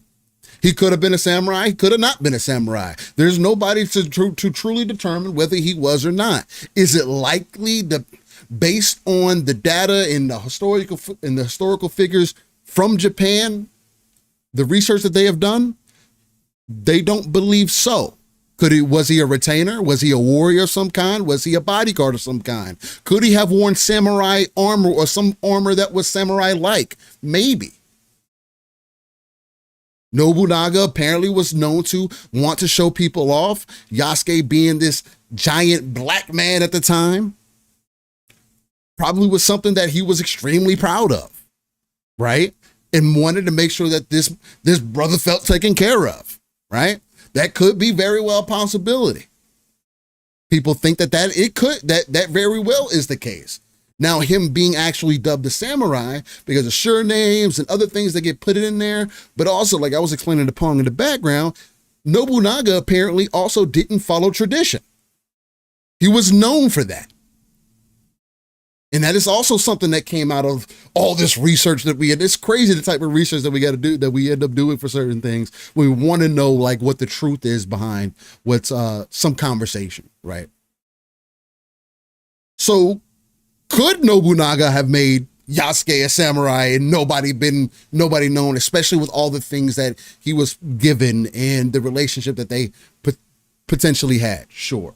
But there was a book put out about Yasuke that I forget the exact author's name, but it is a book that a lot of people use to reference Yasuke and say that it is a factual book. The author of the book came out, forget the exact name of it, but the author... Thomas Lockley. Thomas Lockley created a book about Yasuke that was based on historical fact, but was a fiction novel. There was a lot of assuming that he did in a story that he built out for his interpretation of what happened. Wouldn't be the first time somebody's done this. This guy was also trying to sell a book. Again, when you have these individuals where very little information is known about them, and that's the number one thing that I wanted to find out. How much is really known about this and what is the issue about this? Now, making an Assassin's Creed game and the samurai is not a Japanese dude, I can also see how that can be an issue for some people, right? Especially for that time period, the things that are happening, cool. The only reason I think that it makes sense for me, at least when they talked about the game, because the Assassin's Creed Shadow isn't the first time that I've made myself familiar with Yasuke or who this person is or whatever the case, because he's been in Dynasty Warrior games back in the day as well.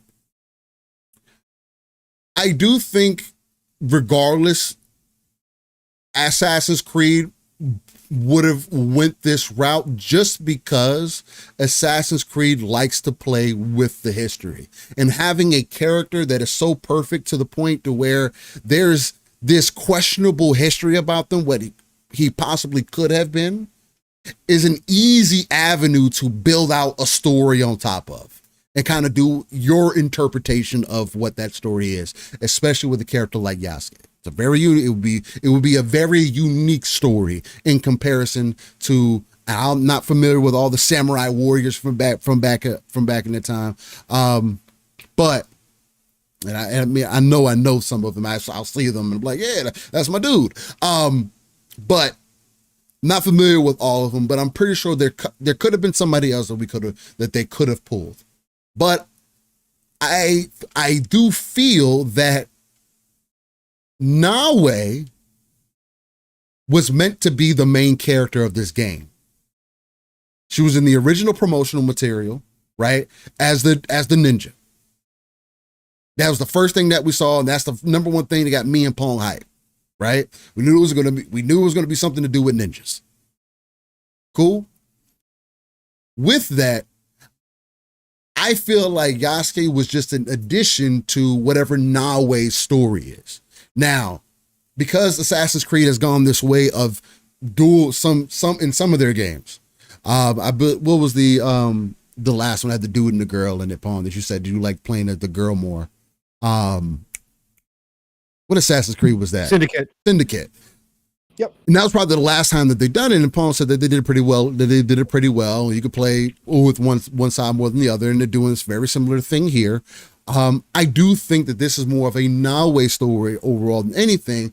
But to Lydian's point, Nawe would have been fine. That was also a problem when people found out that Nawe was a female, though. Right? And that's something else that's been taken as, I don't think the Japanese people saw this as offensive, but I can see how some of them may say, hey, how is this girl a ninja under this dude who only had sons?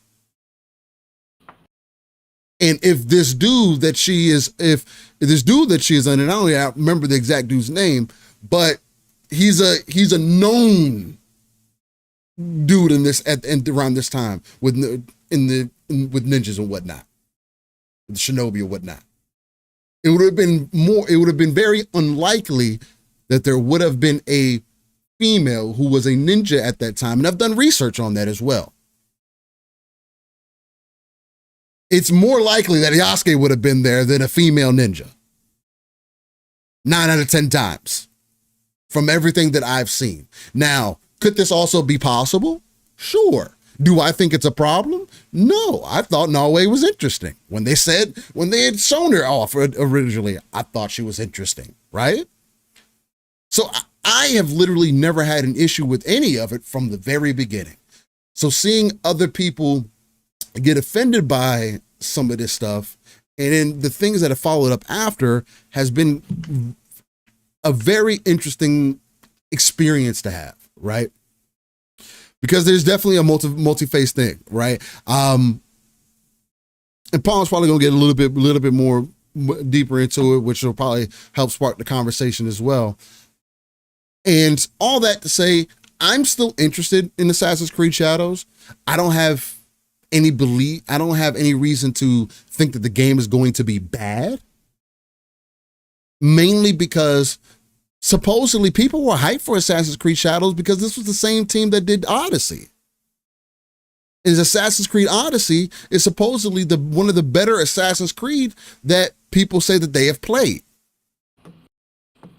So if that's the case, the last 4 Assassin's Creed games, at least that I have played, that I can think of, and I don't even know if it's before, that mean to be 3 at least. So you go Origins, Valhalla, because I didn't play Odyssey. So it would just really be Origins of Valhalla, but Odyssey was good as well from what everybody said. They've been good. So I don't have any reason to believe that this game won't be good. But there are gameplay issues.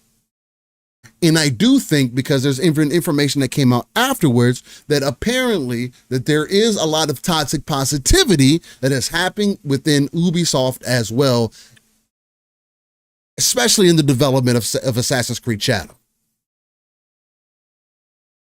And if that is the case, I fear that they were focusing on the wrong fucking things instead of trying to represent the culture that they said that they were going to represent.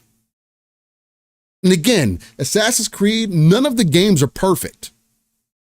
They have all done something wrong. And I'm pretty sure anybody of any culture could find things that are off or whatever the case. But confusing things or mixing things up together between Chinese culture and Japanese culture is something that is extremely offensive to the two Japanese people. And it is something that needs to be addressed. The killing on sacred burial grounds in the game, these are just things that wouldn't have happened during that time. Now, again, Assassin's Creed playing with things as they do, sure, you can take liberty in certain things, but I think you really shot yourself in the foot when you said you were trying to be as accurately as representative, traditional to the area as you thought you were going to be. But I say that there has to be some toxic positivity going on, because if they have a Japanese culture representative. They have a team for this.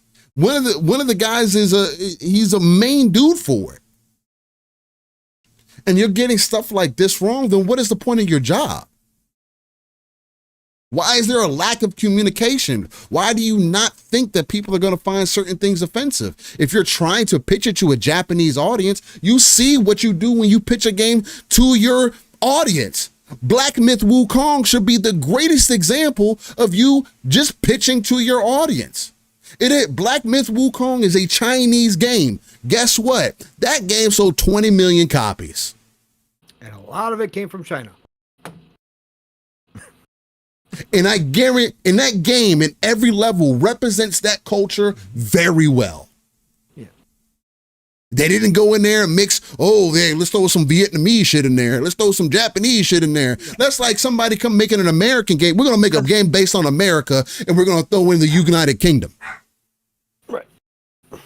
Oh, we're going to throw in some South America stuff in there. Mm-hmm. Huh? That's completely different. So, Pong, from what you have observed and kind of the information that you have gotten up to this point, do you want to see the gaming industry burn along with Ubisoft's representatives, or how do you feel about Assassin's Creed Shadows? Did any of this sway you from having interest in the game?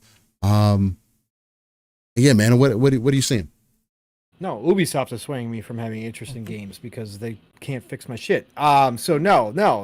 Ubisoft has big problems. Okay, Ubisoft has done this to themselves in a lot of ways. They have unfortunately screwed up their brand.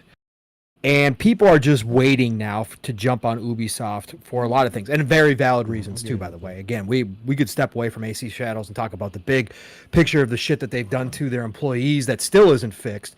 Steele and I have firsthand accounts of of things within Ubisoft and how bad they are or were, and still have never been resolved with how they treat their devs, etc. Yves Guillemot and the Guillemot family, like Steele said, I've been calling for them to leave this company, sell this company off, and be gone, because they don't know specifically what they are doing. And I think that leadership, lack of leadership from Yves from the top down, is causing a lot of these issues here. Steele touched on the toxic positivity, which this is now, we heard it with Concord. We're now hearing it here with Ubisoft. I think this is another massive problem within the industry that has been quietly causing a lot of problems with why we've seen games come out broken, why we've seen, certain things issues not being taken seriously prior to a game's launch. I think this is happening across the industry. I think we're just starting to, this is one of those topics that is just starting to pick up steam. And we might start finding out that this is actually something that's going on a lot more behind the scenes and has developed over the last couple decades than we are aware of. This toxic positivity where nobody wants to hear any criticism.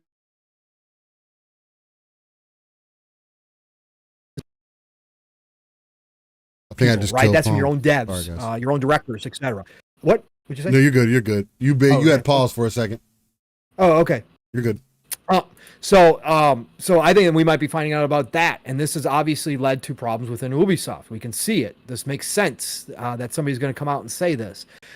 So yeah, Ubisoft themselves have made this bad, right? And again, there's always going to be disingenuous people that hop on certain things. There are always going to be just plain old awful people who are just legitimately that type of person that are going to pick up causes like that. That does not mean everybody that has criticism is lumped or labeled into that spot on both sides, right? This is something that's happened frequently. Again, I talked about it. It is poisoning the well, right? That's what happens, right? But when we talk about specific situations, when we're talking about specific conversations, that always has to be kept in the back of the mind. Too many people like to blanket label everybody when they are disagreeing with them. And we can't do this anymore if we're going to have any discussions. And right now we are not having any discussions. So there are certain people that certainly picked up this cause that aren't here for the best of reasons, right? But there is a conversation undermining all of this, or underlying, I should say, not undermining, but underlying all of this. There is a conversation to be had. And I think this is affecting Ubisoft. If this was BS, this is the other thing to pick up on. If this was all BS, if this was just a small minority of awful people who just complain and bitch about everything that's different that they don't like, right? To Steele's point, Ubisoft would not have delayed this game. Ubisoft would not be talking about refunding all of the pre-orders because the pre-orders aren't strong on AC Shadows. Has right? to be. This is coming off of a $1 billion franchise, or $1 billion game in Valhalla. If this was just a small group of loudmouths out here screaming nonsense or garbage or spewing toxicity, this would not be affecting this game the way it is. So you got to look at it from that standpoint too, that this is a bigger factor. Now, one of the main people that they hired to advise on Japanese culture is based out of California. Another activist, if you go look at this person's account, okay? They hired this person to be one of their experts on Japanese culture. This person is the one who gave the interview to New York Times, which a lot of people in this community ran with, and said, oh, yeah, no, the Japanese people have zero problem with Assassin's Creed Shadows. This is just a bunch of fake accounts that were made up by a bunch of ists. Some of them were. Who have a problem with Yasuke. Or was that? That's all they are. What'd you say, Steele? I said there was that as well. There is always that. That's what I was stating. There's always going to be that group. But this person told the New York Times, who ran an article, again, now you're outside of gaming media, okay? You are mainstream, okay? And the New York Times runs with it and says, oh yeah, just a bunch of ists are running around trying to cancel AC Shadows. When in fact, there is real issues. And in fact, there is a lot of rumbling going on over in Japan. But this is Ubisoft's problem because they hired this person as a checkbox to say, oh, no, we have experts that are consulting on us for the Japanese culture. No, you don't. You have somebody living in California, for God's sakes, who is an activist for certain things, and you hired them to check off a box and to be able to say that. So this is Ubisoft's fault through and through for the stuff that is legit being criticized. Like I said from the beginning, for me personally, I don't care. I was going to play AC Shadows. This, again, Ubisoft and the problems that I'm having trying to get my account is a bigger turnoff than anything else. It's a bigger turnoff than any of this shit. I was going to play Assassin's Creed, Ubisoft games are my fast food games, right? I don't take them as serious. But I will tell you this, another Ubisoft created problem is they are out in the press and the quotes are out there. You go find them, okay? But the quotes are out there where Ubisoft was presenting AC Shadows as a great example of feudal Japan, and you can play the game to learn more about this time period. Yeah. So you can't have it both ways. You can't say we play with it and it's based on stuff, but then go promote it in quotes and say, oh no, we really want to represent feudal Japan at this time frame. And in fact, you can learn a lot about the time frame by playing our game.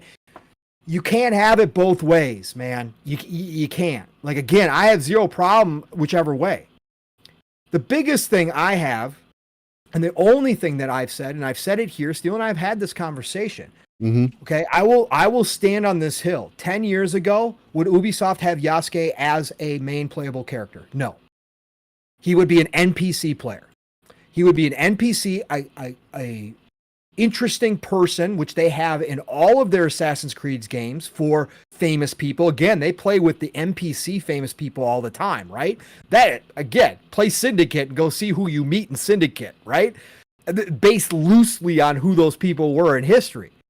They would have Yasuke as an NPC that you meet, which, again, it's totally freaking cool, man. Yeah, he was around at this time. The writings are out there. He was actually in Japan. What a cool concept. Yeah, you go meet this guy. But the biggest issue that people have, and it's a valid point, is that all the other Assassin's Creed, the playable characters have been all native to wherever it's been located and set in. Okay? Always. The fact that they, for the first time, made it an Assassin's Creed in Japan, something that everybody's been requesting for a very long time. Some people have now even written articles, Steele, about this, that Ubisoft held this Japanese Assassin's Creed game until they needed it the most. This was the Hail Mary bomb that they held onto. What's the other thing that makes it worse? Right? Right, exactly. So, because this was an easy slam dunk win. So the fact that this is the first game set in Japan from Assassin's Creed, and they don't have a native male Japanese samurai, you can talk about that and say why, right? You can scratch your head and you can ask some serious questions. It makes zero sense when all the other main protagonists in all their other games were native to those settings. And that's what I'm saying. Before anybody brings up Black Flag, pirates came from all over the freaking world. One of the biggest, most famous pirates, again, weren't from the Caribbean. Okay? They came from all over the world. So but Black Flag doesn't make sense. But that's why I say, but that's why I say it has to be that Nawe was the main character. But even just because of the promotional material before that. Right. And I generally would agree with you, Steele. But then again, if you're going to do the two character thing, then you got to have the male representation side as well, because there would be, like I told you in the background when we were first discussing this, Nawe would be that playing with history a little bit, like you said, right? That really was their female ninjas, right? We know there was clans of female warriors in Japan. Mm-hmm. Were they really ninjas? She would be that, we play a little bit with history here. Right. Whatever. We play a little bit with history, but the problem being is you have Nawe and then you also have Yasuke, right? And there's no confirmed this totally makes sense for this time, right? And that's where I think that this one goes kind of sideways. And again, do I have a problem with it? No, because even if there was a male Japanese samurai in this game as a tank, I wouldn't be playing that character. I said this from the beginning. It didn't matter to me about Yasuke really overall, outside of these valid questions you can ask about why the decision was made to put him in there. I don't care because I wouldn't be playing him as a main character, just like Steele brought up Syndicate. Jacob and Evie Fry. Like, Evie was such a much better character. I hated Jacob. I hated being forced to play Jacob in certain sections of that game. That's what I was talking about before AC Shadows even really got the big reveal or the big launch. When we heard that it was going to be 2, I was like, oh, man. And people were saying, you're going to be forced to play Yasuke. I'm like, fuck, that sucks. I had to do the same thing with Jacob. God damn it. I was always going to play Nawe. Nawe is, again, the ninja. I mean, I was too. Whether it's male, female, or whatever, I was always going to play Nawe. I wanted to be the ninja, yeah. So, it doesn't matter to me whether or not that wouldn't have changed up how I was going to play the game. So overall, did it affect me? No, none of this stuff affects me. Is there still a valid discussion to have? Yes. And Ubisoft, being as big as they are company-wise, and because of they are a publicly traded company who relies on investments, there is big money issues involved. It's always about chasing the money. And decisions to sit back and say it is not happening, that there aren't things, agendas being forced, checkboxes being checked off for the sake of being checked off at these companies, and that all these games are being made by devs how they want to make them, is naive in this day and age. Very naive. Real quick. Eastside Vandal says, so we can't learn about Japanese culture through the eyes of Yasuke as he's learning the culture. I think we can. But that's the thing. It wouldn't be a Yasuke that he just got there. At least from my interpretation of it. Sure. But I'll put it to you like this, Vandal. This is the point that Pong's making. I hear where you're coming from, and that's how I feel about it as well.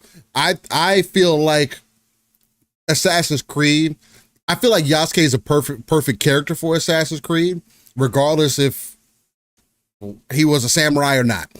Just because of he was a warrior, he was under Nobunaga, which was a direct impact in Japan at that time, right? Who was a very influential person at that time as well, very known person, right? And that being the point that helps you hit home the Japanese aspect of why Yasuke is a focal point, right? And because there is very little known about him, that gives them free reign to tell their version of who this person might have been during that time, right? Versus anybody else. I can't even tell you who would have been a better samurai in place of Yasuke, right? For me personally. Now, I do think that Yasuke being in here it does help that he has been more popularized as of recent, but Yasuke, and I can definitely hear Pong's point, because Yasuke has been in other games. Has he been a main role? No. But again, Assassin's Creed is unique in that way, where they do allow themselves to play with the history a bit. Now, at least in my eyes, from the research that I've done, Kunoichi did not exist during that time period, at least from what I believe. Not under the ninja master that she is, not under her father. Right. The dude had boy ninjas, so we could have easily said, I thought we were going to have a dude ninja when they first saw the trailer. But when we saw the trailer a couple years ago, whatever that was at this point, I thought that's what it's going to be. Now, I don't care about it being a female. I know them more as Kunoichi, right? But that is not what she is. She is a ninja. She is a shinobi, whichever example that they use here. So, which is somewhat different. But I put it to you like this, Vandal. In that same breath, there could have been a white dude in Egypt that was around King Tut at the time, or around Cleopatra at the time, or around whoever at the time, right? That was passing by. Would it have made sense to make that white dude the focal point for that time period, knowing the types of people that were more than likely around at that time? No, it wouldn't have made sense. Just like I had the conversation with Pong about the whole God of Egypt movie, for an example. Look, you can make whatever movie that you want. If it ends up being a good movie, Great whatever. Movie, by the way. I haven't watched it. Do I think that it represents represents Egypt at all? Fuck no. That is so far off base. That movie is so far off base that's a good example of what Paul's kind of speaking to, though. You know what I'm saying? The movie can be interesting all that it wants to, but it's why?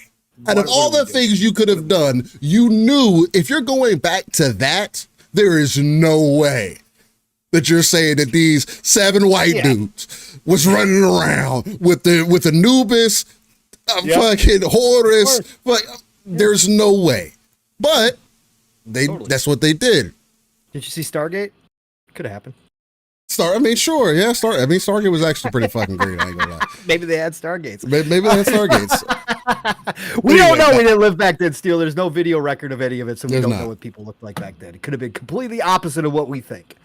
No, and to your point, Vandal, he says we have Tarzan for God's sake. I think this is a non-issue.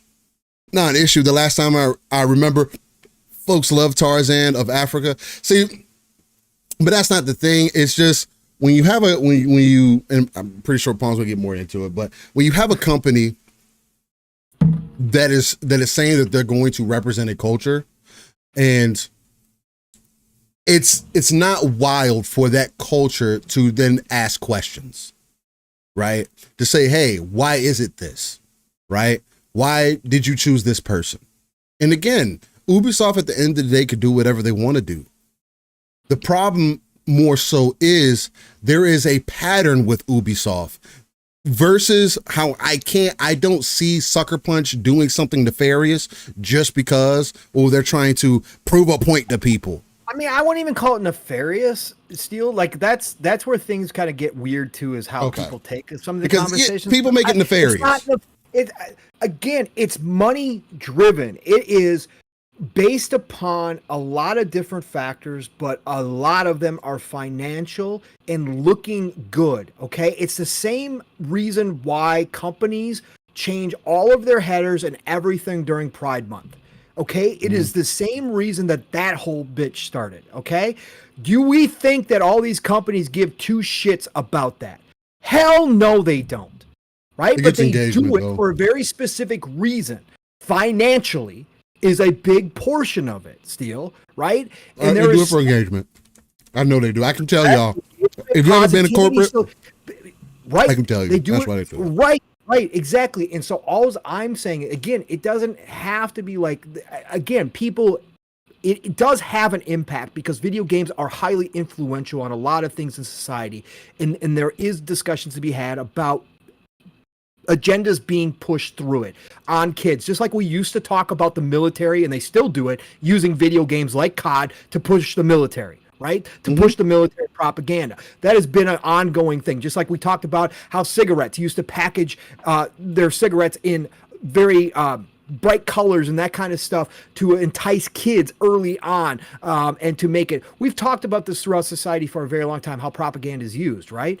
So there is a discussion to be had, but I'm not on the side that this stuff is like nefarious. We obviously have examples where there are people trying to do nefarious things in this industry and would love nothing better than a large group of gamers to no longer play games and kick them out. 1000%. There are those people. There are those extremists. But in general, when it comes to the companies making these decisions, it's not like that. They're having discussions about what's going to be good for their bottom line and checking off boxes so that people, especially reviewers and mainstream media, the journalists, etc., look at their game. They go, oh, wow, cool. Yeah, they got that female protagonist. Oh, wow, yeah.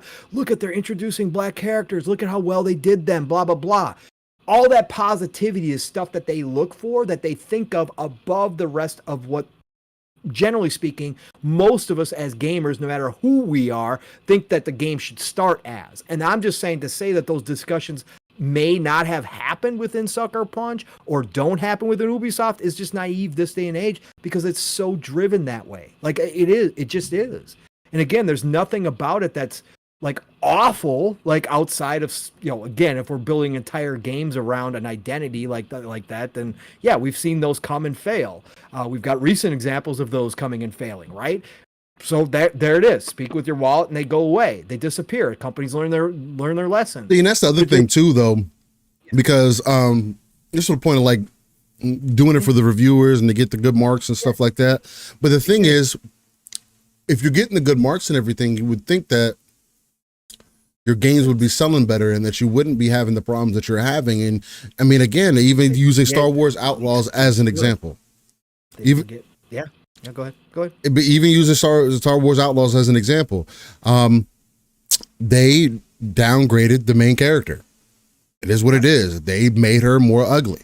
They didn't need to. The original person looks absolutely fine. Again, it's their game. They can make the character however they want. But overall, the game is, from what I've been hearing at least, is very 50-50. But then the game right around 50% of the time, the character looks absolutely fine. Again, it's their game. They can make the character however they want. But overall, the game is, from what I've been hearing at least, is very 50-50. But then the game right around 50% of the time, the character looks absolutely fine. Again, it's their game. They can make the character however they want. But overall, the game is, from what I've been hearing at least, is very 50-50. It's like a 7 to 8, right? It's not a bad game. But then we get back into the question of, does everything need to be a 9 for it to sell great? And I mean, obviously we don't believe that either, right? So there has to be something else going on behind the scenes that is causing that's causing that problem. Vandal goes on to say, black folks have had white agendas pushed on us for decades, causing self-hate in our communities.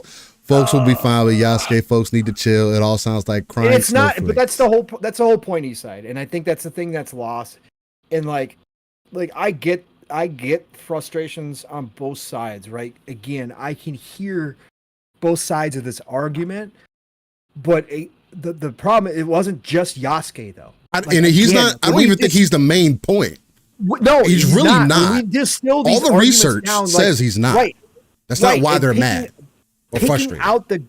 Picking out the most awful group of people that has a problem with this game and saying that because they are ists and the only reason why they're complaining, and again, there is a group. It's a very small group of people, but there is, of course, a group. The vocal minority. Will be. Yeah. Right. There always will be that group of people of every single color. Again, I will consistently say that I don't care if you believe that or not. Every single color can be this way. But the facts are there will always be a group of people who do come out just because the dude's black. Okay? Facts. It's never going to change. Life is never going to change. Humans are never going to change. It's going to be what it's going to be. Humans are going to be awful to other humans for a variety of reasons. Okay? So that is going to be there. But to pick that one group out and then that's your whole thing is, oh, everybody will be fine. Feels like a bunch of snowflakes. That's not the conversation. The entire conversation is not around Yasuke. There's other issues with this game on top of, like how we started this conversation, Ubisoft's own issues and their image as a company. They're $2 a share, bro. Outstanding, loved company. Okay, this is a company that for a lot of people, they stop playing Ubisoft games completely because they think everything Ubisoft produces is trash because of what Yves and his family and his leadership has done chasing things. Look at X-Defiant. X-Defiant is now failing. Why? Because they take the Tom Clancy brand, and we've talked about this. And we completely have slandered Ubisoft. Yeah. They've taken the Tom Clancy brand and actually trashed the shit out of that. They bastardized it. They've bastardized the Tom Clancy brand to hell and back again. We didn't get a Splinter Cell game for an entire generation and still don't have one, even though there's supposedly one in the works because of Yves and his leadership team. Bro, and I know that for a fact. Steel and I both have firsthand accounts that they have tried, the devs have tried to redo Splinter Cell for years and years and years, going all the way back to last generation, have been shot down by management because they couldn't figure out how to monetize the shit. Okay? So Ubisoft is a massive problem. And all of this stuff accumulates, right? And then it blows up when something like AC Shadows comes out, and there are legitimate concerns and criticisms to be had of the game, and you can go watch all the videos where people pick apart the trailers. I've watched them all, bro. You've watched a ton, Steel. There's a ton of people that actually picked apart the problems within the trailers, the actual graphical glitches and shit that are popping up, and the trailer's supposed to be your prime clip. It's just stuff that shouldn't exist, bro. If you're going to come out and say, hey, we're trying to, if this is your golden goose, why are you not treating it like it's your golden goose? Correct. Why are we now getting things about toxic positivity? 3,000 people work on this game. Jesus Christ. Exactly. When you have the type of staff that you have, that's what me and Pong are more so speaking to. There has to be something else. Ubisoft, to Alvin's point, he says, damn, $2 a share is crazy. Alvin, they were just almost at $100 a share. Oh, a while back. I mean, yeah, it was it's a couple few years ago, but you see the decline. For you to be at $2 a share, bro, there's something else happening. And again, you can't just blame the games, because again, this has been happening since at least Assassin's Creed Origins. Because people were picking Origins apart when the game, oh, now we got to make an Assassin's Creed about a black dude in Africa with the African gods and shit. Who wants to play some African dude in Africa, man? In Egypt, man? Who wants to do that, man? I saw all those conversations as well. That brought on a whole side of opposite side of racism that is just crazy to see in people a lot, right? But there was also things happening during that time that started to just show you the decline of the things that are happening. And if the toxic positivity is part of some of that, right? Yves doesn't seem like, at least over the years, that he's so used to taking criticism, or that he's in tune with what's going on in the gaming community or the games that he's trying to sell. So, and with all the information that we're getting, and when you do your own research about what is happening, what could be the possible issue, what could be the possible issues, why are people offended about this? Again, don't say you're representing a culture and you're putting Chinese things in a Japanese game. That's just like us saying all Asian people are the same. It's not the case. Or just like people who aren't from America saying all Americans are the same, and we're not. Just as an example, or North Americans and South Americans are all the same thing. Hey, it's America. That's not how that works. You can't put Brazil shit all of a sudden in that's just not how that works. So if you start having people question, hey, what is happening? You hear people come out and say, hey, they want to destroy the gaming industry because we have all these different type of things happening behind the scenes, and I need to make a stand, and these big bad people, they just don't understand. They don't welcome us. And it's like, bro, it's not about us. It's, at least for me, I understand that we as a people have a hard time accepting people of creed, color, race, whatever the case may be. Thought processes, motherfuckers, we can't agree on politics. Most of us can't have a conversation about politics without being mad at the other person at the end of it and saying that they're the most awful person that you've ever met. Now, all of a sudden, this person's a villain in your eyes. We can't have a conversation about religion without getting into a fight with each other over it. Now we're seeing some of this stuff carry over into gaming, and now we're arguing about gaming things that why can't we just have a good game? Why do you have issues in your game about a culture that you said that you're trying to represent? Yes, it's a fantasy game. Of course it is. But get the shit right. And it's not about, I saw some people making fun of, why is there latches on top of buildings and stuff like that? Well, it's a game still, right? It's Assassin's Creed. Got to have different ways to get into buildings and stuff, right? That's not something they would have had back in the day. Who gives a fuck? It's a game. You got to still gamify it, right? But from what I've seen, just like anybody else would be frustrated and upset when they're not represented properly, just like we have been upset. For an example, Vandal, or how I feel about Barrett being the way that he is in Final Fantasy. Is that the prime example of how all black people sound? No, man. But again, we can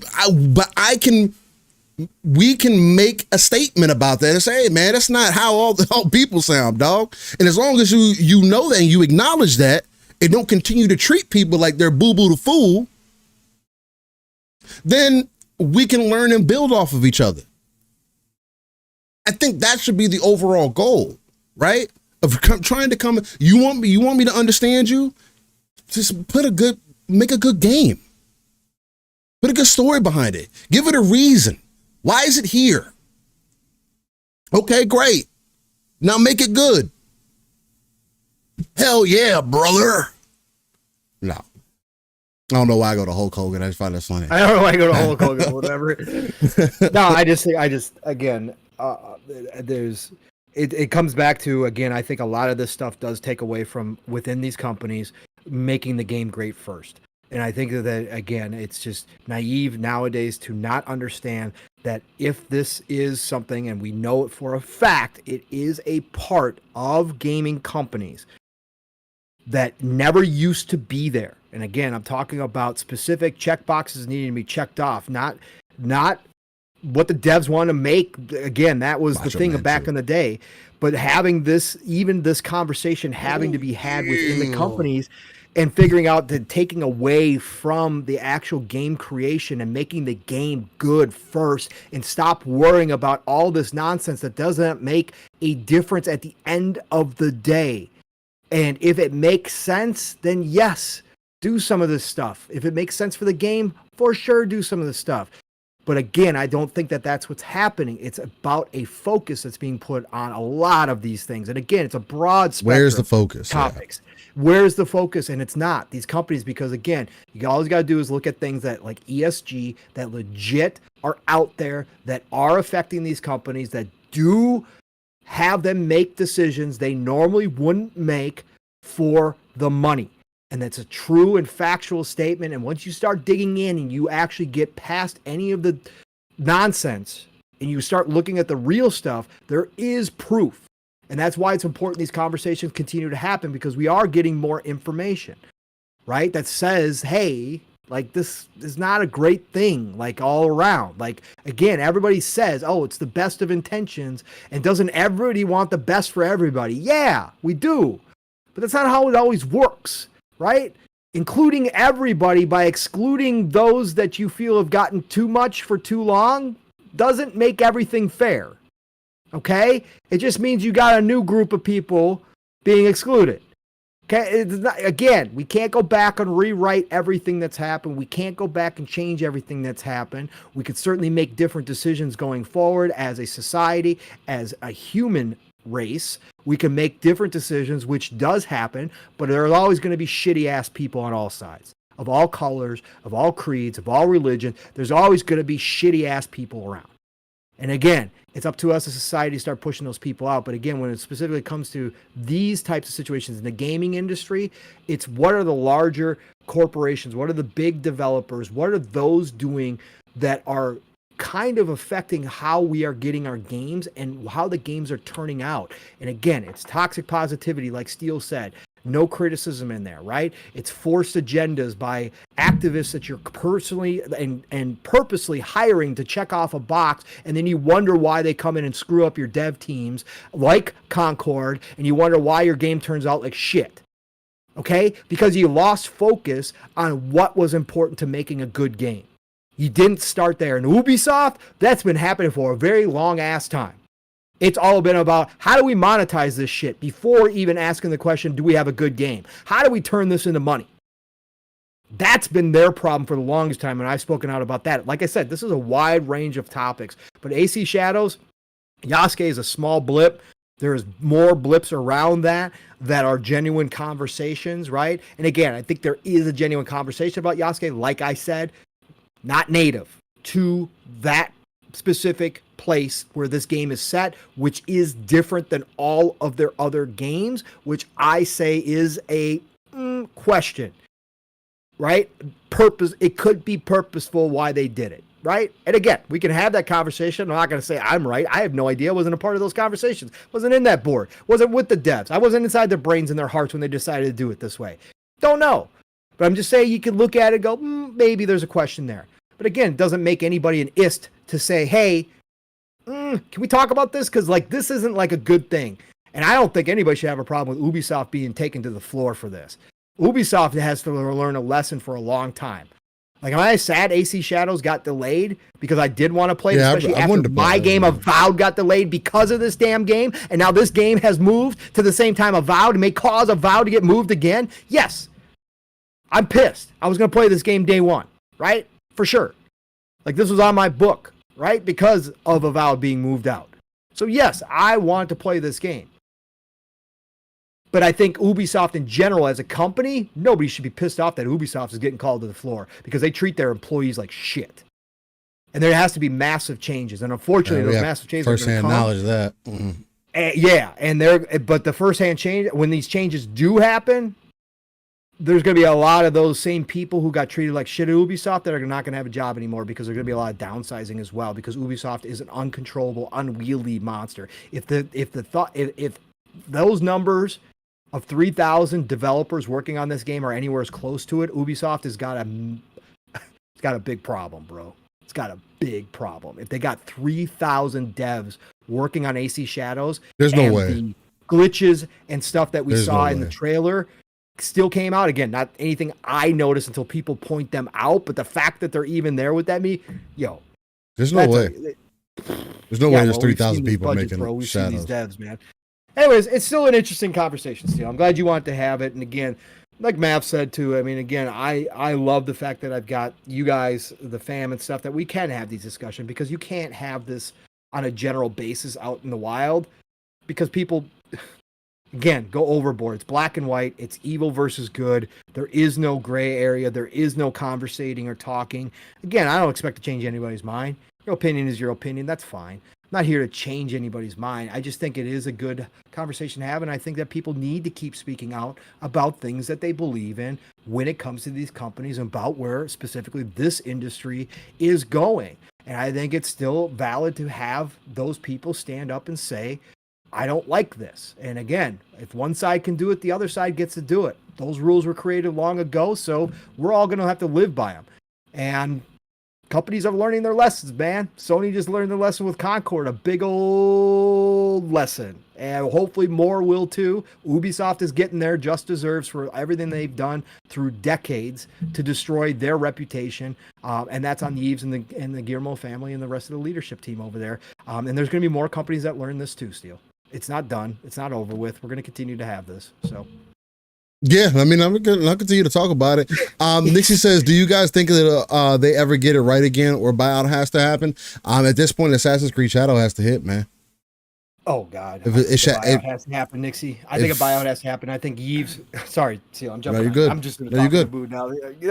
No, you go. You go first. No, the only thing I was going to say is just like, okay. At this point, I mean, if Shadows doesn't do what it needs to do, then yeah, Ubisoft's going to have a hard time.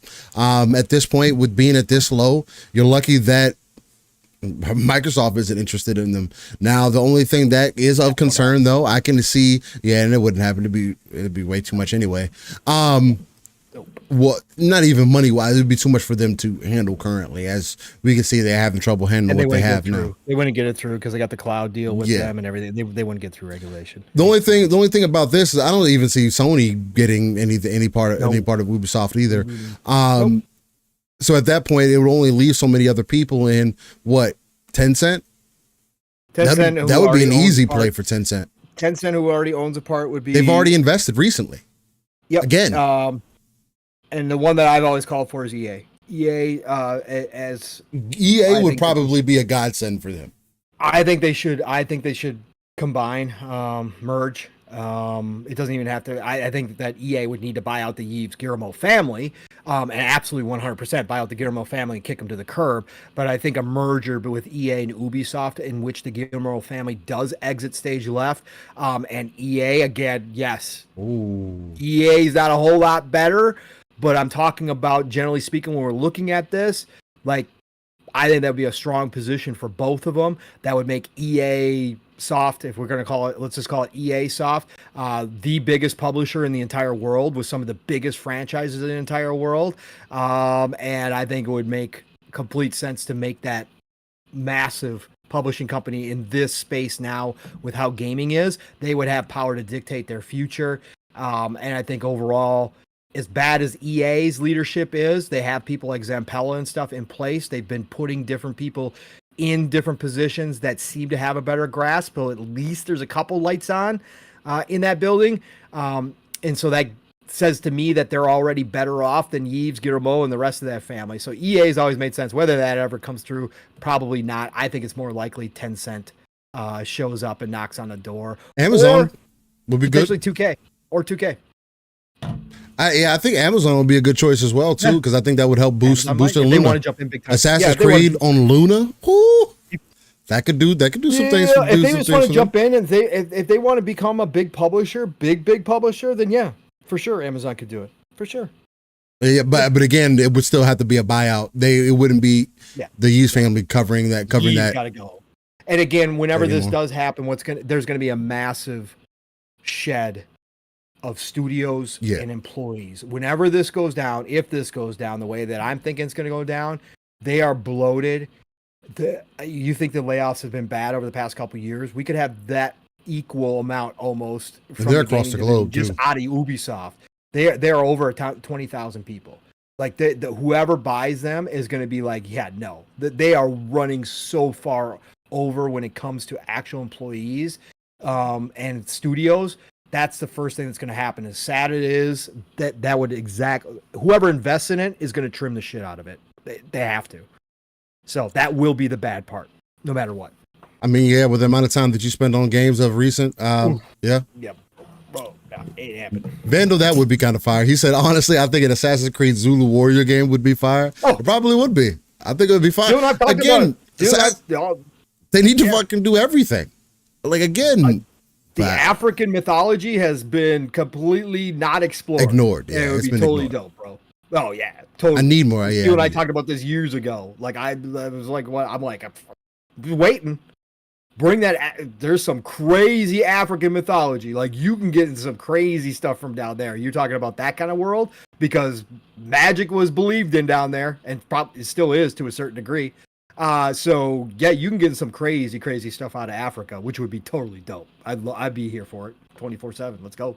So it's like, yeah, that's the main things. But yeah, man, it's interesting to see how things have been playing out with Ubisoft. Again, I'm interested in Assassin's Creed Shadow.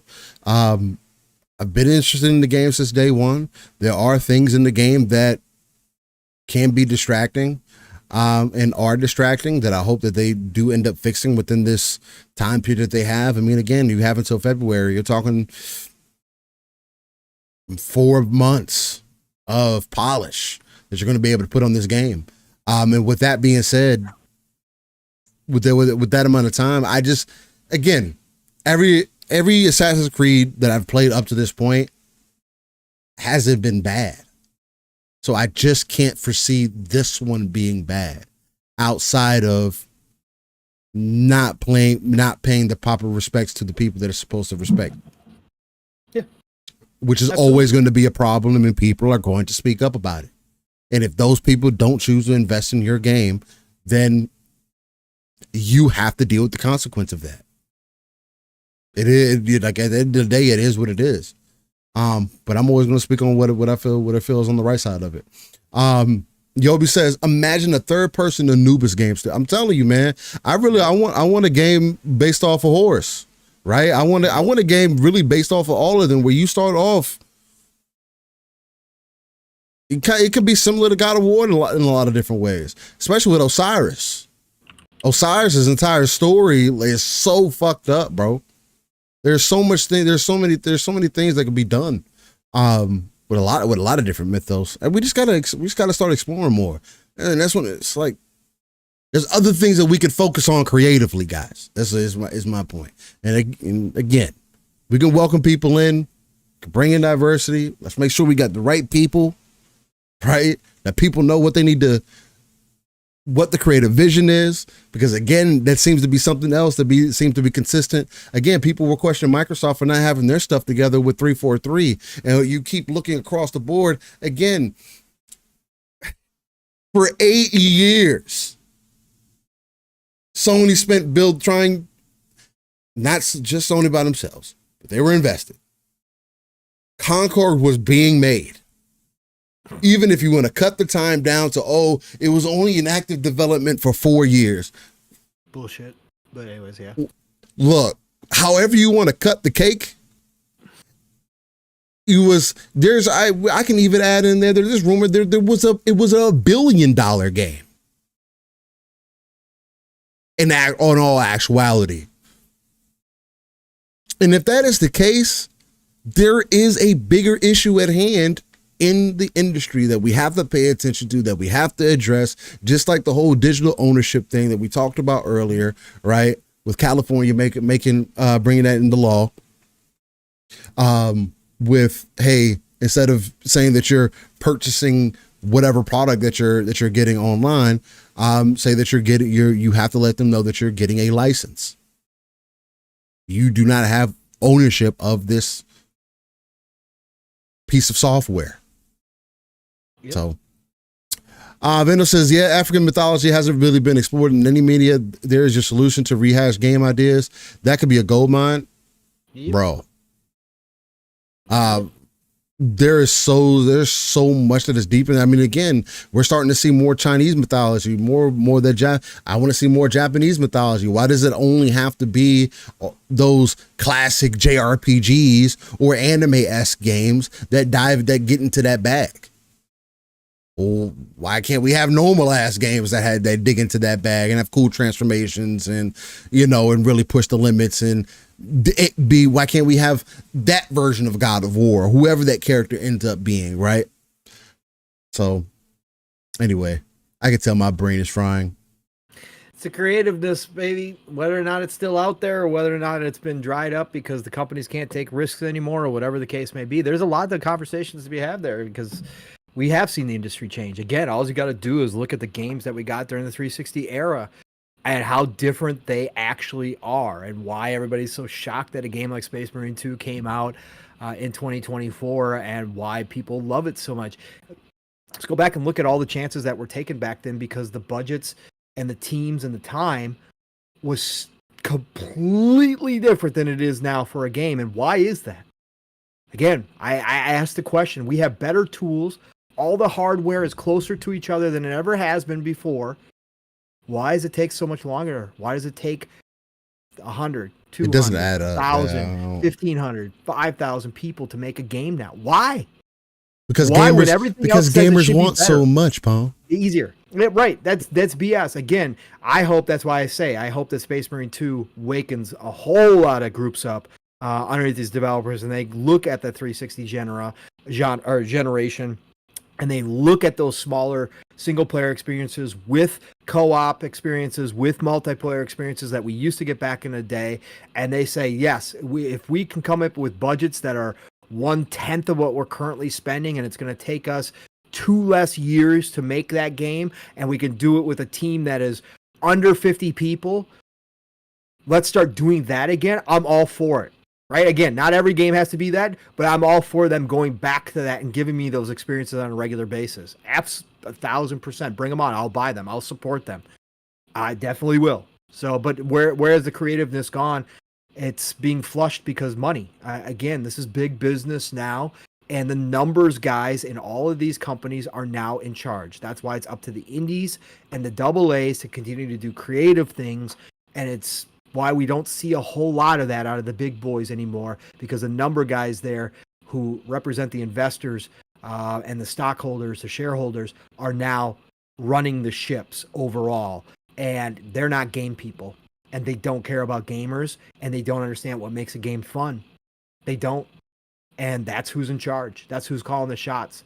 And so the people right below them that are game people or potentially game people that should know better, they look at projects that are brought to them when they're going to greenlight them or they're going to nix them. And a lot of the creative stuff that we used to get is just, you're not going to do that. Who's the market? Who's the market for that? Who's your audience? Who's going to buy that? Even though there would be, but they look at it and go, no, we can't take that risk. That'll be my head. I'll be on the chopping block if I greenlight this shit. Whereas back in the day, it was more streamlined. It was just, go ahead, make it. Go ahead, make it. This sounds great. Go ahead, make it. You could tell. Go look. It's different. So, but I want to see more of that come back now, for sure. Yeah, 1,000%. Cyber Gunter says, I want more devs to get it right when it comes to being true to the culture they are portraying on any media. And again, it has to start from the top down, man. Just like in the regular workforce, it's usually the top down that is part of the problem. And again, something just doesn't add up. Ubi can't be releasing decent games. And again, these aren't critical failure. These aren't just failure games. Sure, the games aren't selling, but there's a lot of games that aren't selling like that. I mean, sure, if they would have made Kate Vance more prettier, maybe she would have sold another 1 million copies. Is that guaranteed? No. Is Outlaws the power fantasy that typical people look for in a Star Wars game? No. Did they need to make fucking Skull and Bones? Fuck no. Did they need to make X Defiant? Fuck no. You're pissing away money. There's somebody at the top that is not connected. You thought you can compete with Call of Duty. Black Ops 6 is about to blow that shit out of the water. That game is about to die. Then what you gonna do? Because you thought you were going to get some recurring money from that. Too much investment, bro. There has to be something else happening at the top, brother. Has to be. And that's where the toxic positivity comes into play, where people are just like, nah, man, ain't nothing wrong. We're doing good. Bad management, bro. That tells me there's somebody who isn't connected. Because people are talking, and I am one of the main people to say, devs, make your game. Right. But you like, it has to be something in between. But who's playtesting these games too? Who's they don't exist that. They don't exist that. Because who sat down? And again, I haven't even played Outlaws yet because of fucking problems with Ubisoft. I haven't played Outlaws yet, right? But and I'm not going to even say that I would have been on the side that disliked this, but there was enough people that have said something about it, Steel, that obviously it was a problem. There's enough people who actually complained. Who sat down and played Outlaws, the stealth missions, and thought it would be okay that it was an instant fail when that AI was bullshitting, right? Not that that's never been the case in other games. Of course it has. But I'm just saying, who in this day and age sat down and played that game and thought those stealth missions were really fun, especially the early on ones that everybody's complaining about, that now the devs admit they're going to go back and change, right? So that so many people don't have problems in the beginning of the game. Who sat down and said that, oh, yeah, this is great. That's that toxic positivity, Steel. Oh, no, we're good, right? It's the same questions that we had, Steel, when Phil came out and said our internal reviewers had Redfall rated much higher. Who the fuck is reviewing your games? Who is sitting down as a gamer and telling you that Redfall was going to score high in the state that it was in when it launched? That's a problem. If you've got nothing but yes people in your companies now, because everybody's scared of being on the chopping block if you say no, because it might cost some people some money, then that's a freaking major problem in this industry that goes well beyond us as gamers or just the devs themselves. Like Steel said, it goes to the top. And the top's got to fix that shit real quick. Yep. Reviews don't make it, and reviewers haven't made it any better. So no. They're actually just continue to make it worse. Yeah. So, whatever. Oh, but it's still the golden age, everybody. Again, it's still the golden age. We are getting more great games than we ever have before. We're getting a lot more shit too, but we are getting more great games that I just fucking love than ever before. Like, it's insane. So, it's weird how that works at the same time. As long as we as a consumer still have the most impact in this form of entertainment. Probably the only one where we can continue to have the most impact. Again, we have it in other places, but we have direct hands on. We can make the change. We can force the change. We can, start showing them the way. But just gotta speak with our wallets, man. Decado and MF Great came in and dropped off some heavy bags. Did they really? Yeah, we had Decado come in and drop off the smooth 10 bomb. Whoa! So we got up to a Mach 5.0 with that one. Thank you, Decado. Choo-choo, motherfucker, for dropping off that bag of coal. And I hope everybody enjoyed that, and welcome aboard the 2 new cars full of splitters. Thank you for the 10 bomb, Decado. Who else we got? And MF Great. And how much did he drop off? He dropped another 10 bomb. Oh, so MF Great saw the Decado dunk and said, you know what, I got another one. He got it on the court with his own 10 dunk as well, adding 2 more cars, getting us up to a Mach 6.0. I was talking so much, I didn't see Steel shoveling all that coal into the furnace, and I didn't feel that extra speed, but I'm sure you all did in the back of the car, so I hope you all enjoyed that ride. It's Mach 6.0. Thank you very much, MF Great. We appreciate it keeping us ad-free, but your goal doesn't change. 69 is still that magic number here on Living Split Screen. Choo-choo, motherfuckers. Choo-choo. Thank you for all the love and support. All of you. For the chat. Everybody. I know we were really into our conversations today and didn't pull everything out of the chat. I know Steel was trying to do a good job pulling conversations out there, but we appreciate it because I can go back and see the chat just scrolling and the big conversations. It's not like a lot of chats you run into, Steel. Mm-hmm. And you see like 3 words from people, right? Or you see our chat.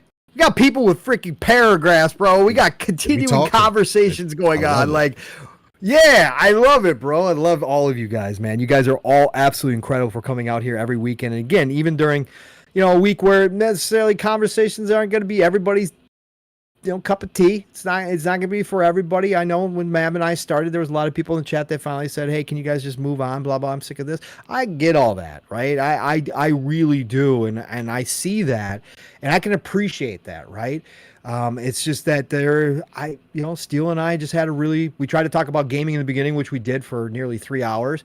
But then we're going to end the show with a big conversation because this stuff is going to be around, and you could ignore it, but Steele and I aren't the type of people to ignore this stuff. We are the type of people who look at it and go, okay, let's have an interesting conversation about this, right? That this is something that is a reality, whether we want it to be or not in the industry, and it does affect things, both from a consumer standpoint and from a higher standpoint at these companies. And so it is something worthy to discuss. And we've seen more and more examples here recently of where people are speaking with their wallets. And I think the other part of it, which we really didn't talk about, and we certainly won't here today, but it's something to keep an eye on, is who gets blamed when people do speak with their wallets and things fail. That's the interesting part. The reaction from the people involved with that project is always one to watch, because it's really weird how, again, it's just a vocal minority. It's just a bunch of bigoted ists out there that just don't like our And again, this goes across the board. We just saw this with the Acolyte and Disney. The people never, a lot of times, most of the time, never look in the mirror and actually point the finger inwards and say, maybe we read this all wrong, and maybe we should have thought about before what we said and what we did and what we put out there as a product. Maybe we should have thought about that a little bit more. Maybe that isn't the audience, because again, if it's just a vocal minority, why isn't the majority showing up all the time? But why blame the few people that you claim it's just a few people out here, big loudmouths? Why blame them for your failure, when there's no way that would have happened had what you think is all your fans showed up, right? So it's always interesting to see the backlash from the people who make a certain product that does fail and who they blame for that. And do they actually take a look in the mirror? Do they actually reflect on some of the things that they did, or do they blame everybody else? We had that with the Saints Row, the new Saints Row that came out and failed miserably. And we lost a whole entire studio because of it. But they were out there arguing with the fans, calling the fans all types of names. The people who made Saints Row what it was, as far as the fans go, they bashed the hell out of them in their own Discord, right? Leading up to the launch of Saints Row. And they had more than just those people out here telling them, I'm unsure about this new Saints Row. I don't like the characters. Like, the characters ain't clicking with us. And they pushed forward. They ignored everybody. Saints Row came out and bombed like a motherfucker and cost us an entire studio who had been around for decades. Sad. But again, they never self-reflected. Blame everybody else for their issues. Well, we'll see. Anyway, Steele, I know you got to get out of here. We'll see how things play out. You dying, bro. You dying. Well, ladies and gentlemen, I want to say thank you for coming out and enjoying us on this episode of Living Split Screen. I believe this is episode 165 that we have now putting in the books. So that's definitely dope. Hopefully you guys enjoyed the conversation and everything. If you didn't, then you can probably go shake a stick somewhere. I think that'll be your best choice. No, really, other places to go. There definitely is. You don't take offense.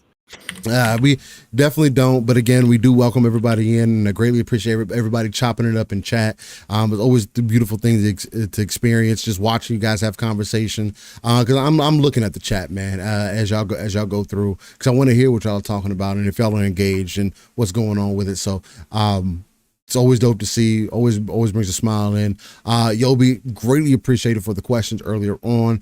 Those are hard hitting as well.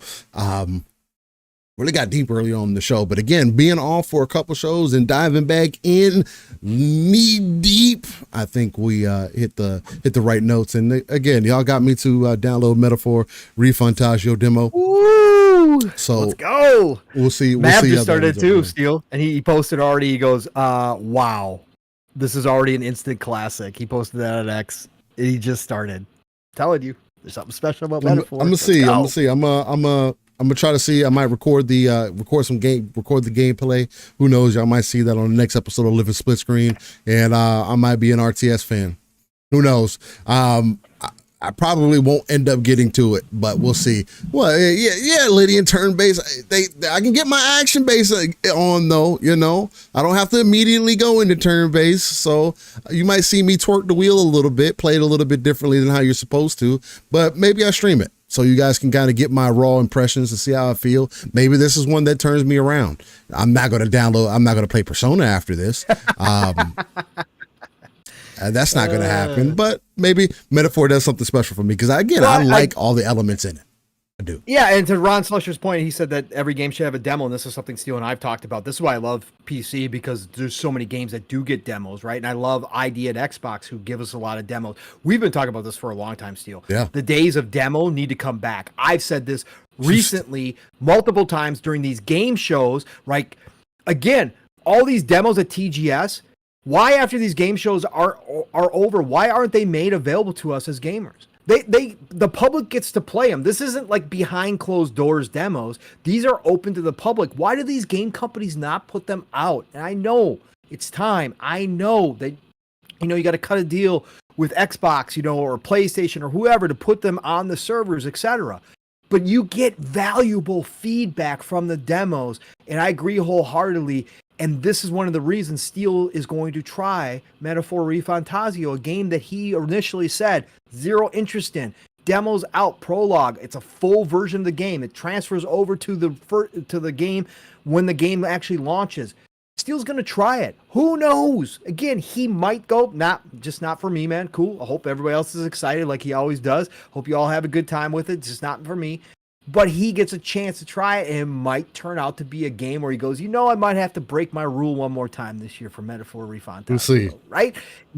Right. I'm just saying, but it might. Right? It might. But that's what demos do. And I agree, Ron, that absolutely they should do demos more often as well. And I think who was it? Cyber Gunter. Anyone interested in Slitterhead? Steele actually brought that up, Cyber, when we were talking about TGS. Slitterhead did interest him a little bit as well when he saw it. I thought it was weird, wacky.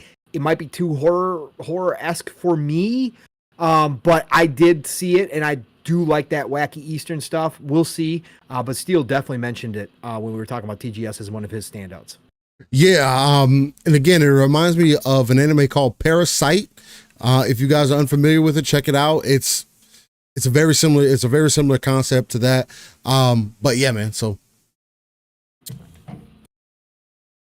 he said, "Don't you guys find it ironic that the indie developers are the ones that release a demo without fear? There's a reason for sure. Yeah, because they understand. Yeah." They know what it is. Yep. If it's always a question for turn-based games, especially for a new IP, why not release a demo to the people to see whether they want to invest into the game or not? Maybe instead of waiting for pre-orders or whatever the case to see how many you're going to get, put a demo out. Sure, it can't be the same as it was back in the day, because that's something that we always heard. Oh, well, it takes a lot of work to put in, a demo version, and maybe a little bit, but you need something to be able to sell to the consumer who may be questioning whatever you're trying to put on the table. And if you at least give them some form of access, again, if your game's only 10 hours long, it's hard to give somebody 5 hours of that game, but you can give them 30 minutes. Yeah. You know what I mean? You can give them an idea of you can give them an hour, to see if they want to invest in this, and either they do or they don't. Either way, the only thing that can happen is you're going to either gain a customer or don't. And the person it is much more likely that somebody who has the access to try your game may end up buying your game versus the person that never had access to your game, and you think that them spending $60-$70 with the way that the economy is and everything, it's just something they're going to do frivolously. The majority of gamers don't do that. So I think it's a good way to do this, man.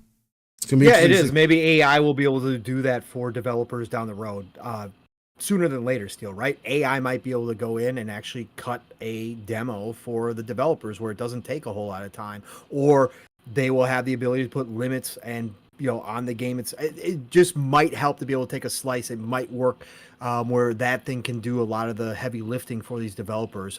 Who knows down the road?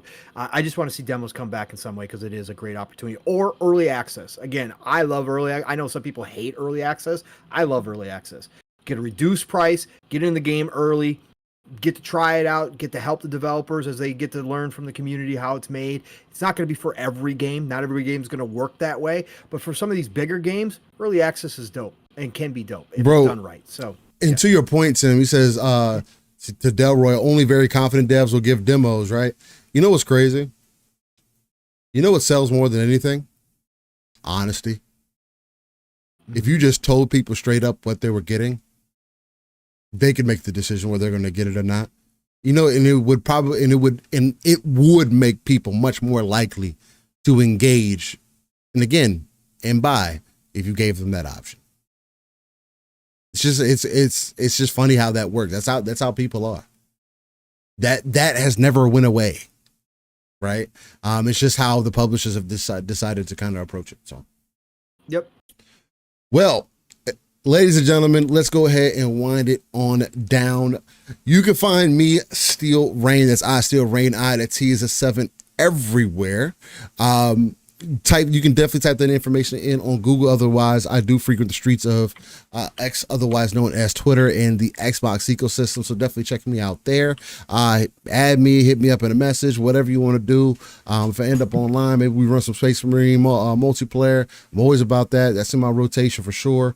But since I've beaten Space Marine now, we'll see. It'll give me some time to definitely get back into to try this metaphor out. And again, definitely look out for that stream. I want to do that for y'all. I want to see if y'all can see if I'm excited or not about playing that game. And see where that ends up taking us. And maybe we do a full-on metaphor stream. That might be something that does well on Live Split Screen. Who knows? Still doing new things. But I did see Joby had a question. He says, before you two wrap it up, what type of games as a duo would you like to see yourselves a part of? For something from the Eastern Dev. Yeah, for sure.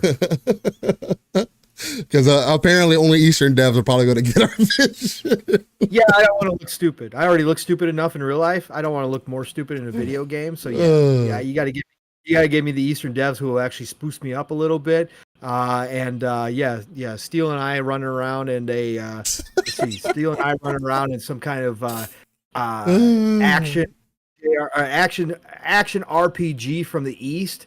Where we've got powers and we've got cool ass weapons and yeah, let's do it. If Decado says Steel and Pong likeness in Division 3, hey, there you go. Yeah. Hey, we can do that.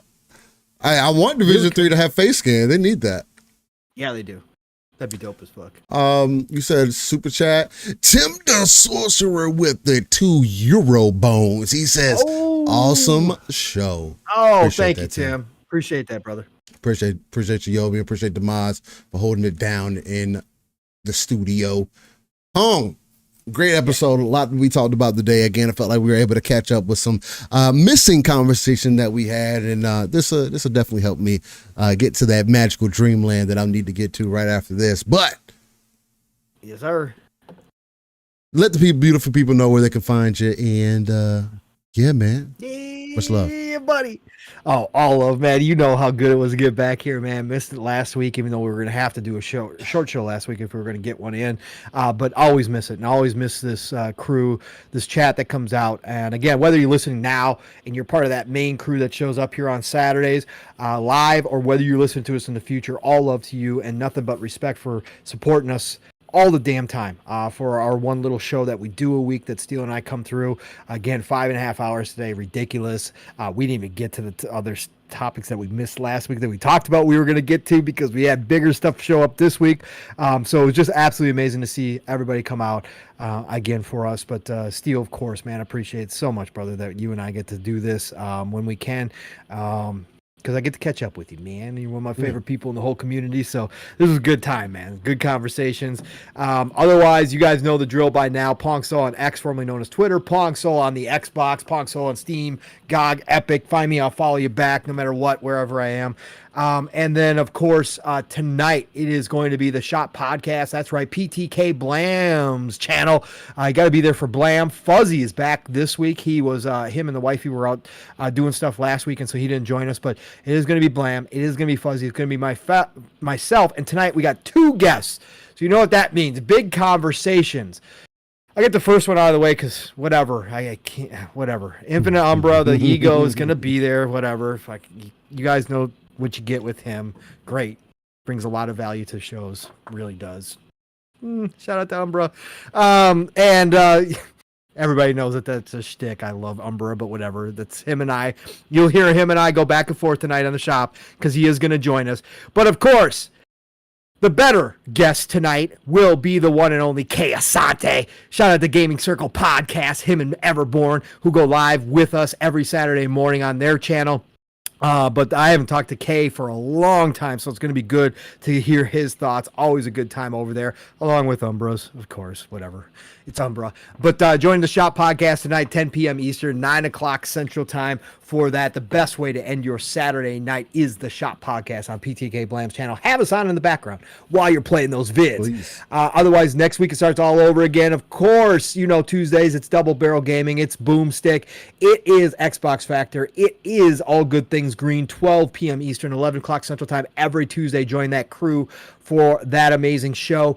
And then my week starts Thursdays, PM in the PM Pong and Mav in the PM, 7 p.m. Eastern, 6 o'clock Central Time. We actually started at 6:02 this week. Steel, we actually made it on time. That never freaking happens, but we did. It's later, so it's funny.